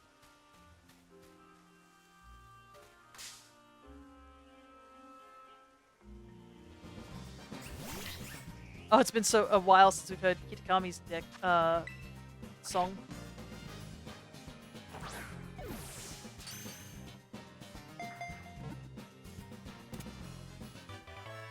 Ready? Here we go. Suspicious indeed.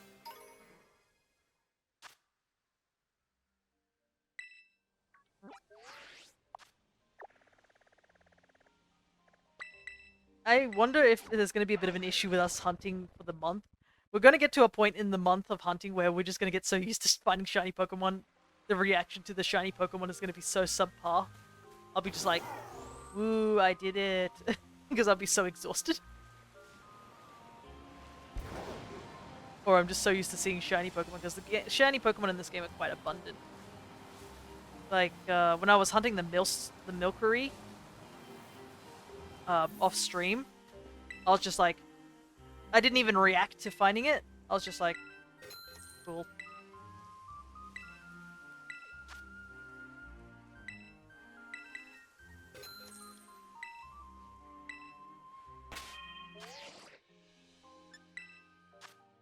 Alright, let's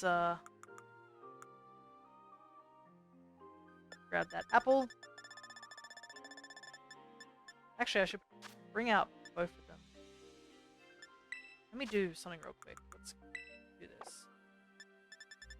Because I need to get both my apples. So, quickly evolve you.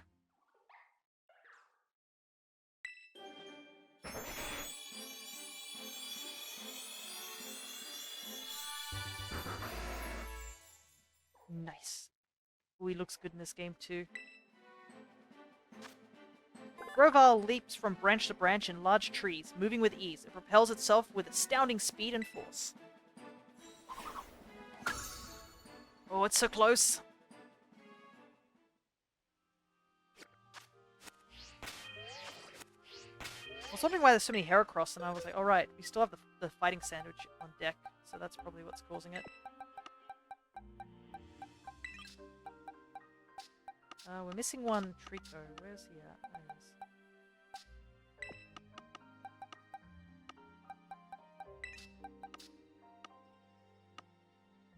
I need my shiny. Because we already have the shiny Hydrapple, but we can't put it in our living decks. There he is. Alright, let's evolve these 2 apples.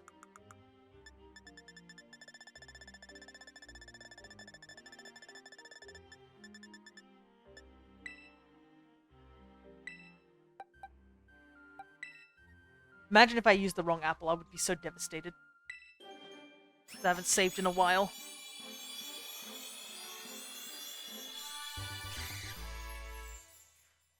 There's our Diplin. And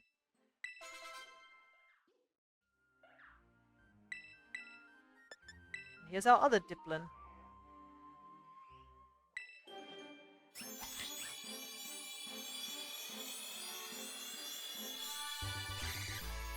Except this one's going to evolve straight away once we teach it the move that we need to. We're just going to put away our shiny because I don't want to evolve this shiny. He's going to go into my home living decks.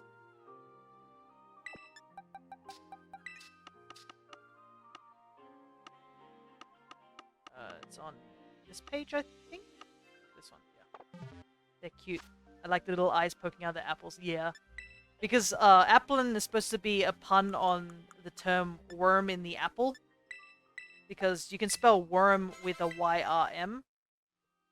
And that is referring to a dragon.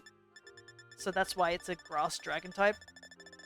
I love dragon types that aren't supposed to be. I like things that are cute, but they're actually quite dangerous. AKA dragon types that aren't supposed to be dragon types, like Tatsugiri and the Applin line. It's so good. Now, we get multiple heads on this one. There's 5 dudes in this apple.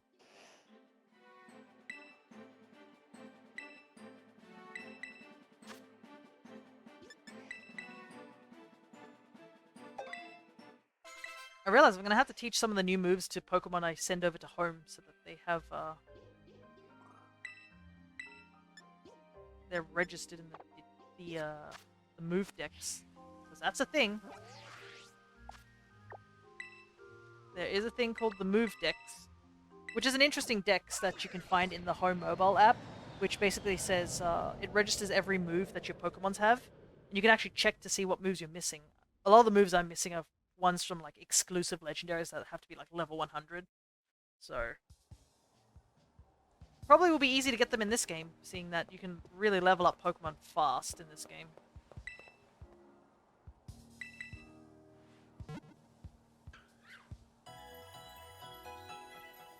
Alrighty, this is the final countdown of Mons. We need the Bulbasaur to evolve into Venusaur. We need the Trico to evolve into Sceptile. We need the Slowpoke to evolve into Galarian Slowking. And then we just gotta go find Mudkip. And we're done.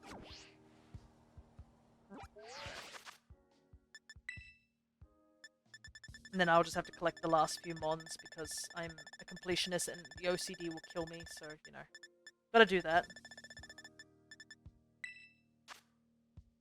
Alrighty, so he's in the bottom of the... there. No worries. So he's up here somewhere. So he's actually close to where Bulbasaur was. He's just in the water section.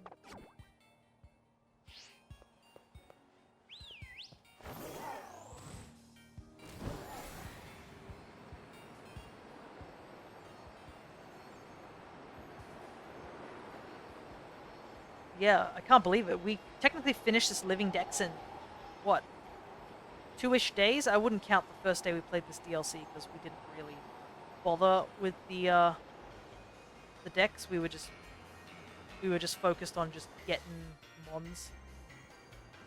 Or getting through the story as opposed to getting Mons. Right. So he should be around here somewhere. I think there's also a cave somewhere underneath.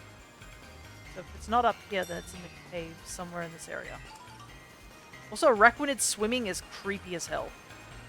Like, I would never want to see an Araquanid swimming towards me. I don't mind Araquanid when just chilling, but Araquanid is creepy in most normal circumstances. I mean, it is a giant spider if you think about it.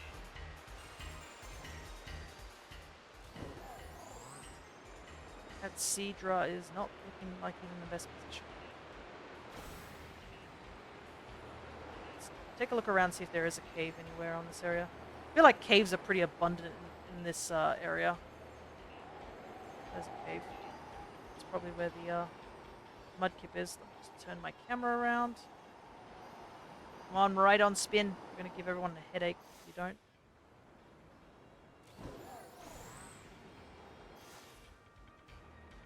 Oop, landed on a fletchling. Anybody in this cave?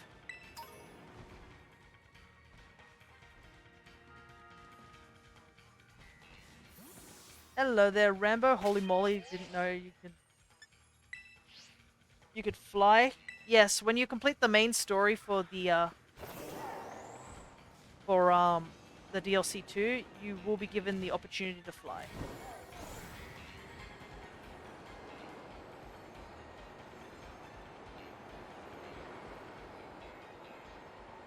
Turning around is really hard in this mode, though, I gotta say.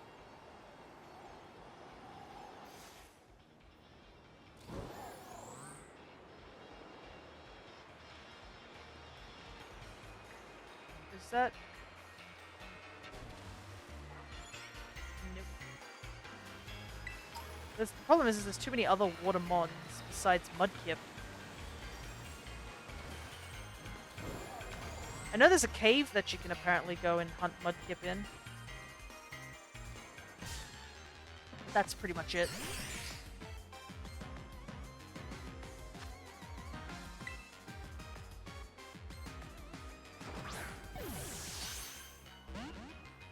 It's gonna explode. Nope, power jamming. The fire torch cave. Gotcha. I just gotta find the cave then. Are you going to explode? There you go. This is why we have to have damp when we catch the rest of the colored Minior. It's a shame that you can't get a damp Pokemon that knows False Swipe. Game Freak thinks that's far too powerful of a combo.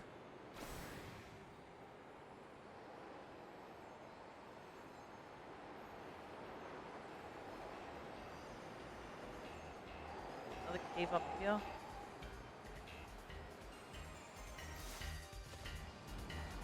Ah, this is probably it. I see torches.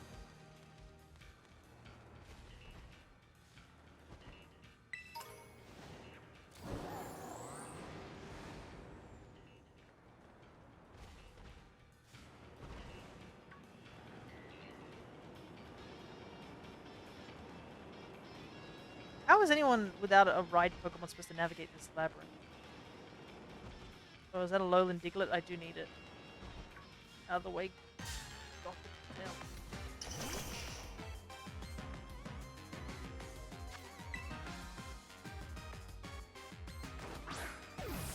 Maybe I should have eaten a water sandwich before I came in here.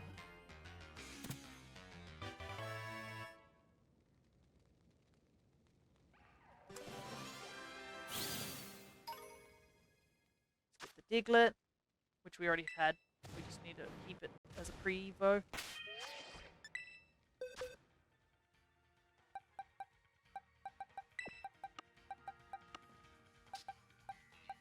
There we go. Nice. So we just need the Galarian. Mudkip. You in here somewhere?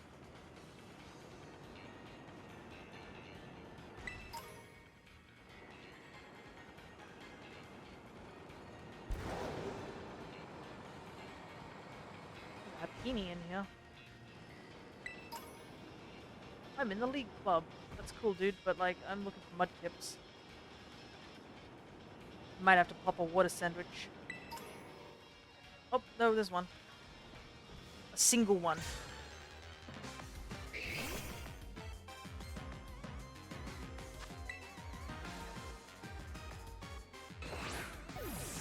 I mean, if he's too difficult to find, we can always just what's the word? Breed the 2 extra Mudkips. I have this bad feeling it could have takedown, so I'm just gonna, you know, not.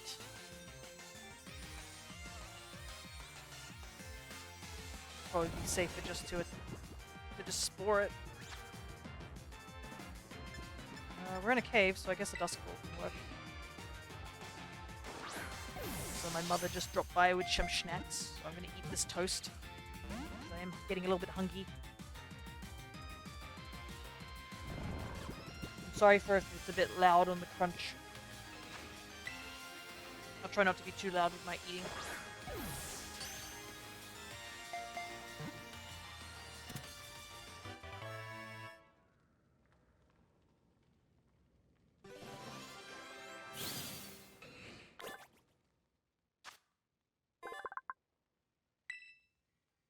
When it uses its large tail fin, it picks up speed rapidly in the water. It is strong in spite of its small size.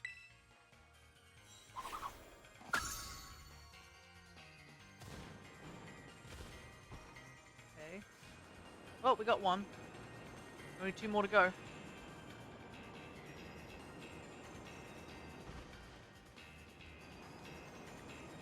This feels like this would be the place for it to spawn in.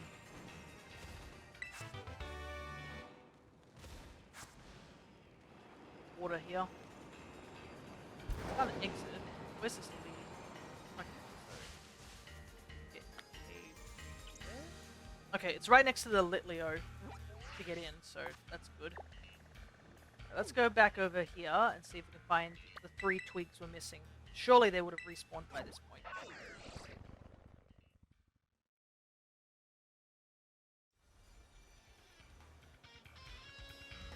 The wind is picking up outside.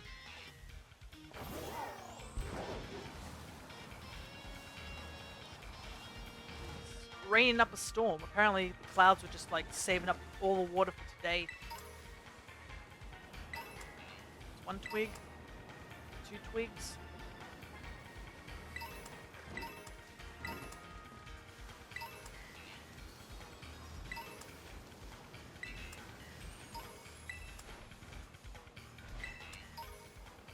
Feathers.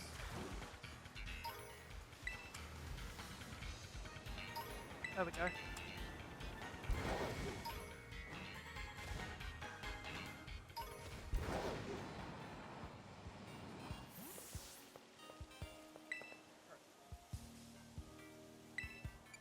Reef, please.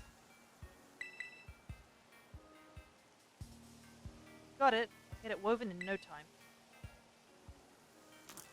Over, under, around we go. Over, under, watch it grow. Here you go, freshly woven.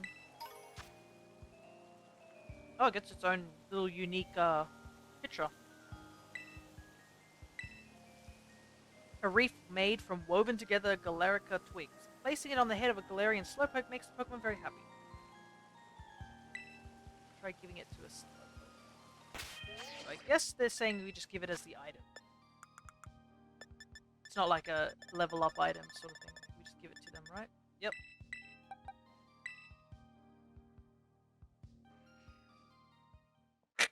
Really, game? This is where you put him? Alright, suit yourself.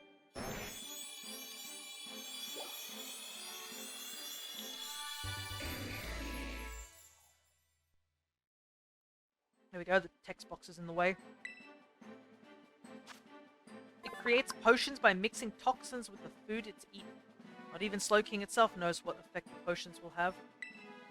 What is chaotic mage? Chaotic chemist.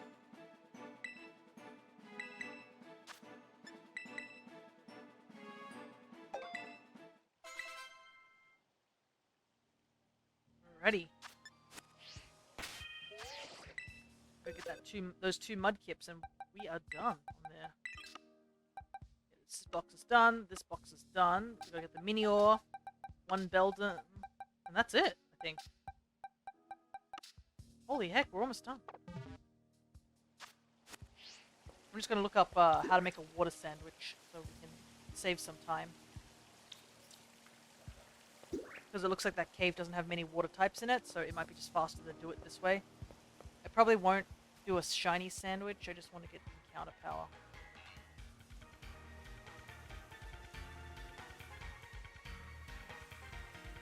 Holy heck! What are these? Some of these sandwiches? Goodness, that's cursed.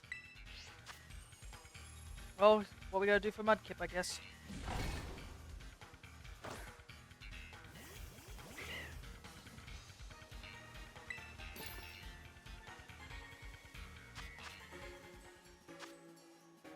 This is gonna be a sandwich. Ready, guys? 1, 2, 3, 4, 5, 6. Salt. And then cream cheese.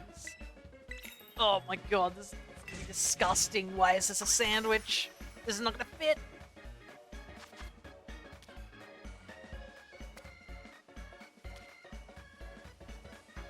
You guys are ready for my stacking abilities.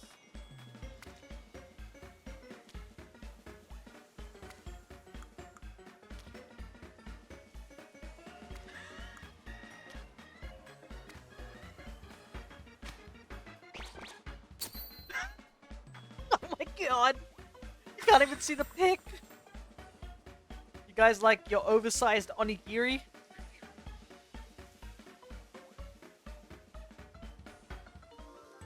This sandwich is so damn cursed.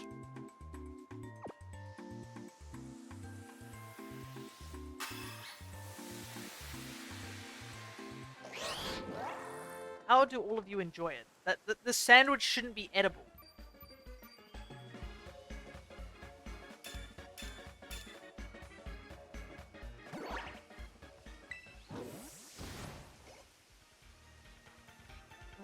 Alright, let's go get our last.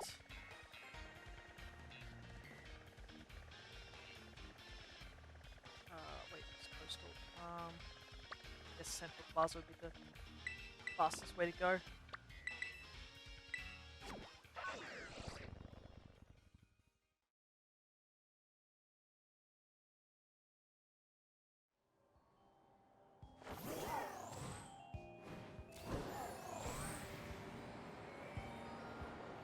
Almost there.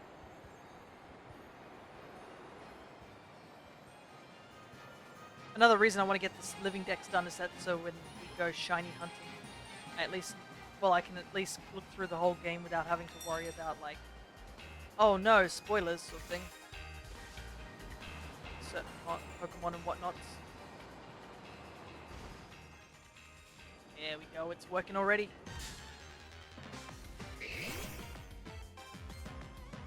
It isn't shiny, though, because it's only just encounter sandwich.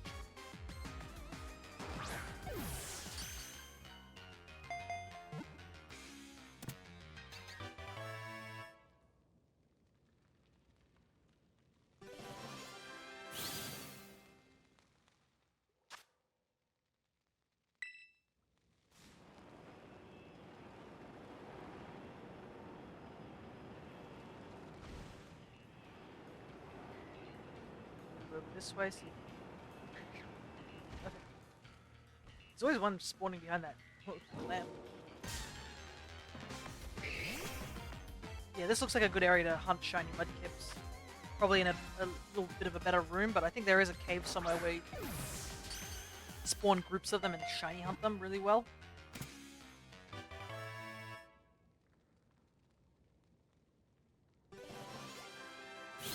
Ah, Bulbasaur and Trico were so close to leveling up. I might go and, like, might just go fight something so I can get the, avoid using an extra rare candy. Because these both need evolve 2 stages.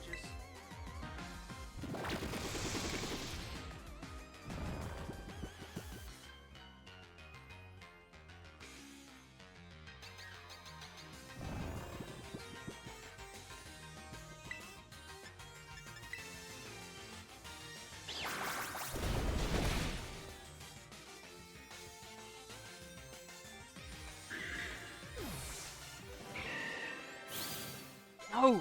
Wait, I didn't think of this. I was like, thinking I wasn't gonna make it. Fix my base game living dex. Order has been restored. Nice! I had to do that too because of the, Hisuian Growlithe and Hisuian Zorua.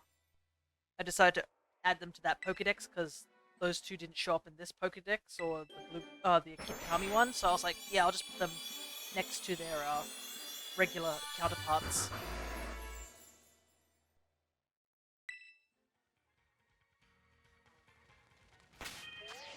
Alrighty.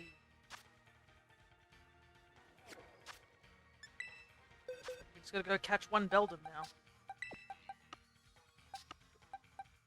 Mudkip away. I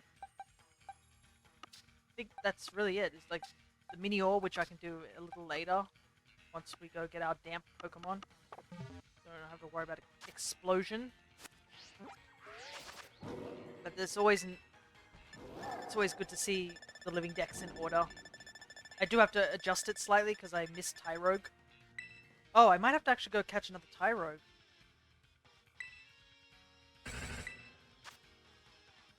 Lives in caves, rarely seen. This is gonna suck. If I go to the polar area, I'm just gonna get water encounters right now.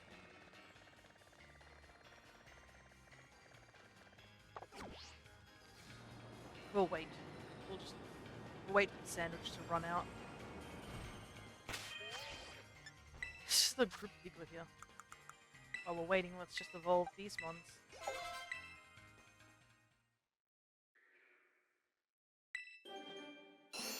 So we can go and talk to the director, because this should be the last of the mons that we need. Hey, Venusaur's also got a facelift too. Looks like all the Kanto starters got a facelift. He looks like he's got a... he looks like he has more of a goofy grin on his face. He's like, that's what he looks like. Just looking at his face, he's thinking, like, yes.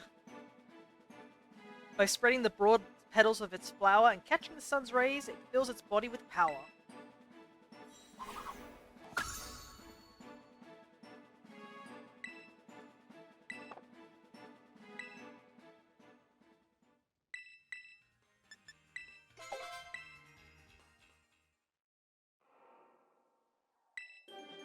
Grovile.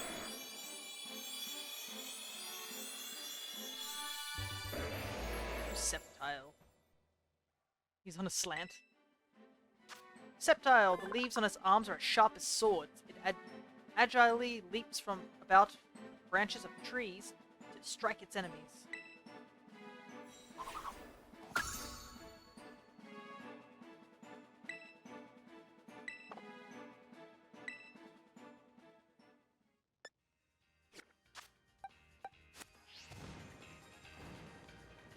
Here.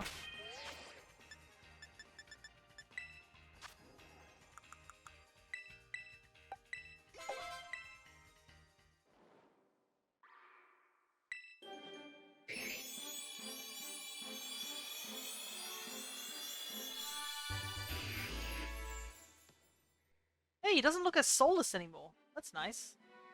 Marshtomp always had this weird thing in the 3DS games where he just looks soulless. He actually looks like he's smiling a bit now, which is nice. He doesn't look as, like, blank stared. Thank God they fixed him. I'm pretty sure, like, that was one of the big memes, was Marshtomp's 3D model in the 3DS is why they were just like, yeah, we should have stayed at pixel art and 2D sprites. It is at its best when on muddy ground that offers poor footing. It quickly overwhelms opponents that are bogged down and unable to move.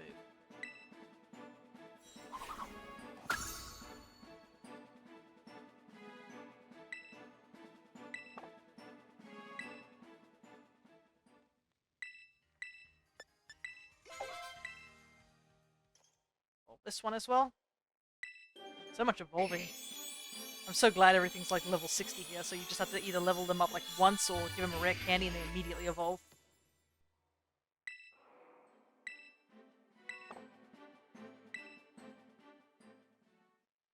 Alrighty, here. I think this is it. This is the final mon. And a good mon to end on. My first ever starter Pokemon that I ever got.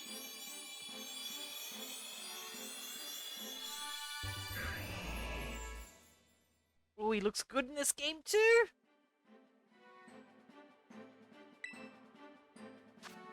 Swampet's arms are rock hard. With one swing, they can batter down Swampet's foes. This Pokemon makes its nest on beautiful beaches. Well, that's a bit of a Pokedex entry. He can destroy all his foes, but he likes to live his peaceful life at the beach. Alright. We are correct. This should be... Oh, you get a Master Ball as a reward here. Amazing! You completed the Blueberry Pokedex. That means you've encountered every single Pokemon there is to find at Blueberry Academy. Exploring new places on your own 2 feet is a real treasure of an experience, isn't it? You know, I think you deserve a special diploma in recognition for this magnificent achievement.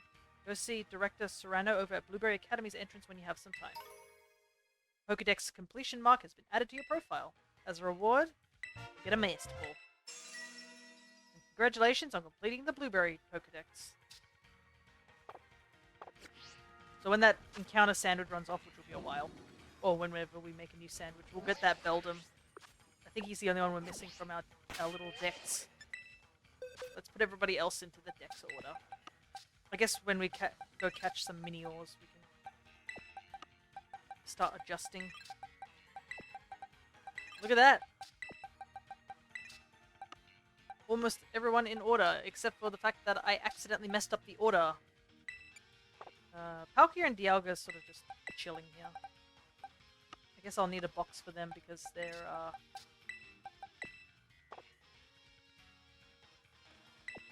there are other legendary types to catch. Also, I should probably just double check the order for the Paradox Mons at the end of the decks. Just to see what the order is. Okay, so it's Gouging, which we don't have, Raging, so it's Iron Crown, Iron Boulder, and then Terraquados, and then Walking Wave.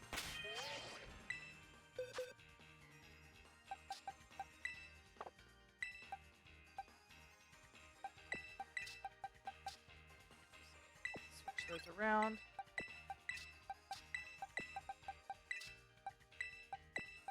It's like that, and then we need to make one room. Alright, I'm going to spend a couple of minutes doing this, seeing we have to wait for that sandwich to finish anyways. Might as well. Kind of sucks because that ruins our little system here, but...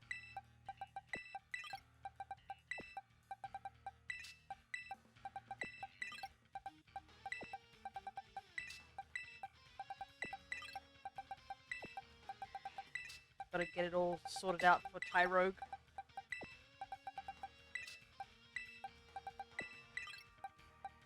So I wonder if I should do this after I catch all the Minior colors to make sure I've got all the Minior colors. Oh well. This box system has come a long way from the original. Oh yeah. I went back to play, I think, the original Crystal on the Virtual Boy, and holy heck, the box system is so slow. You gotta save every time you open a box. I was like, wow, this discourages anyone to do a living dex in the original games. Because it's just so slow and tedious.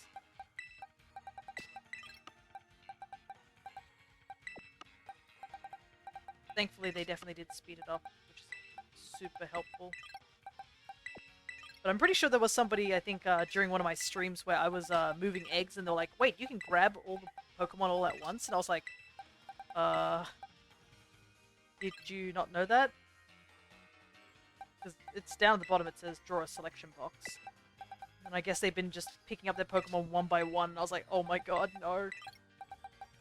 Because that would take such a long time.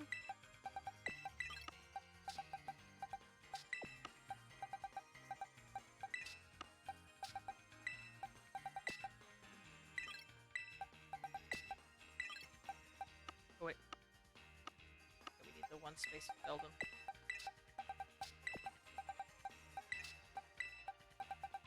But it's so nice to see the organized Pokedex regardless. It'll look a lot nicer once we get the last few mons we're missing.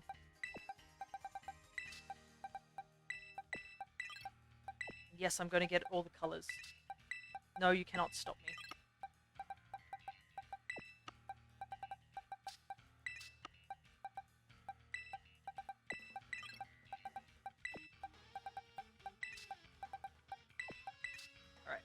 Just need to get one Tyrogue. First things first, I think we should head to the entrance so we can talk to Serrano. I'm sure Serrano has stuff to talk to us about, if he remembers that we asked him to... that he asked us that he wants to talk to us or something. Alrighty. I also probably should talk to Snacksworth to see how many treats I can pick up now I'm here. Group quests. Entei.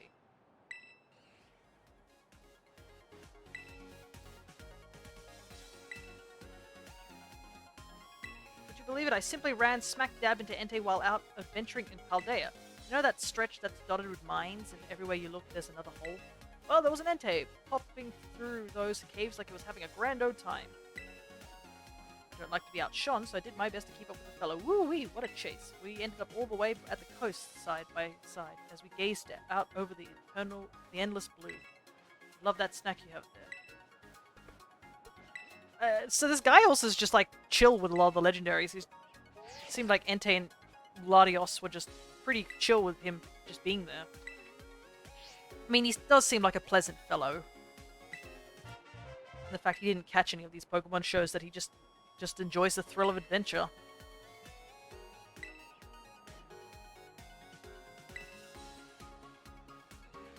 See, I spotted Suicune once while I was out enjoying that famous lake you've got in Paldea. We ended up having a little contest of skill, seeing which one of us could get all the way to the shore fastest.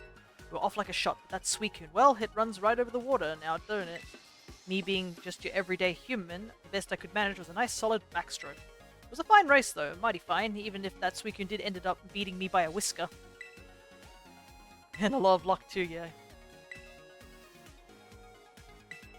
This guy's probably the guy who's just like, oh yeah, I've got all these Pokemon, and he doesn't realize like 5 of them are shiny.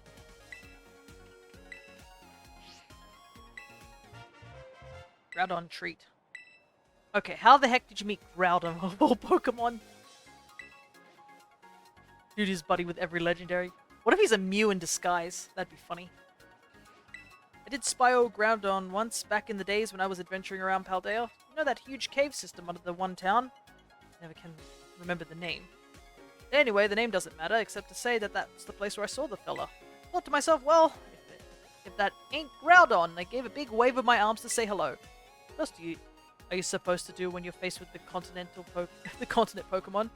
So anyways, I did that, and then it showed me its huge, fearsome claws, that it did. Yeah, he's just chill with all the legendaries. Even Groudon is just like, hey! All these group quests. I'd like to thank everybody who helped us out on Monday for these. I didn't even know this was a thing. I was just focused on trying to get those biomes finished. Speaking of Ho-Oh, I saw it when I was a kid when I had my Pikachu by my side. No. Now this is a real old tale from those long ago days when I just started out as a trainer. I was joking, I really was. I was down in the southwest of Paldea near the cascading waterfalls down there. I'd been up through the nights, training without rest to try and make my Pokemon stronger. Then Ho-Oh appeared in the sky above me, glistening and sparkling bright as you ever saw. I'd sure like to believe that it appeared there to cheer me on when I was trying so hard. I think he is a protagonist. I don't know what type of protagonist, but he has to be a protagonist.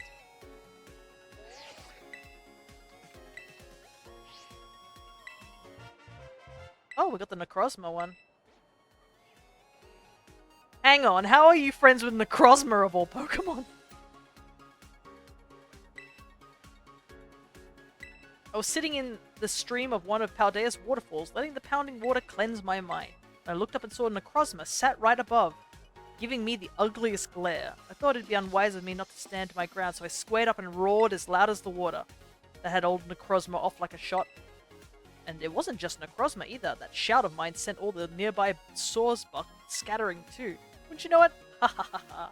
Okay, at least he admits that he wasn't friends with Necrozma of all Pokemon. Necrozma is probably one of the more antagonistic Pokemon out there. Not purely antagonistic, but a decent amount of antagonistic.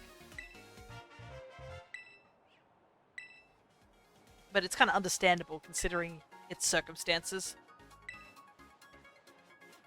See, I was up climbing the snowy mountains when a terrible storm blew in, and I had no choice, really, but to hunker down in a cave underground. I don't even rightly know if I should call that place a cave. It was all soaring heights and wide passages, fuddling as any labyrinth, too. I was having a grand time exploring its many nooks and crannies when this sheet of ice near me suddenly up and moved. I I rubbed my eyes, not believing what I was seeing. Once I realized it was no ice sheet. It was Kirim, right there in front of me. Who would have believed it, right? Oh yeah, he seems buddied with some of the legendaries, but not all of them. Some of them he just was like, oh, I met them, sort of thing. Moltres treat. You know Moltres? Yeah, I do. I know, there's 2 of them. But I think you can only catch the regular one in this game. I was off doing a spot of rock climbing over in western Paldea at the time. The weather sure was something else that day. Sandstorms were kicking up the whole desert. My mouth was as sandy as the ground. I was about ready to call it quits when Moltres appeared in a blaze of glory, so bright you could see it through the blowing sands. Don't know if it meant to cheer me on, but it certainly did, and I completed my climb that day.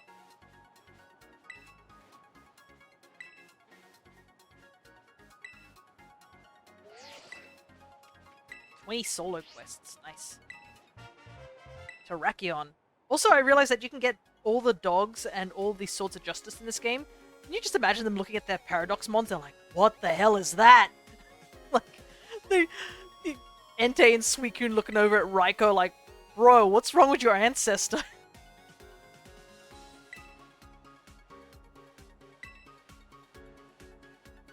It was just a regular day and I was out doing a bit of my beloved rock climbing. Oh, we just talked about it, as I'm wont to. I'd made it up quite high. When I turned around for a breath, I could just make out Kotonda in the distance, off to the south. I was simply standing there, admiring that view. Next thing I knew, Terrakion had plonked down for a sit right next beside me. Perhaps it was simply at loose ends. It sat with me for a while, and we ate some snacks together. Also, this guy must make the world's greatest snacks for that legendary Pokemon like him too. What's his secret?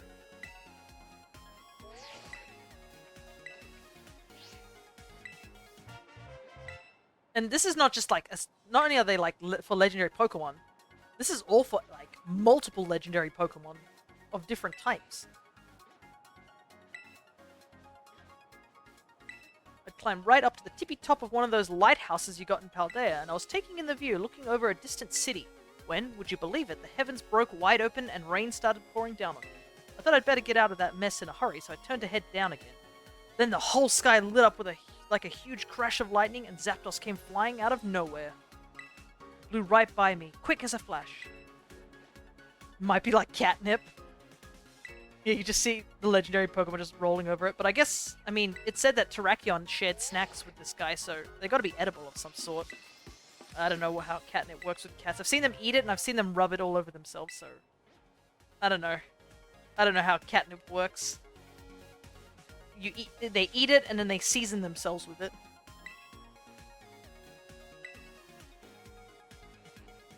See, I found this lovely pond up in the snowy peak of Paldea and had decided to go for a dip, hankering for a bit of cold water swimming.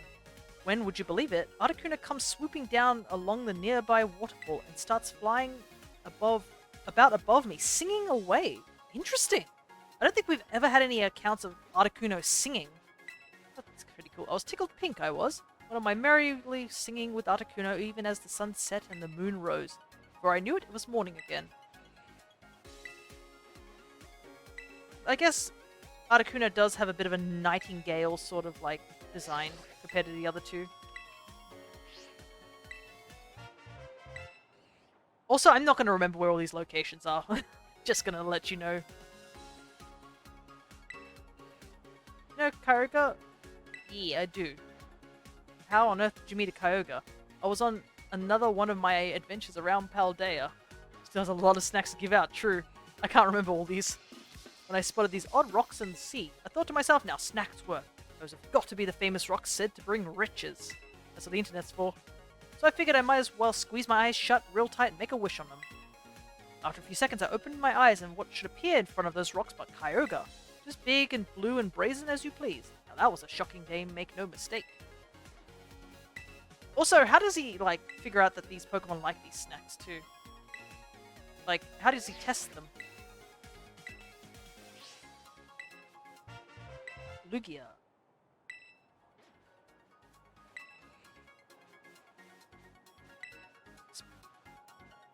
I was paddling in the sea off Paldea, enjoying a leisurely backstroke through those crystal waters. but it was a real frigid stretch of sea, you understand? It didn't take long in the water before I'd start to lose all the warmth in my body. I was shaking like a leaf by the time I found an island and crawled ashore. What should appear before me but a great whirlpool heaving in the sea, and whoosh! Out of it comes Lugia itself. I was knocked flat on my backside in the shock of it all, so delighted I forgot I was even cold. I do know that when you fight these Pokemon, they actually come with their own battle themes. Thank God they brought those back. That was something that was really disappointing in Sword and Shield with the Swords of Justice, that they didn't bring back the Sword of Justice themes. I hope they did in this game, because it'd be nice to hear them again. Latias treat. So we got both Latis, which is important. I'm so excited for when we shiny hunt Latias, but I'm going to have to find somebody who has a copy of Sun to get Latias, because I haven't been able to register it in the Dynamax adventures, but I definitely want to get a shiny Latias. It's a good shiny. I was off enjoying a spot of backstroke in the sea to the south of Paldea at the time. I'd been going on for a good while, so I'd come to feel a bit tuckered out and in need of a rest. Came ashore to rest on the sand in the shadow of some cliffs. When, you wouldn't believe it, there's Latias, just right there before me. Our eyes met and it gave me a jolly little smile, then it flew off again out of sight. I don't think there are version exclusives. For this game, no. It's more that, with these legendaries, they are locked. If some of them you can get from offline Scarlet, and some of them you can get offline Violet. If you have the opposite version, you have to just play online to get the other ones, that's all.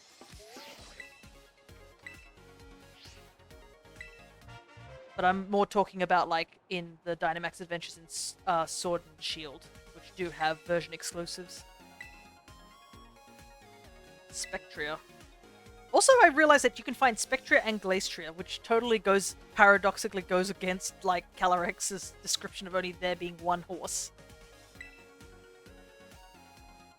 I was off hiking amongst Paldea's peaks for a bit of fun, mountain climbing being a bit of a hobby. I was taking my sweet time meandering up some mountain paths dotted sparsely with trees. I came upon this old ruin on the path, covered in vines, and I thought to myself, now doesn't that seem like a good place as any to take a rest? I'd no sooner drawn close for a look than this black shadow of a Pokemon appeared. Spectria had been sleeping inside. It popped its long face out of me and scared the spirit out of me. I like static encounters, but I prefer they could be shiny hunted. Yeah. Thankfully, the Dynamax is still an option for that, but yeah, it does kind of suck that you can't shiny hunt these ones. It was something I thought about. I was like, how would you shiny hunt these ones? Because they appear in the overworld like regular Pokemon. How would you shiny hunt static Pokemon in this game? Because I don't know how you'd do it. Because you can see the Pokemon before you encounter it. That's the same for shinies, just overall in the overworld. So I'm not sure how it would work. That's all I can think of. Would soft resetting... soft resetting would be a thing. So I guess before the battle starts, you'd have to check if it's a shiny. Could you just walk away and deload it and go back to it? Could that be an option as well? So yeah, when people mentioned that they were shiny locked, I was like, yeah, I guess that makes sense. I just couldn't think of how you would do that. That's all.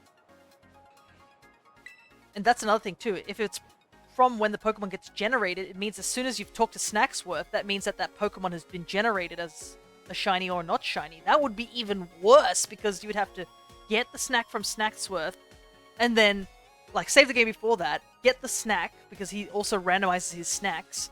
Go to the location, check the Pokemon. If it's not the Pokemon, quit, and then get another random snack. Ugh, that would be awful. Tell you no lies, I simply came across Virizion resting among the trees one day while I was on one of my adventures around Paldea.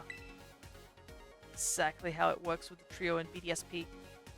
I guess that is true, they do change into their shiny form, but I guess it's because they have the battle thing, it's not just on the overworld battles anymore, like what Legends Arceus and this game does. What trees they were, all done up in these mysterious patterns like I'd never seen. We stayed there a good while, me and Virizion, gazing at one another twixt those fancy trees. That old Virizion didn't run off. It just gave me this curious look, you know. So I sat there and I told it about my adventures, and it listened with a kindly air the whole time. I do like how the Swords of Justice are just very noble Pokemon, and they seem pretty chill with humans. The roaming ones you had to save before talking to it, and then chase its butt to check if it was shiny. Yeah, right. I know what you mean now, yeah. You had to do that in the old games too. Like, every game that had roaming things, even back in Gen 3, you had to, like, as soon as it generated, you had to, like, check it. So Latios and Latias from Ruby and Sapphire were like that too, which is rough to say the least. Hubfu.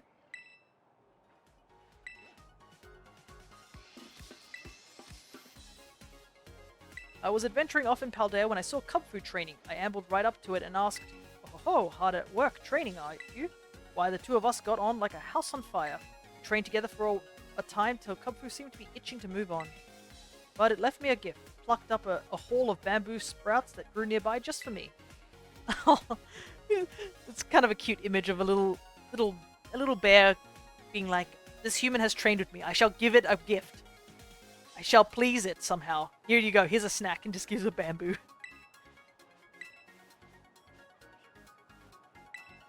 We're still going. Well, shucks, it looks like it's a bit early for you to be getting any of my special snacks. I reckon you can earn one of my special snacks if you did 10 more quests on your own, or maybe one more. Oh, you're kidding me! I was one group quest off. Well, at least we now know. Or are you just here because you wish to hear the tales? No. I was just checking. You sure you want to mosey on without hearing one of my tales? No, don't be shy. Alright. It's a bit of a shame that we're one off the group thing. Oh, wait, no, don't leave. We've got to talk to Serrano.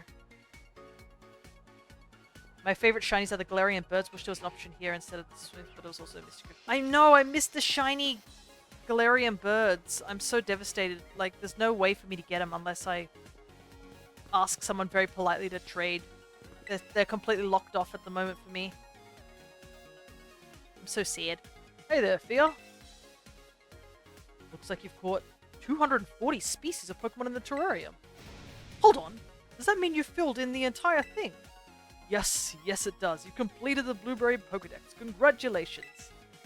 We should have all the data we need on the Pokemon living in the dome now, thanks to you. No one's going to just give them for free. Exactly. Unless it's like a cloned version, so...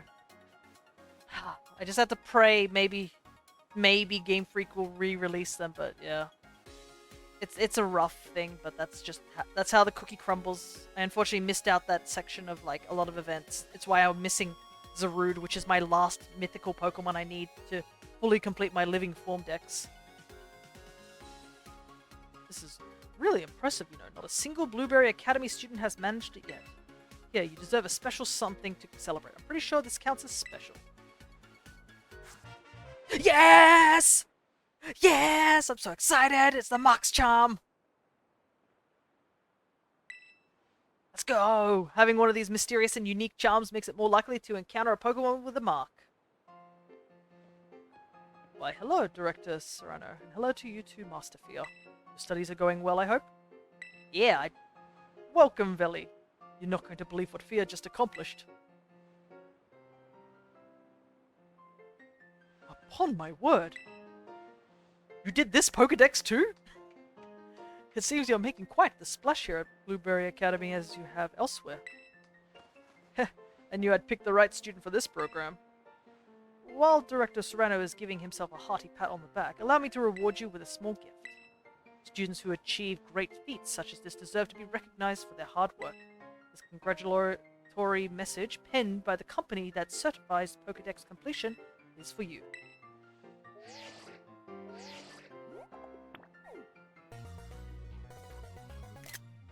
Diploma. We hereby certify your achievement of completing the Blueberry Pokedex.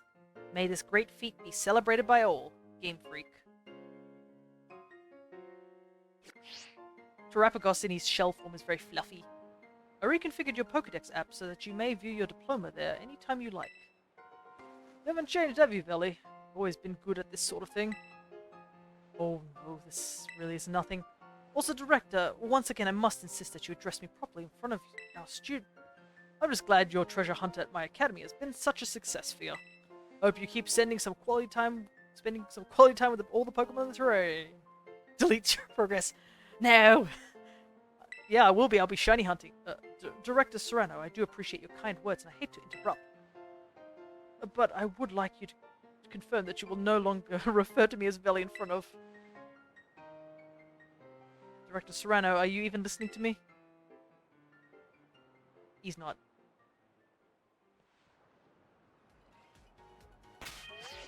But that's the entire Pokedex done for the Blueberry Academy.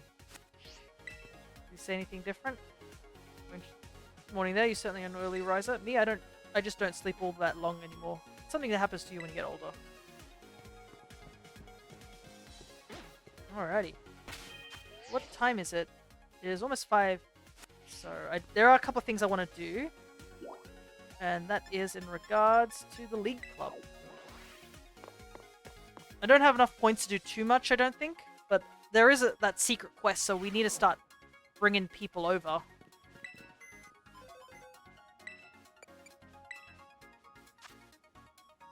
Is there a way to share the main account Nintendo Online with other profiles? Yes, you can use the family plan.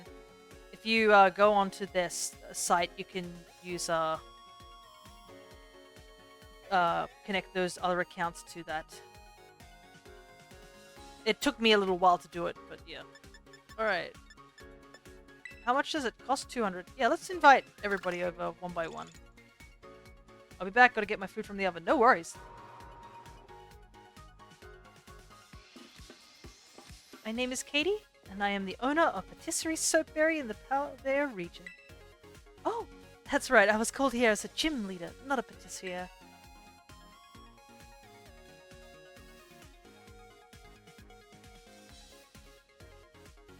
I do like Katie's design. She's got a very cute design.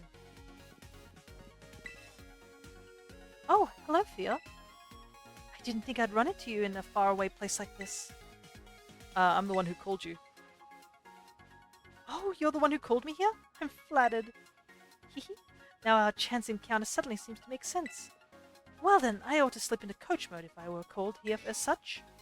I think it's high time we taught this academy how lovely bug-type Pokemon are.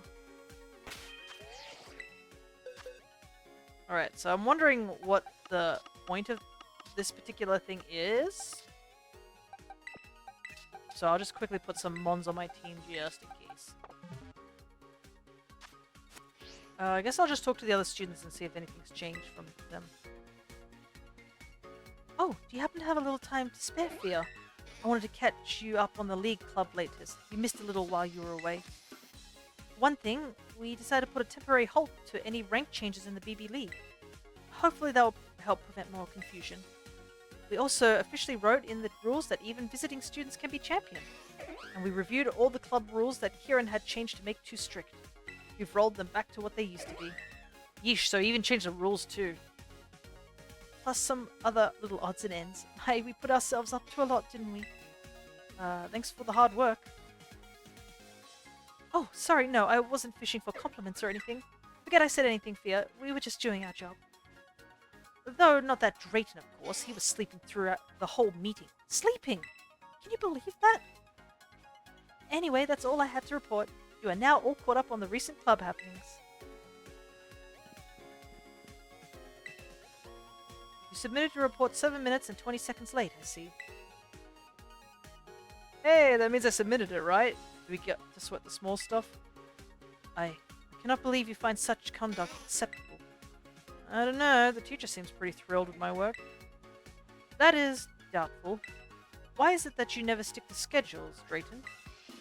Why don't I stick to schedules? Oh, come on, you know why. Because I'm too busy sticking it to the man. What? She's just baffled. And the crowd goes wild. They have different teams. Hope for a way with the normal sub that means I can only get the offline legends on my other save. Right, I see what you mean. That's why you were asking about the main account thing. Yeah, I used a family account, but it's a bit costly unless you have multiple members. So I wouldn't totally recommend unless you are like 100% sure. I did do that because I know we're going to be shiny hunting in to get all the mons and I need to use multiple files for that.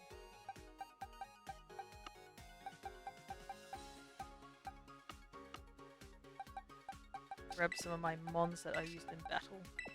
So we're not completely blindsided by... I assume we have to battle the gym leaders, or can battle the gym leaders? I don't know.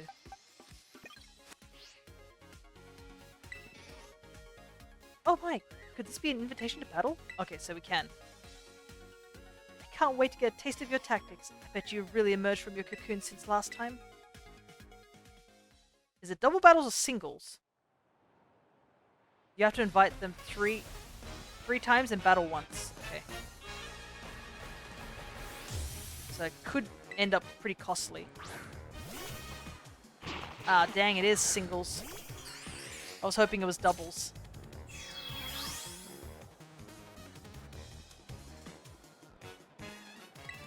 But level 80, which is still pretty powerful.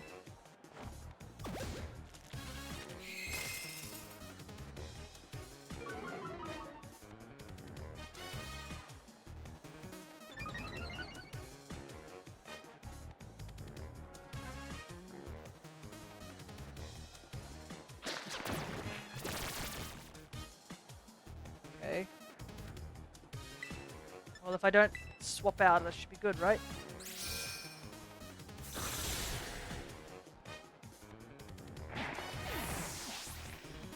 Also, it helps if you already did the classes back in Paldea. Yeah, I finished all the classes back in Paldea in this version.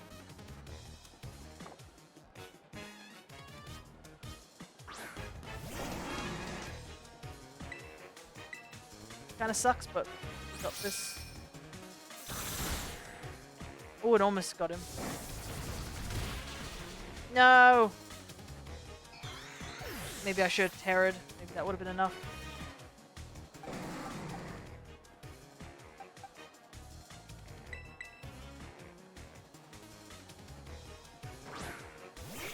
Finishing all the coaches cost 12,000k. Yikes.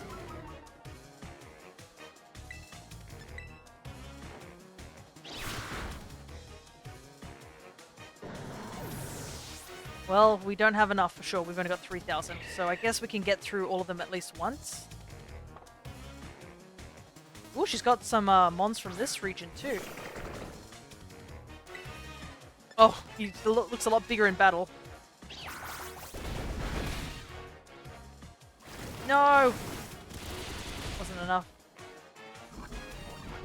My favorite coach was the secret one. That was the cheapest one. Yeah, but you have to get to him by getting all the other coaches, so... Of course he's the cheapest. No spoilers on who that is, okay? Because I haven't encountered him or looked up anything on him. So I have no idea.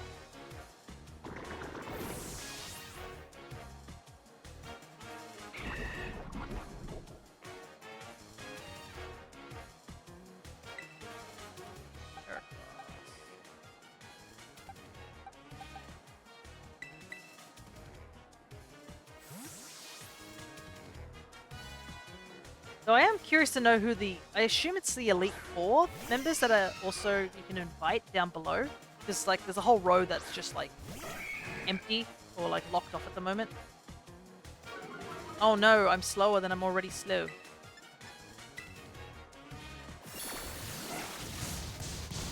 Ow.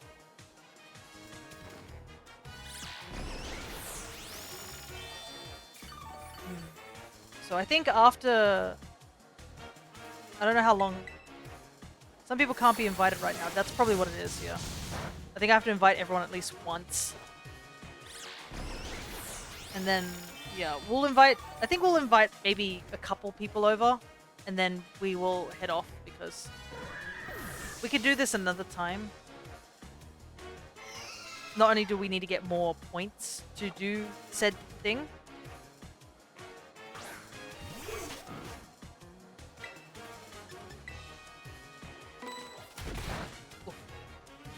we need like to go and do the event mass outbreaks because they're gonna run out soon.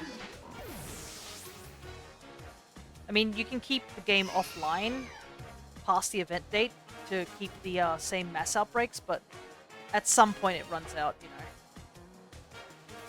Grit and perseverance, that's what bug types are all about.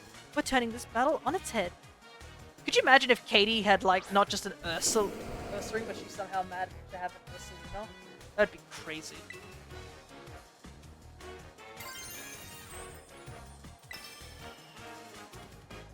Decoration time, my little Ursaring. Let's get you some antennae and bug you up.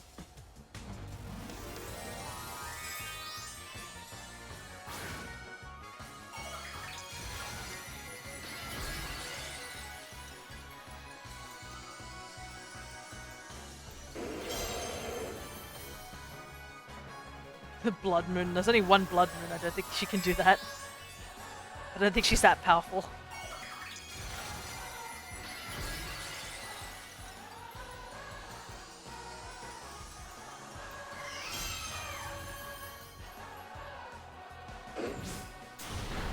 Ouch. Should have probably used a Draining Kiss.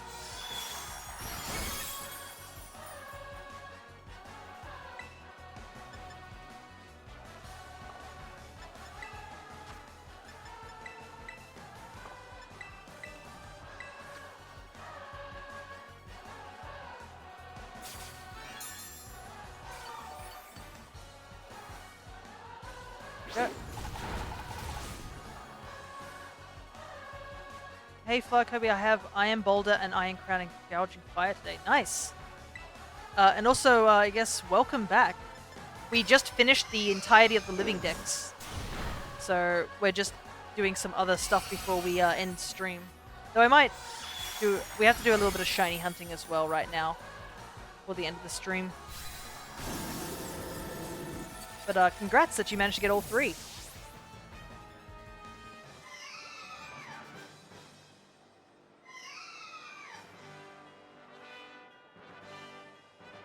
Oh, my beautiful job. Get some money.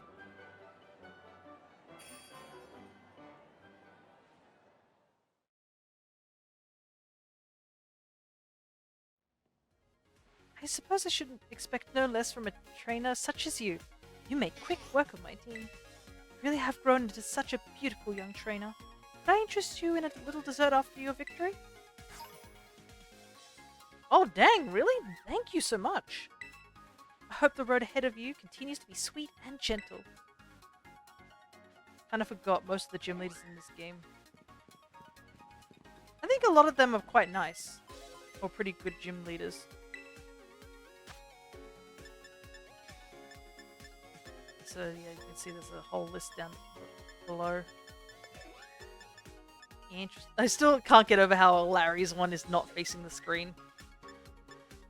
So, it looks like you can invite 2 of them at a time? What's this? Special. I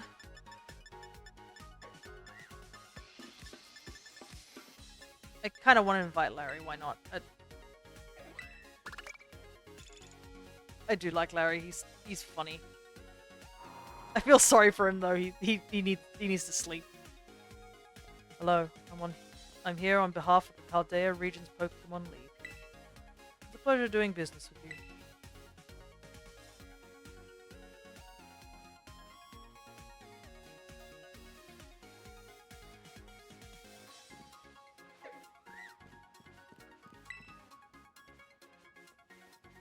That's it. Today you are definitely doing your duty as an Elite Four member and no slacking. Hey, we both know I just messed things up and you guys have to do more work in the end. That is entirely likely, but beside the point. First things first, your attitude. You have to truly want to do the work in order to do it well. Chop chop, on your feet. Then take these documents here. Ah, come on, I'm so sluggish and so tired, so sleepy. No, that's just not right. Feels pretty right to me. Ooh, you... Both of them constantly arguing. I just love taking walks in the terrarium. There are oodles of Pokemon I've never seen before. They've given me so many ideas for new sweets. You could join that one person in real... In the real world? There's some really amazing artist who makes a bunch of chocolates and marshmallows that look like Pokemon. Her art is amazing. Got a promotion mid-game. No, I think he was always an Elite Four member. Oh, it's you. Calling me all the way out of another region. There's a certain chairwoman rubbing off on you. Actually, don't worry about it. To be honest, I don't mind these little business trips. I know I'm here for work, but I may as well enjoy myself while I'm at it. Speaking of which, I've heard that Unova has two particularly famous dishes, berry sandwiches and castella cones. Which one appeals to you more? Castella cone. Ice cream! Ah, I see. I suppose you must have a sweet tooth. Well, thanks for your input. Once I'm done with my lecture, I'll step out and eat my fill.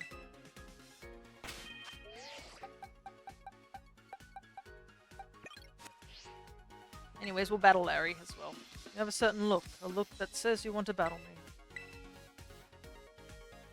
I'm technically off the clock now, but fine. Let's have a battle. Sorry, Larry. We'll only battle once, I swear. We can take a break afterwards. Hang on. If he's also an Elite Four member, do I invite him again? How's that work? Is he... Can you imagine if he's like you can invite him twice, stealing his 5 minutes of free time? Look, I'll be quick. I swear. Goodness.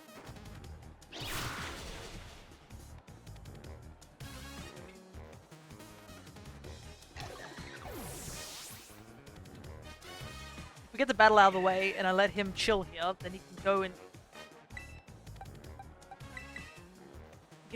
have his time. Also, I like how... Oh, wait a second. He has Flamigo. This is his flying type mod. So, I guess he has a mix of the two teams. Because this ain't a normal type.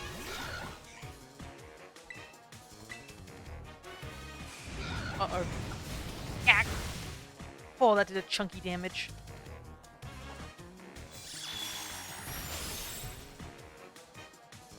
So I was going to question if he had an elite... Because he has two teams, technically. He works overtime. Oh, interesting. Is this the regular Tauros? It might be.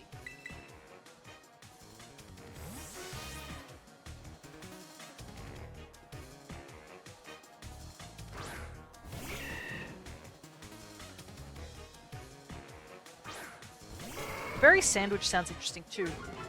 I wonder what type of sandwich would it be. I wonder if it's sweet as well. Because I know Japan has like fruit sandwiches, which is a sort of dessert-based sandwich where they put fruit like strawberries, grapes, mango, and then they fill it with cream and they put it between fluffy white bread. So it's more of a dessert sandwich. So I thought that would also be a sweet option too. But who likes a good ice cream? Taria. Bring in Gino, why not? Bring in our boy. It feels like it's been ages since I've played Stardew and Super Mario RPG. Because we still have to do the post-game stuff for Super Mario RPG, so we probably got like 1 or 2 episodes left in that game. Also, I recently watched a video which were talking about a bunch of secrets in that game. I never knew there was a bunch of things that you could do in that game. That just totally, like, blew my mind.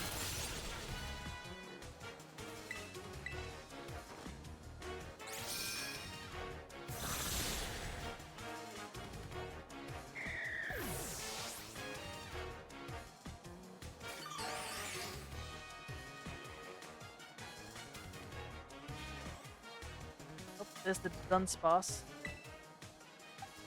yeah, I guess Staraptor is still his ace, which is kind of perfect if you think about it, because it's both a normal and a flying type, which is the two teams he has.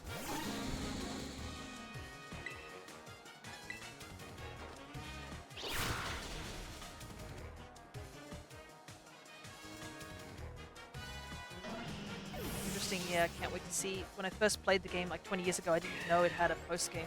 So I think it has a little bit of a post-game in the original, not as much as in this game. This game, I think, added a whole bunch of new stuff for Super Mario RPG, where they added like... There's obviously the secret boss that you can fight. You can refight him in this game as well. I'll see this battle through to the end, unless that means I have to work overtime. Alright, Larry, we'll make this quick.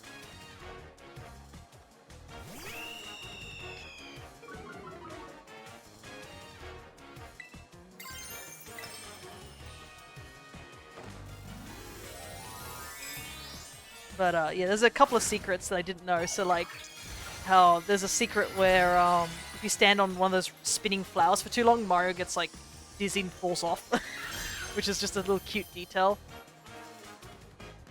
There's nothing wrong with plain and simple. Let's keep things normal. But they added a bunch of post-game bosses for the new Super Mario RPG.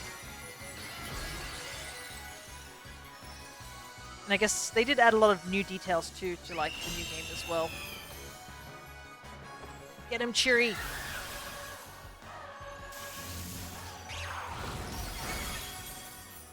No, I didn't do much. Yeah.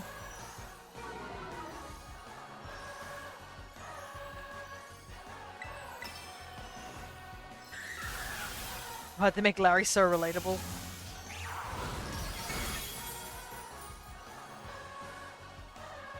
Here's a crucial skill for anyone in the workforce. That sounds pretty bleak when I say it out loud. Yeah, facade. He's like, yeah, this is useful in the industry if you think about it. I should have used Nuzzle first, I think. Oh well. Go Gino. But I think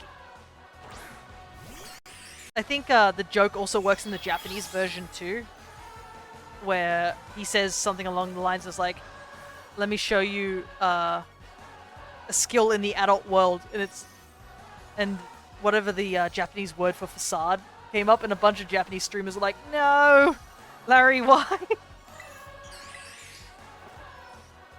Let me see what facades in the Japanese is called. Yeah, it's called bravado, or like, I think also it can be known as like fake crying or something. Fake it till you make it sort of thing.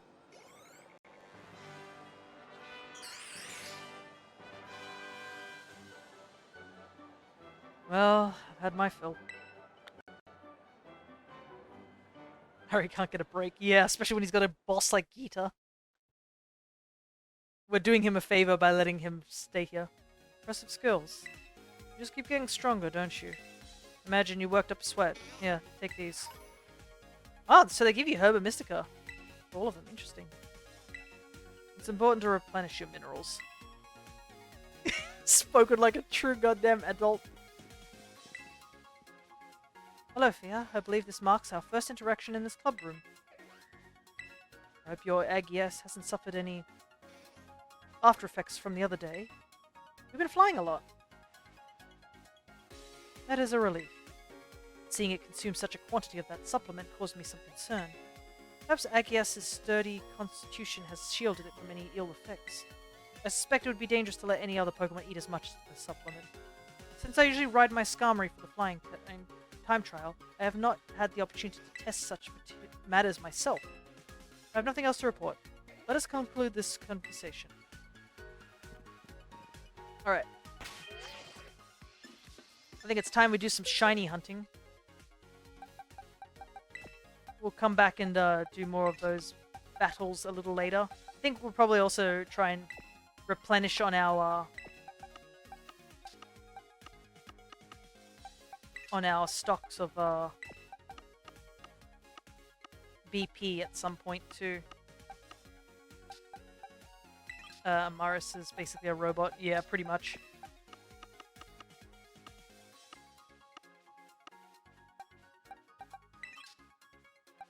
Alright, I think that's good. Oh, wait. I remember this issue. I think we need to bring Golden Go. Because I'm pretty sure Litwick has Memento. So we have to bring Golden Go for the fight.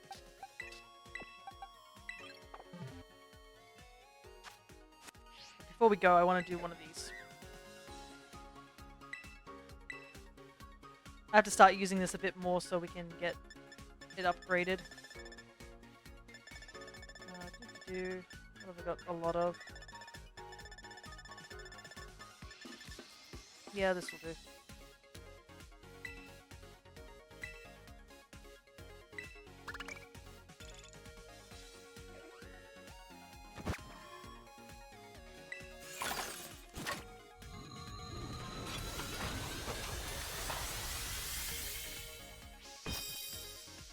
Anything interesting? No gold this time. Oh, just casually though, like Protector and Reaper's Cloth. Yeah, this thing's kind of busted. If you like grind a bunch of like Let's Go stuff, you know, most likely you're doing it to get points for what's it called it? Through the mass outbreaks, you probably have picked up a lot of material. Before I do this, I'm going to open up my handy dandy counter so I can count the mons. I'm going to hope that we do find them just by KOing them, because that's the thing that you can do. Let's see. This would probably be a good place to go. Oh, I still haven't done the Ogre ousting. I feel bad. I really want to get that shiny Munchlax with the mark. But no dice, unfortunately. We just never seem to have enough people who want to join in on it. Maybe soon we will, but... Right. Well, there's going to be no Litwick. It's raining.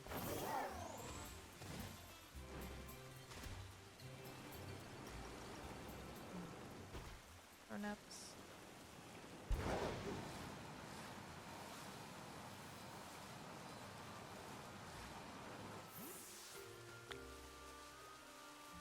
At least they glow so you can see them pretty well. Alright, let's begin. I should probably save before I do that. Just in case anything goes wrong. Always save before you start mass outbreaking.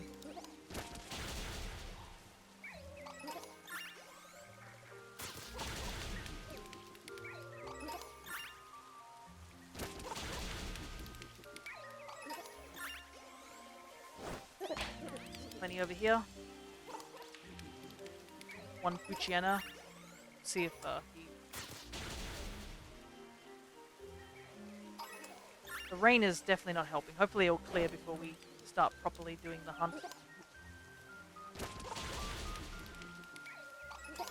It is. I think it's also lagging my game slightly.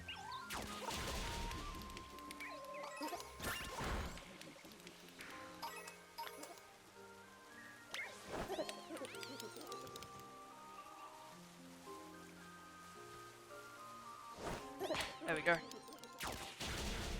Rain has stopped. This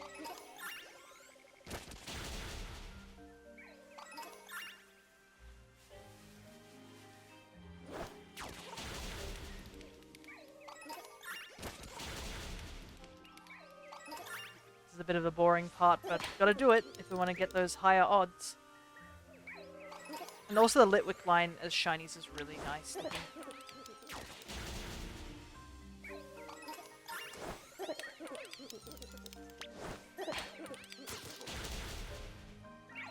Whoa! Whoa! A lot of them spawned in.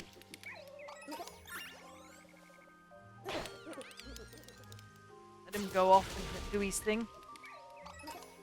Yeah, we're hoping to get 3 of the Litwick, and I think we might do another Milcery hunt. The Flabebe one, I don't know if I'll do another one at the moment. I'll double check and see what colors we have available for us. If we got some decent, like, colors available to us. Basically, we need every color except orange. Orange, we're done. We don't need any orange Flabebe and whatnot. I need, I think, 1 yellow.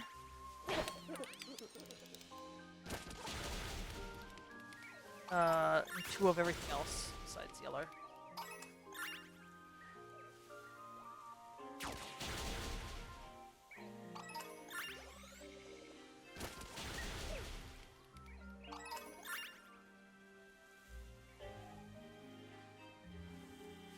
They're a little hard to see because the grass is a little on the long side, but other than that, we should be okay to hunt them here.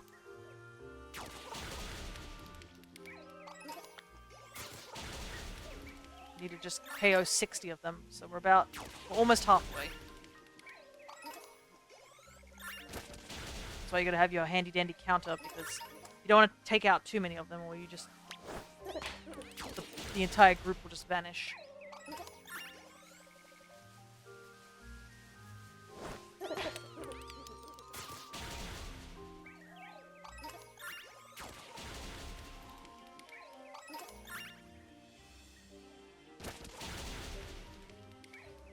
Trying to multitask a little bit. So far, no shiny encounters just by fighting. It's a little bit of a shame, but that's how it is. It would be nice, but you can't always rely on it.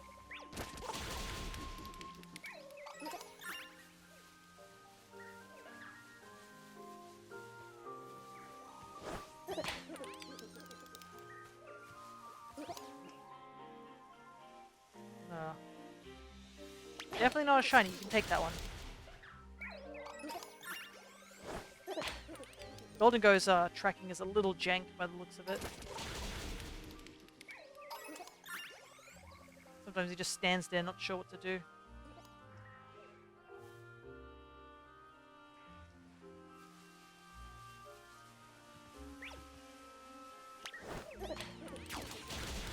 What the hell? Did that Litwick just like spawn from the ground?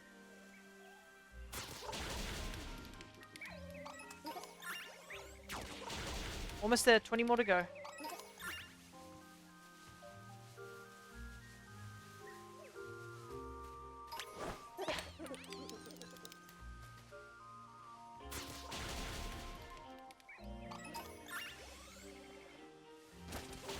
I don't know how blue the blue flame is compared to the purple flame, so it doesn't really help either. Because I don't think I've seen shiny Litwick in this game, so I'm not too certain.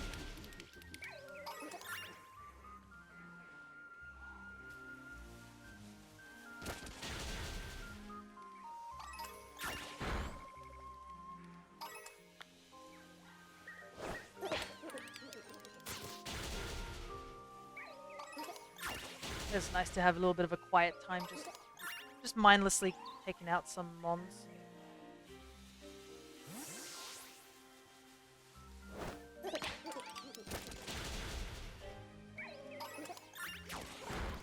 Probably would be easier to hunt these guys if it was nighttime, but... Is that it there? I think so, right?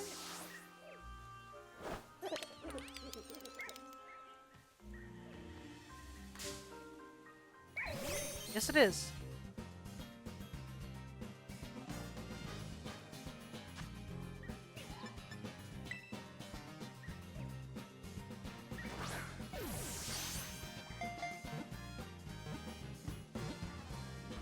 No.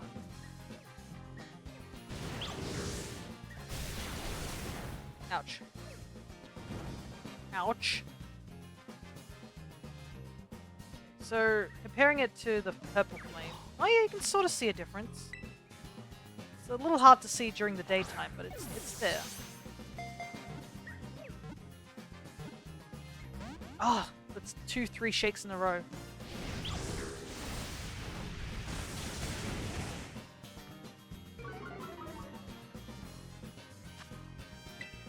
I want to put you in a luxury pool, please.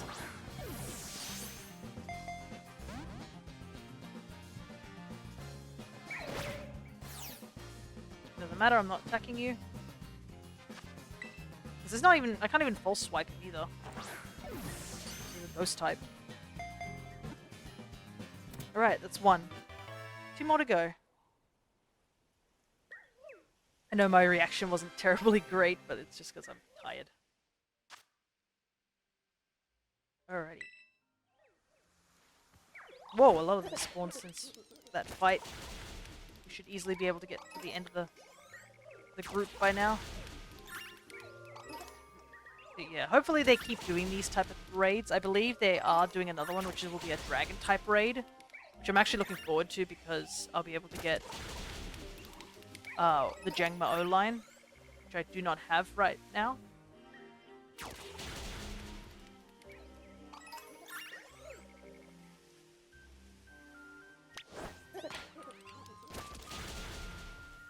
Just a couple more and then we can eat a sandwich and hunt for the rest.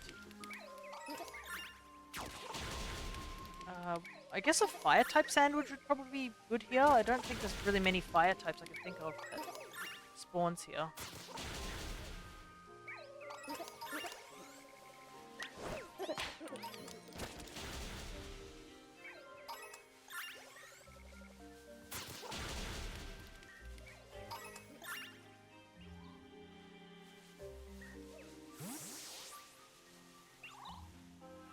KO, like just a couple more and we'll be done.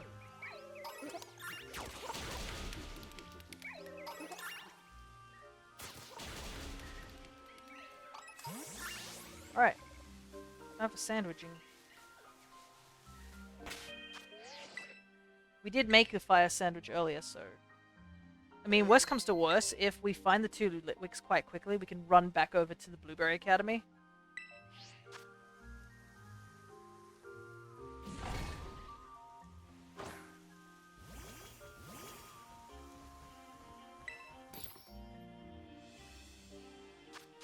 I'm right, it was red pepper, spicy, and salty. I'm gonna take another drink of water.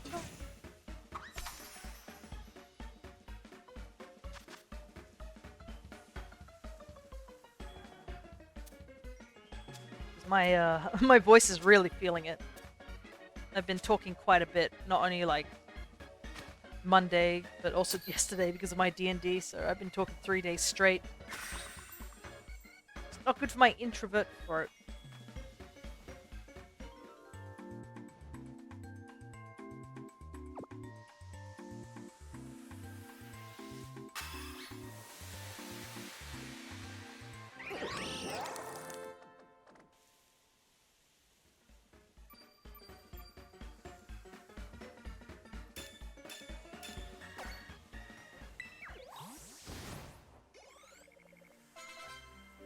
Here we go.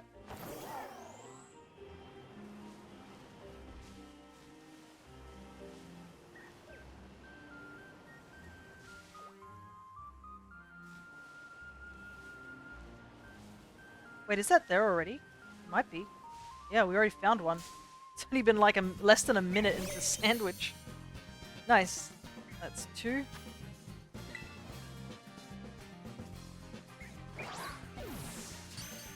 Ooh, nice crit shake. Alright, one more.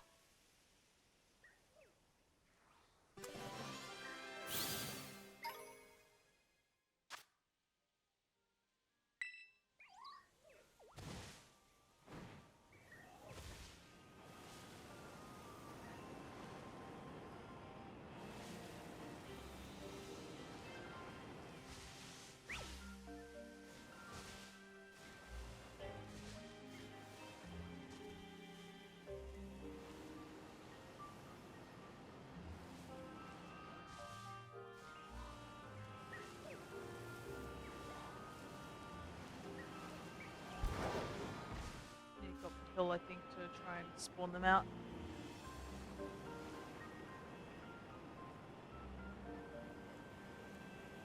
Yeah, this is a perfect location for them because there's literally no other fire types that can interfere, unlike if you do it up on the mountain. I think Slugma can spawn in.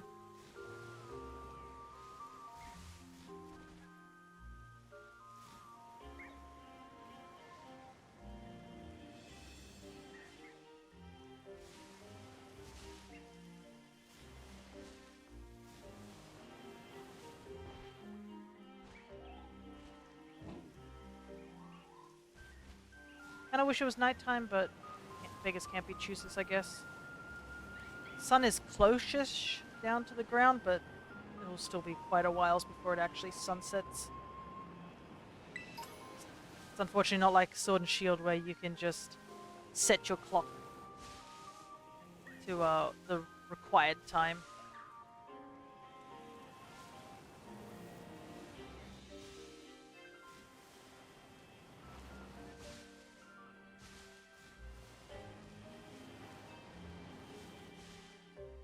Ooh, that's too bad. Yeah. No cheating in this game. I think you can set the clock, but it's not based off time, like hours. It's instead based off minutes, and I believe a whole day is a different time, sort of thing. So it is possible to change the day and time by setting the clock forward a certain amount of minutes, but I do not know that off the top of my head. So it's not as easy as just, you know,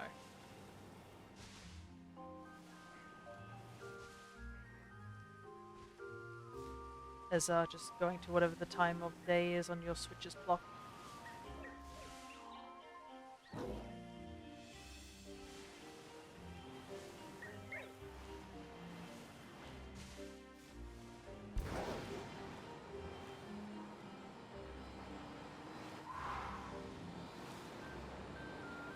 But I guess the benefit is that you don't have to wait like a whole day if you're trying not to cheat for a certain Pokemon.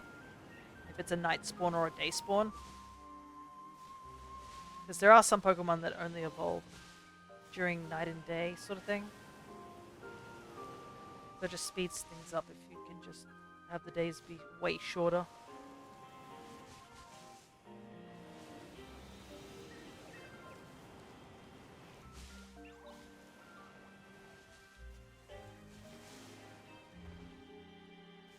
We can play during the day or night. That is true.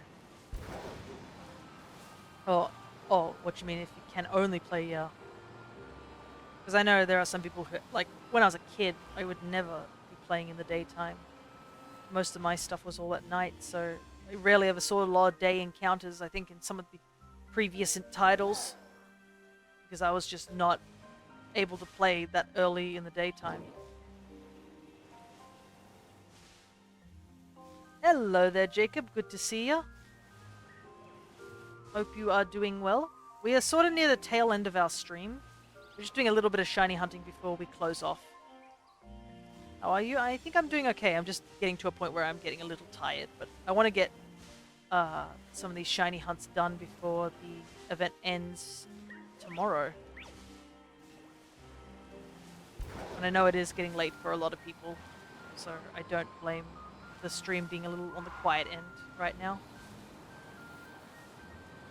It's something I've actually considered regarding the Pokemon Shiny month hunting, is that I've been thinking I might start streams just a little bit earlier. Nothing too extravagant, just a tad bit earlier, maybe like half an hour early, because I start at 9:30 in the morning, so maybe starting at 9 instead. That way I can squeeze in an extra half an hour for some people who are eternal night people.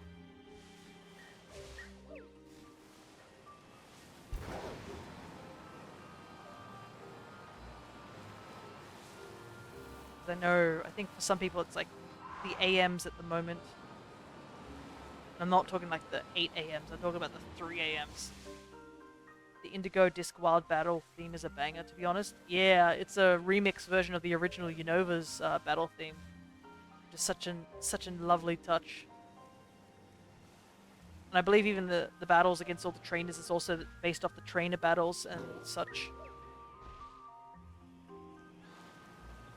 I probably also shouldn't be hunting in Kitakami right now because the music is making me sleepy. It's so relaxing, Kitakami, compared to the more vibrant Blueberry Academy.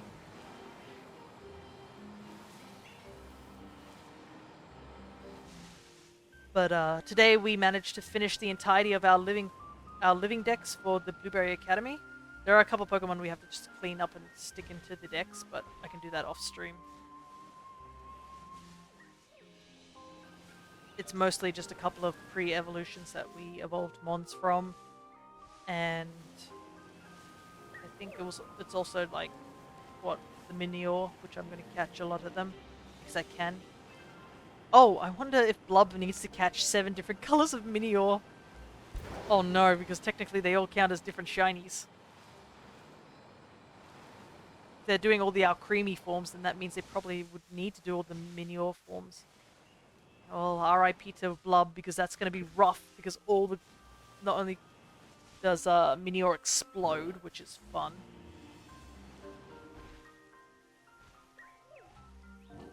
It also means that, like, they have to just pray that they get the colors they want, and you don't know until it breaks its shell. It means, the Indigo Disk does take place in Unova, so it makes sense. Yeah. We've been inviting some of the gym leaders over. We invited Larry and I'm blanking all of a sudden. I literally just invited her, Katie. We invited Katie and Larry over. Larry mentioned about 2 of the Unovan dishes, being a berry sandwich and a Castella cone. But I wonder how far away it is from Unova. Like, is it a decent distance away from Unova? Because it's in the middle of the sea. Like, how do people normally get there? Well, I guess they probably take the taxi, but surely they can't use the taxi for like huge groups of students. Do they have buses? I assume there's a world map for Pokemon. Well, there's really never been a world map for Pokemon, actually, now that I think about it. I don't think anyone's ever, like, made a map where they've just had every single, like, region and stuck them next to each other. They have maps for the regions separately, but I don't think they've really put them together unless it's like Johto and Kanto, which we know canonically are next to each other. No questions about that particular bit.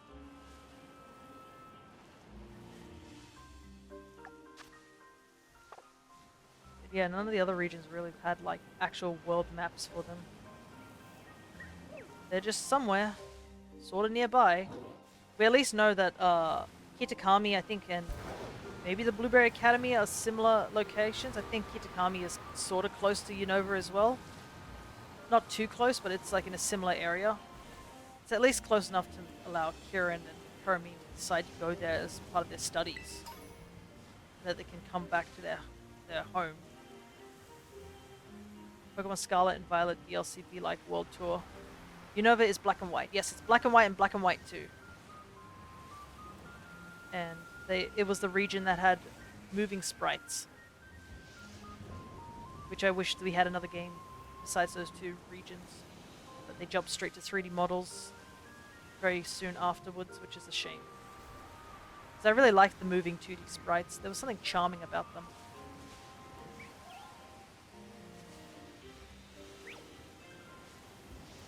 This Litwick is refusing to show up.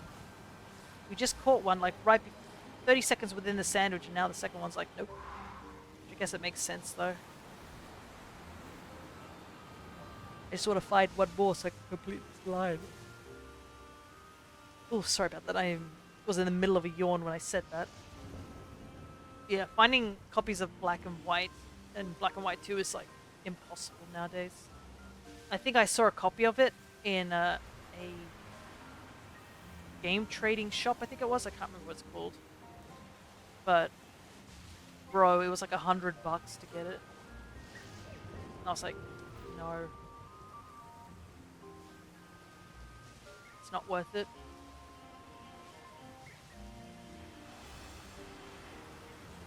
As much as I'd love to like have a copy like that, it's just too expensive to justify it, considering I already have my own copy.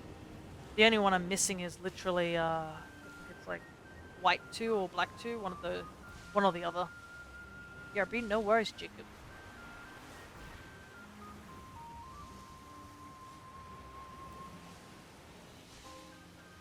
But yeah, a lot of the old Pokemon games cost quite a lot. Except for Sun and Moon for some reason. They don't really seem to cost as much. It's weird. I assume because Sun and Moon doesn't have as much stuff to get. I just found it very odd that those games are quite cheap compared to like a lot of the other ones.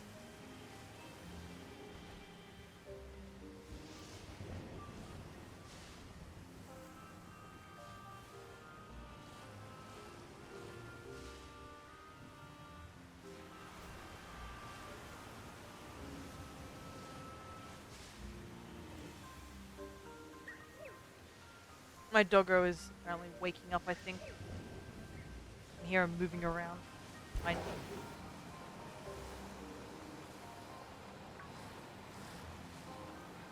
Fortunately, I don't know if I have the energy to do the Flabébé and Milcery hunt right now. I think I might finish the sandwich, whether we get the Litwick or not, and then hunt off stream because I am exhausted. Running around for all those other Pokemon, just taking it out of me. I'm not going to push myself too much because we're going to be probably streaming this Saturday. We'll see. Because this is the last week I'm going to be streaming for this year. So I can just have some time to catch up on all the VODs. Make sure they're all placed onto the YouTube channel and get ready for the streaming shiny month.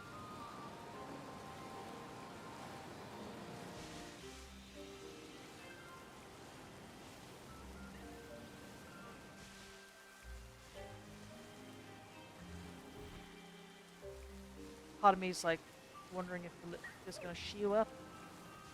I'm almost tempted to just move on to another like mass outbreak and just keep KOing. Maybe that's what I should have done for the Flabébé. I just go to each like entire outbreak and just KO all of them, so I don't have to strain my eyes. Because you can just reload them by just using the date skip, right? And their odds are like 1 in 100 without like even the sandwich.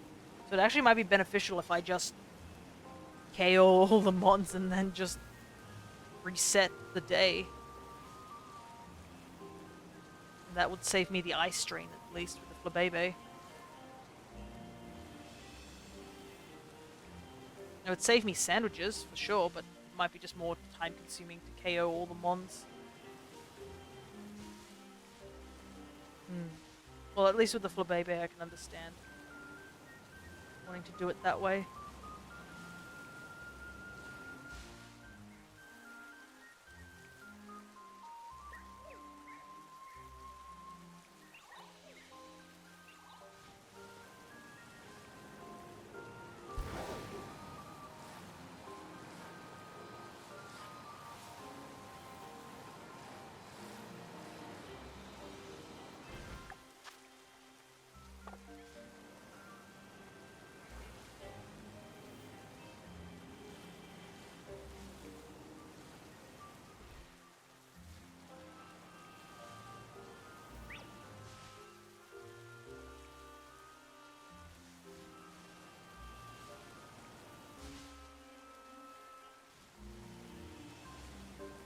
Come on, shiny, pop up.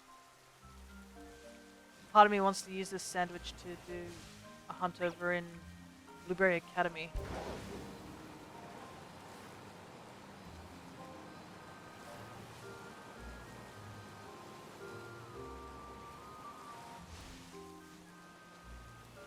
And also, it's like constantly raining here, like, what the heck?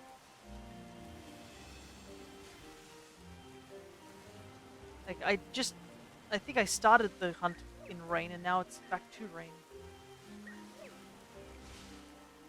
It's really annoying because it's already hard enough to see them, so I don't need like this added layer of rain on top to make it even more difficult.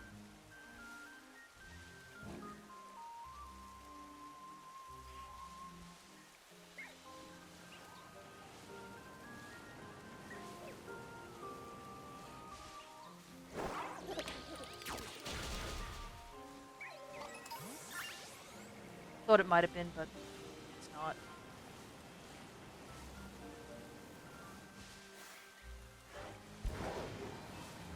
I didn't check if those other two were marked, but I mean, I didn't use the sandwich at the time.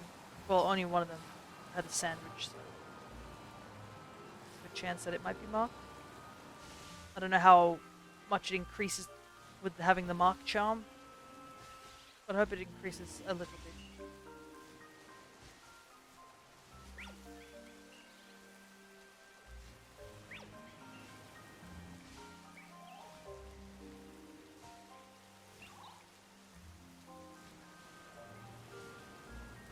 I thought this was it, but it's not. Just a regular Litwick. The blue can be a bit minute. That's why I want the rain to stop. 'Cause I keep seeing them and I think that it's the one, but then I walk over to it and it's like, nope, it's purple. Just you can't tell because you gotta fight. You gotta fight the game lagging, because I think the game is starting to lag because of that nonsense of like, if you have the game on for too long, it starts to lag. I think my game is starting to lag from being on for so long.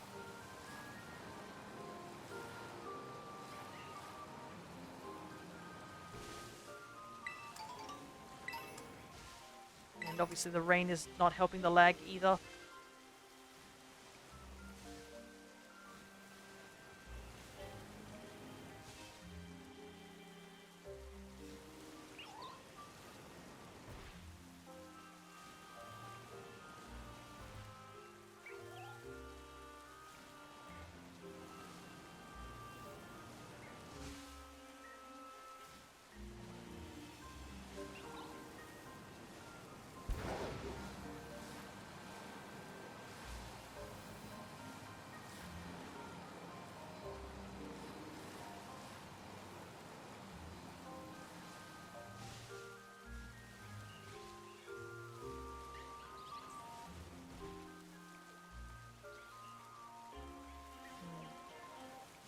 think it's just my luck being super good and super bad again.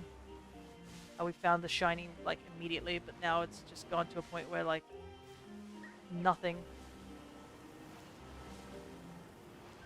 One shiny percent, which that's all you get. No more, no less. It's still daytime too. I was hoping it would be night after all that rain, but nope. I think it's like what? Let's get down. It's nowhere near. It's not even dusk yet.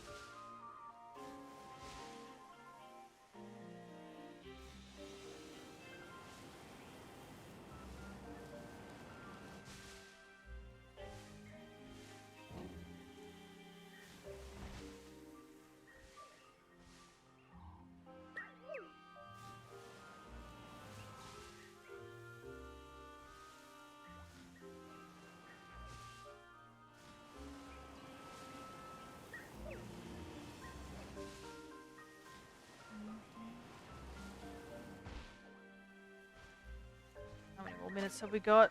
13. I think when we hit the 10-minute mark, if we still haven't found it, I'm just gonna leave. Just for us, like, get a sense of, like, change of scenery.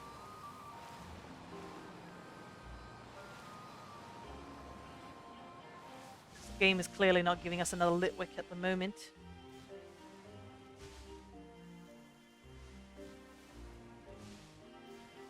Like, miraculously run out of shiny Litwick all of a sudden with just 2.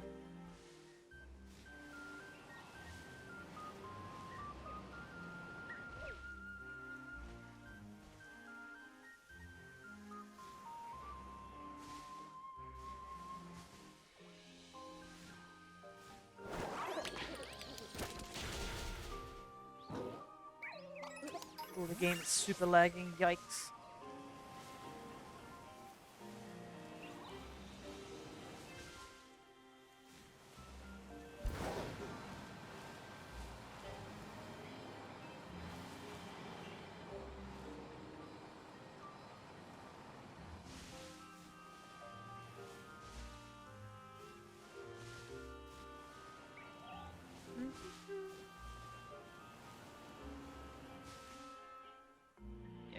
Probably should have done this earlier because this is really making me drowsy.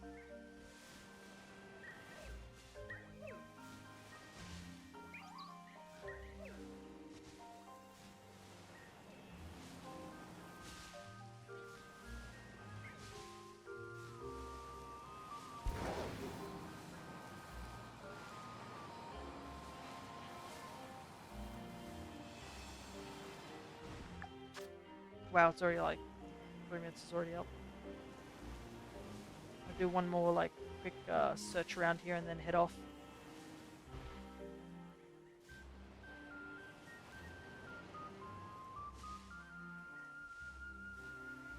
I might do the Torchic Cave because it's not as much of an ice drain. That's kind of the downside of all 3 of these hunts, being that you gotta like squint sort of at the screen to just see it. At the current moment, I am just kind of exhausted, not to a point where I'm just like, no, I don't want to be like staring at a screen.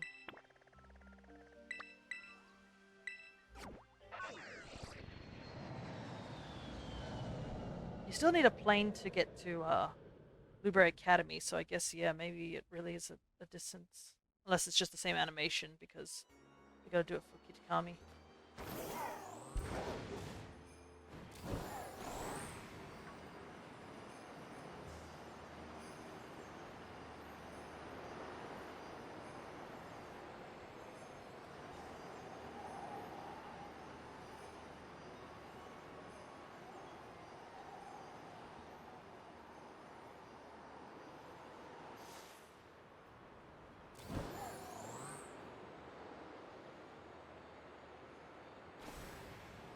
Cave. Alright, here we go.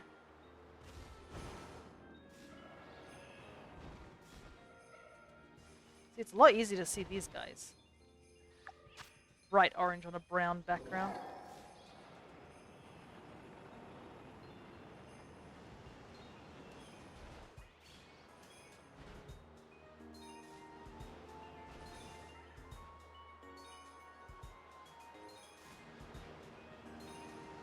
Plus, we have a chance of finding Score Bunny and Chimchar, which we did find a Chimchar earlier by just pure luck.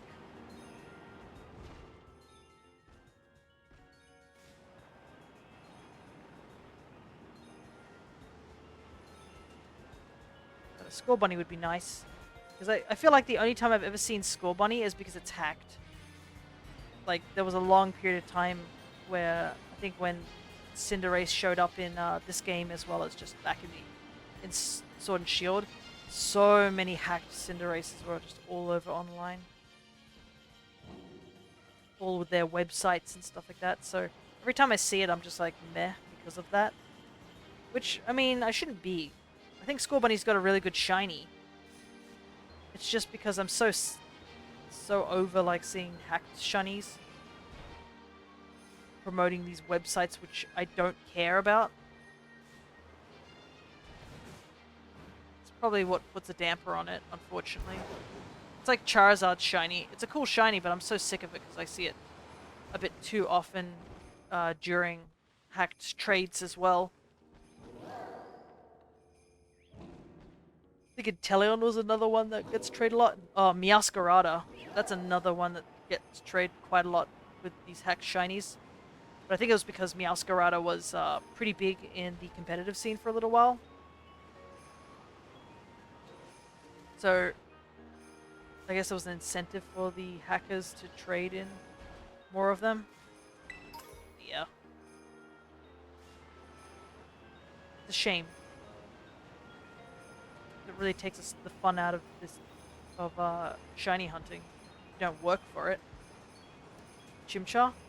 Yeah, I think earlier in the stream I was talking about checking out this cave for Torchics. And I made some sort of passing remark where I was just like, oh,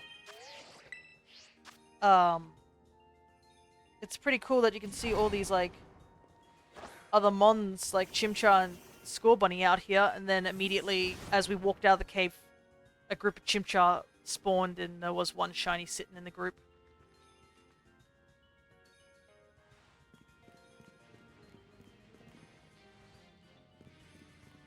Not many Torchics spawning in here. Yeah, we've had a pretty productive day. I only made the fire shiny sandwich back then, also was just so that the Torchics would spawn in that cave. Right now they're being a bit finicky and they're not spawning in as much, but...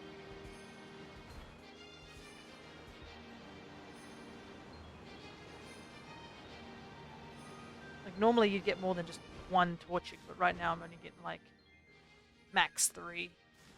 Which is a shame, because normally there should be more, but I'm wondering if it's because all the other spawns out here interfering, or if this is not the right cave.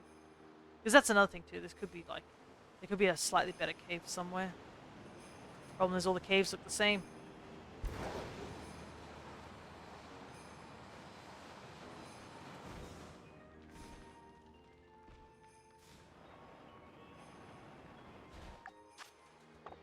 Yeah, it was like a group like this spawned out here, and one of them was a shiny.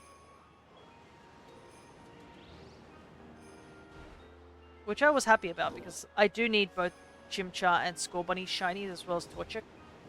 So it's definitely worth hunting in this area, because the starters are pretty much the only fire types in this area. So you won't have to worry about other mons coming in and interfering.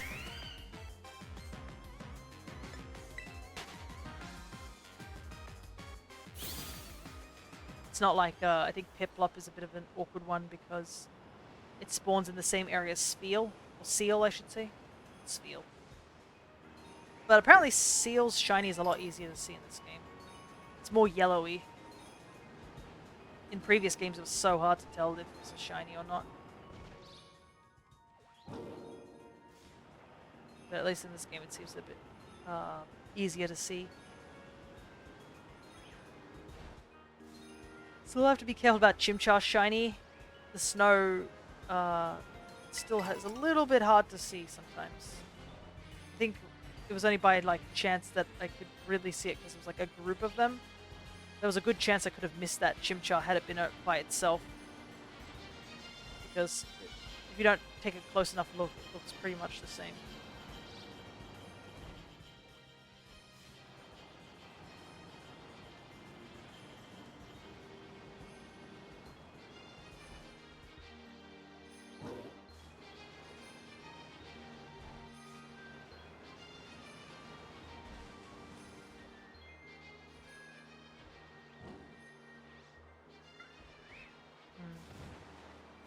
Maybe I should just wait in the cave and see if any more Torchics spawn if I just wait inside. Finally, I group a Torchic. My first group of Torchic.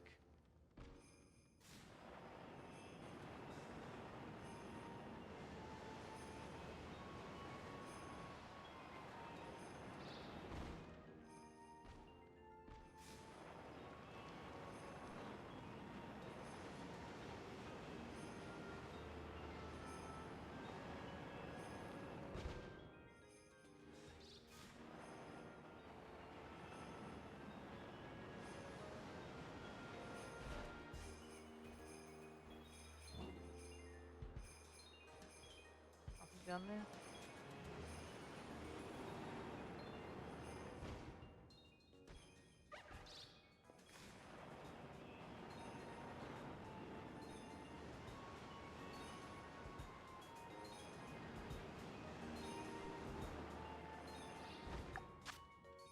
Sandwich is almost done. Come on, Torchic. I know it's a big ask. Especially since I'm gonna have to like hunt multiple of them.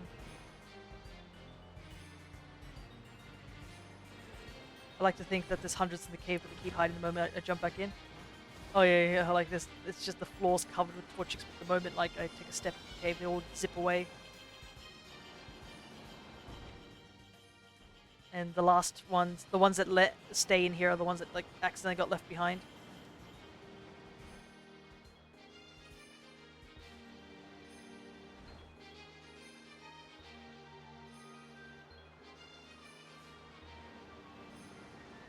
It'd be nice, cave full of warm Torchics, considering the Dex entry does say that they are warm like a hot water bottle. And it's fluffy like a bird, so it'd be like a fluffy, warm, hot water bottle. Secret Lives of Pokemon, pretty much. Though I do wonder how they were able to get so many starter Pokemon just wandering around in this region.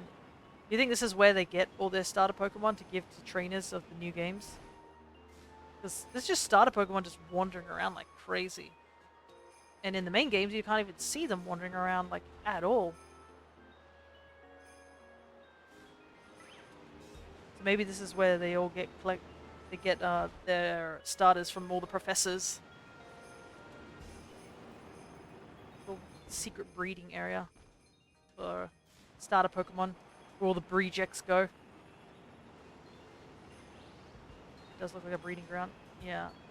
It seems that the fact that they have like 4 special like areas dedicated to different natures as well, it would be an ideal place to breed Pokemon, or like have Pokemon just live in a sanctuary without them getting hurt. Especially since there's like fossil Pokemon here. Not many, not like the Isles of Armor or any, not the Isles of Armor, the Crown Tundra, which has like almost all the fossils, which is confusing. But like they have Shieldon and Cranidos here, which seem to be like living quite well and not very scarce. Because even in the Crown Tundra, you only find like 1 or 2 a day, whilst here, the fossils are just wandering around like chill.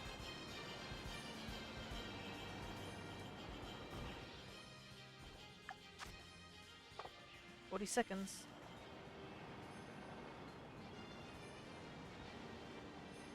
Sandwich is almost up.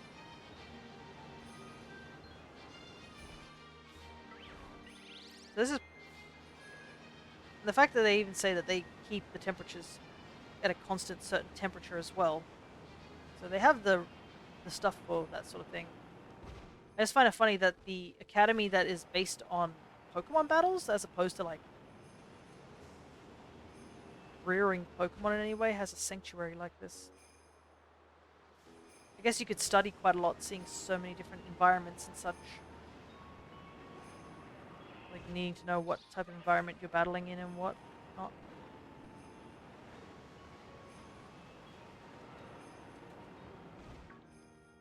Yep. Sandwich is over.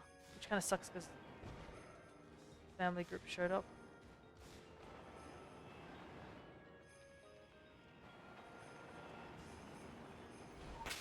So much BP to spend, so little time. Honestly, unlimited time, but it's a saying, okay. Hello there, the Crusex. How are you doing? We're actually getting close to wrapping up, actually. So, a bit of a shame that you jumped in basically right before the stream ends. Because I decided this would be the last sandwich I did because I am feeling quite tired and we've hit the 6-hour mark too. We did get... Ooh, we did have a mark. Litwick the Cloud Watcher. Nice. So we got 2 shiny Litwicks so far. I need 1 more for the line. Well, thank you for the follow though. We will be probably streaming this Saturday, where we are going to be doing some, I think a couple of the Christmas events that will be happening. And just, you know, doing a couple more bits and bobs over here in the DLC. But now that you are following, you should be able to get access to more of the stream avatars as you accumulate points sitting in the chat. And also, you probably... I think, I'm trying to think because I am tired. I'm trying my best, I really am. There is a shiny month happening next month. So I will be taking a break after this week with streaming. But next month we will be doing 30 sessions of shiny hunting in this game. Sword and Shield for the Dynamax Adventures, and also in Legends Arceus to pick up a couple of mons that are only exclusively in those games. So if you are curious or interested in that, it was basically a 150 follower goal that I would do 30 sessions of shiny hunting so that others can, like, you know, to celebrate shiny hunting, because a lot of you guys have joined my streams over Pokemon, though I do stream other games as well. But yeah, we'll be doing, I think, a on-off thing, so to give other people who aren't interested in Pokemon a chance to watch other content. But we will be doing 30 sessions in total regardless.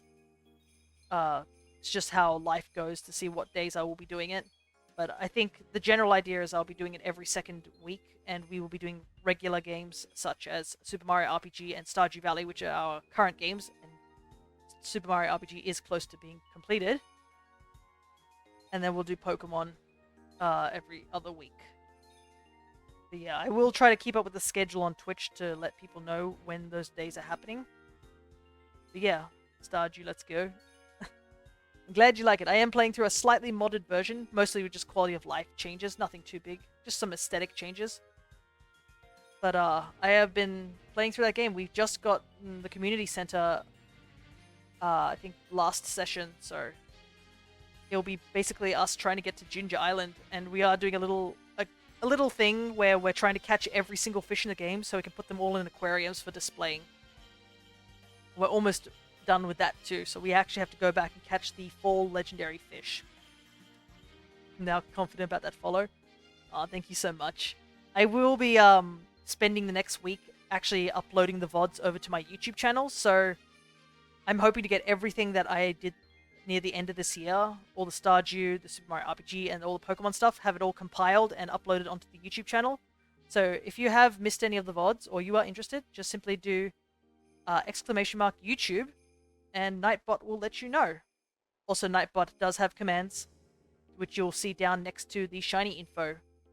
So yeah, hopefully you can join us during the shiny hunting month. Or if you just want to chill and watch some Stardew, that's also just as good. But unfortunately, it is time for me to sign off because I am tired and I need to do a little bit of resting. We got a lot done. We finished the entirety of the Pokédex here, and with a couple more mons, the living decks in here will be done. So this game is pretty much ready to go for like shiny hunting later. Enjoy your night. Thank you so much, despite you came in a bit late. You can always check out the VOD afterwards once it's once I stop streaming, so it's not like you missed too much. But it's time for me to sign off, and hopefully I'll see you guys this weekend. So, till next time, guys. Take care, everybody.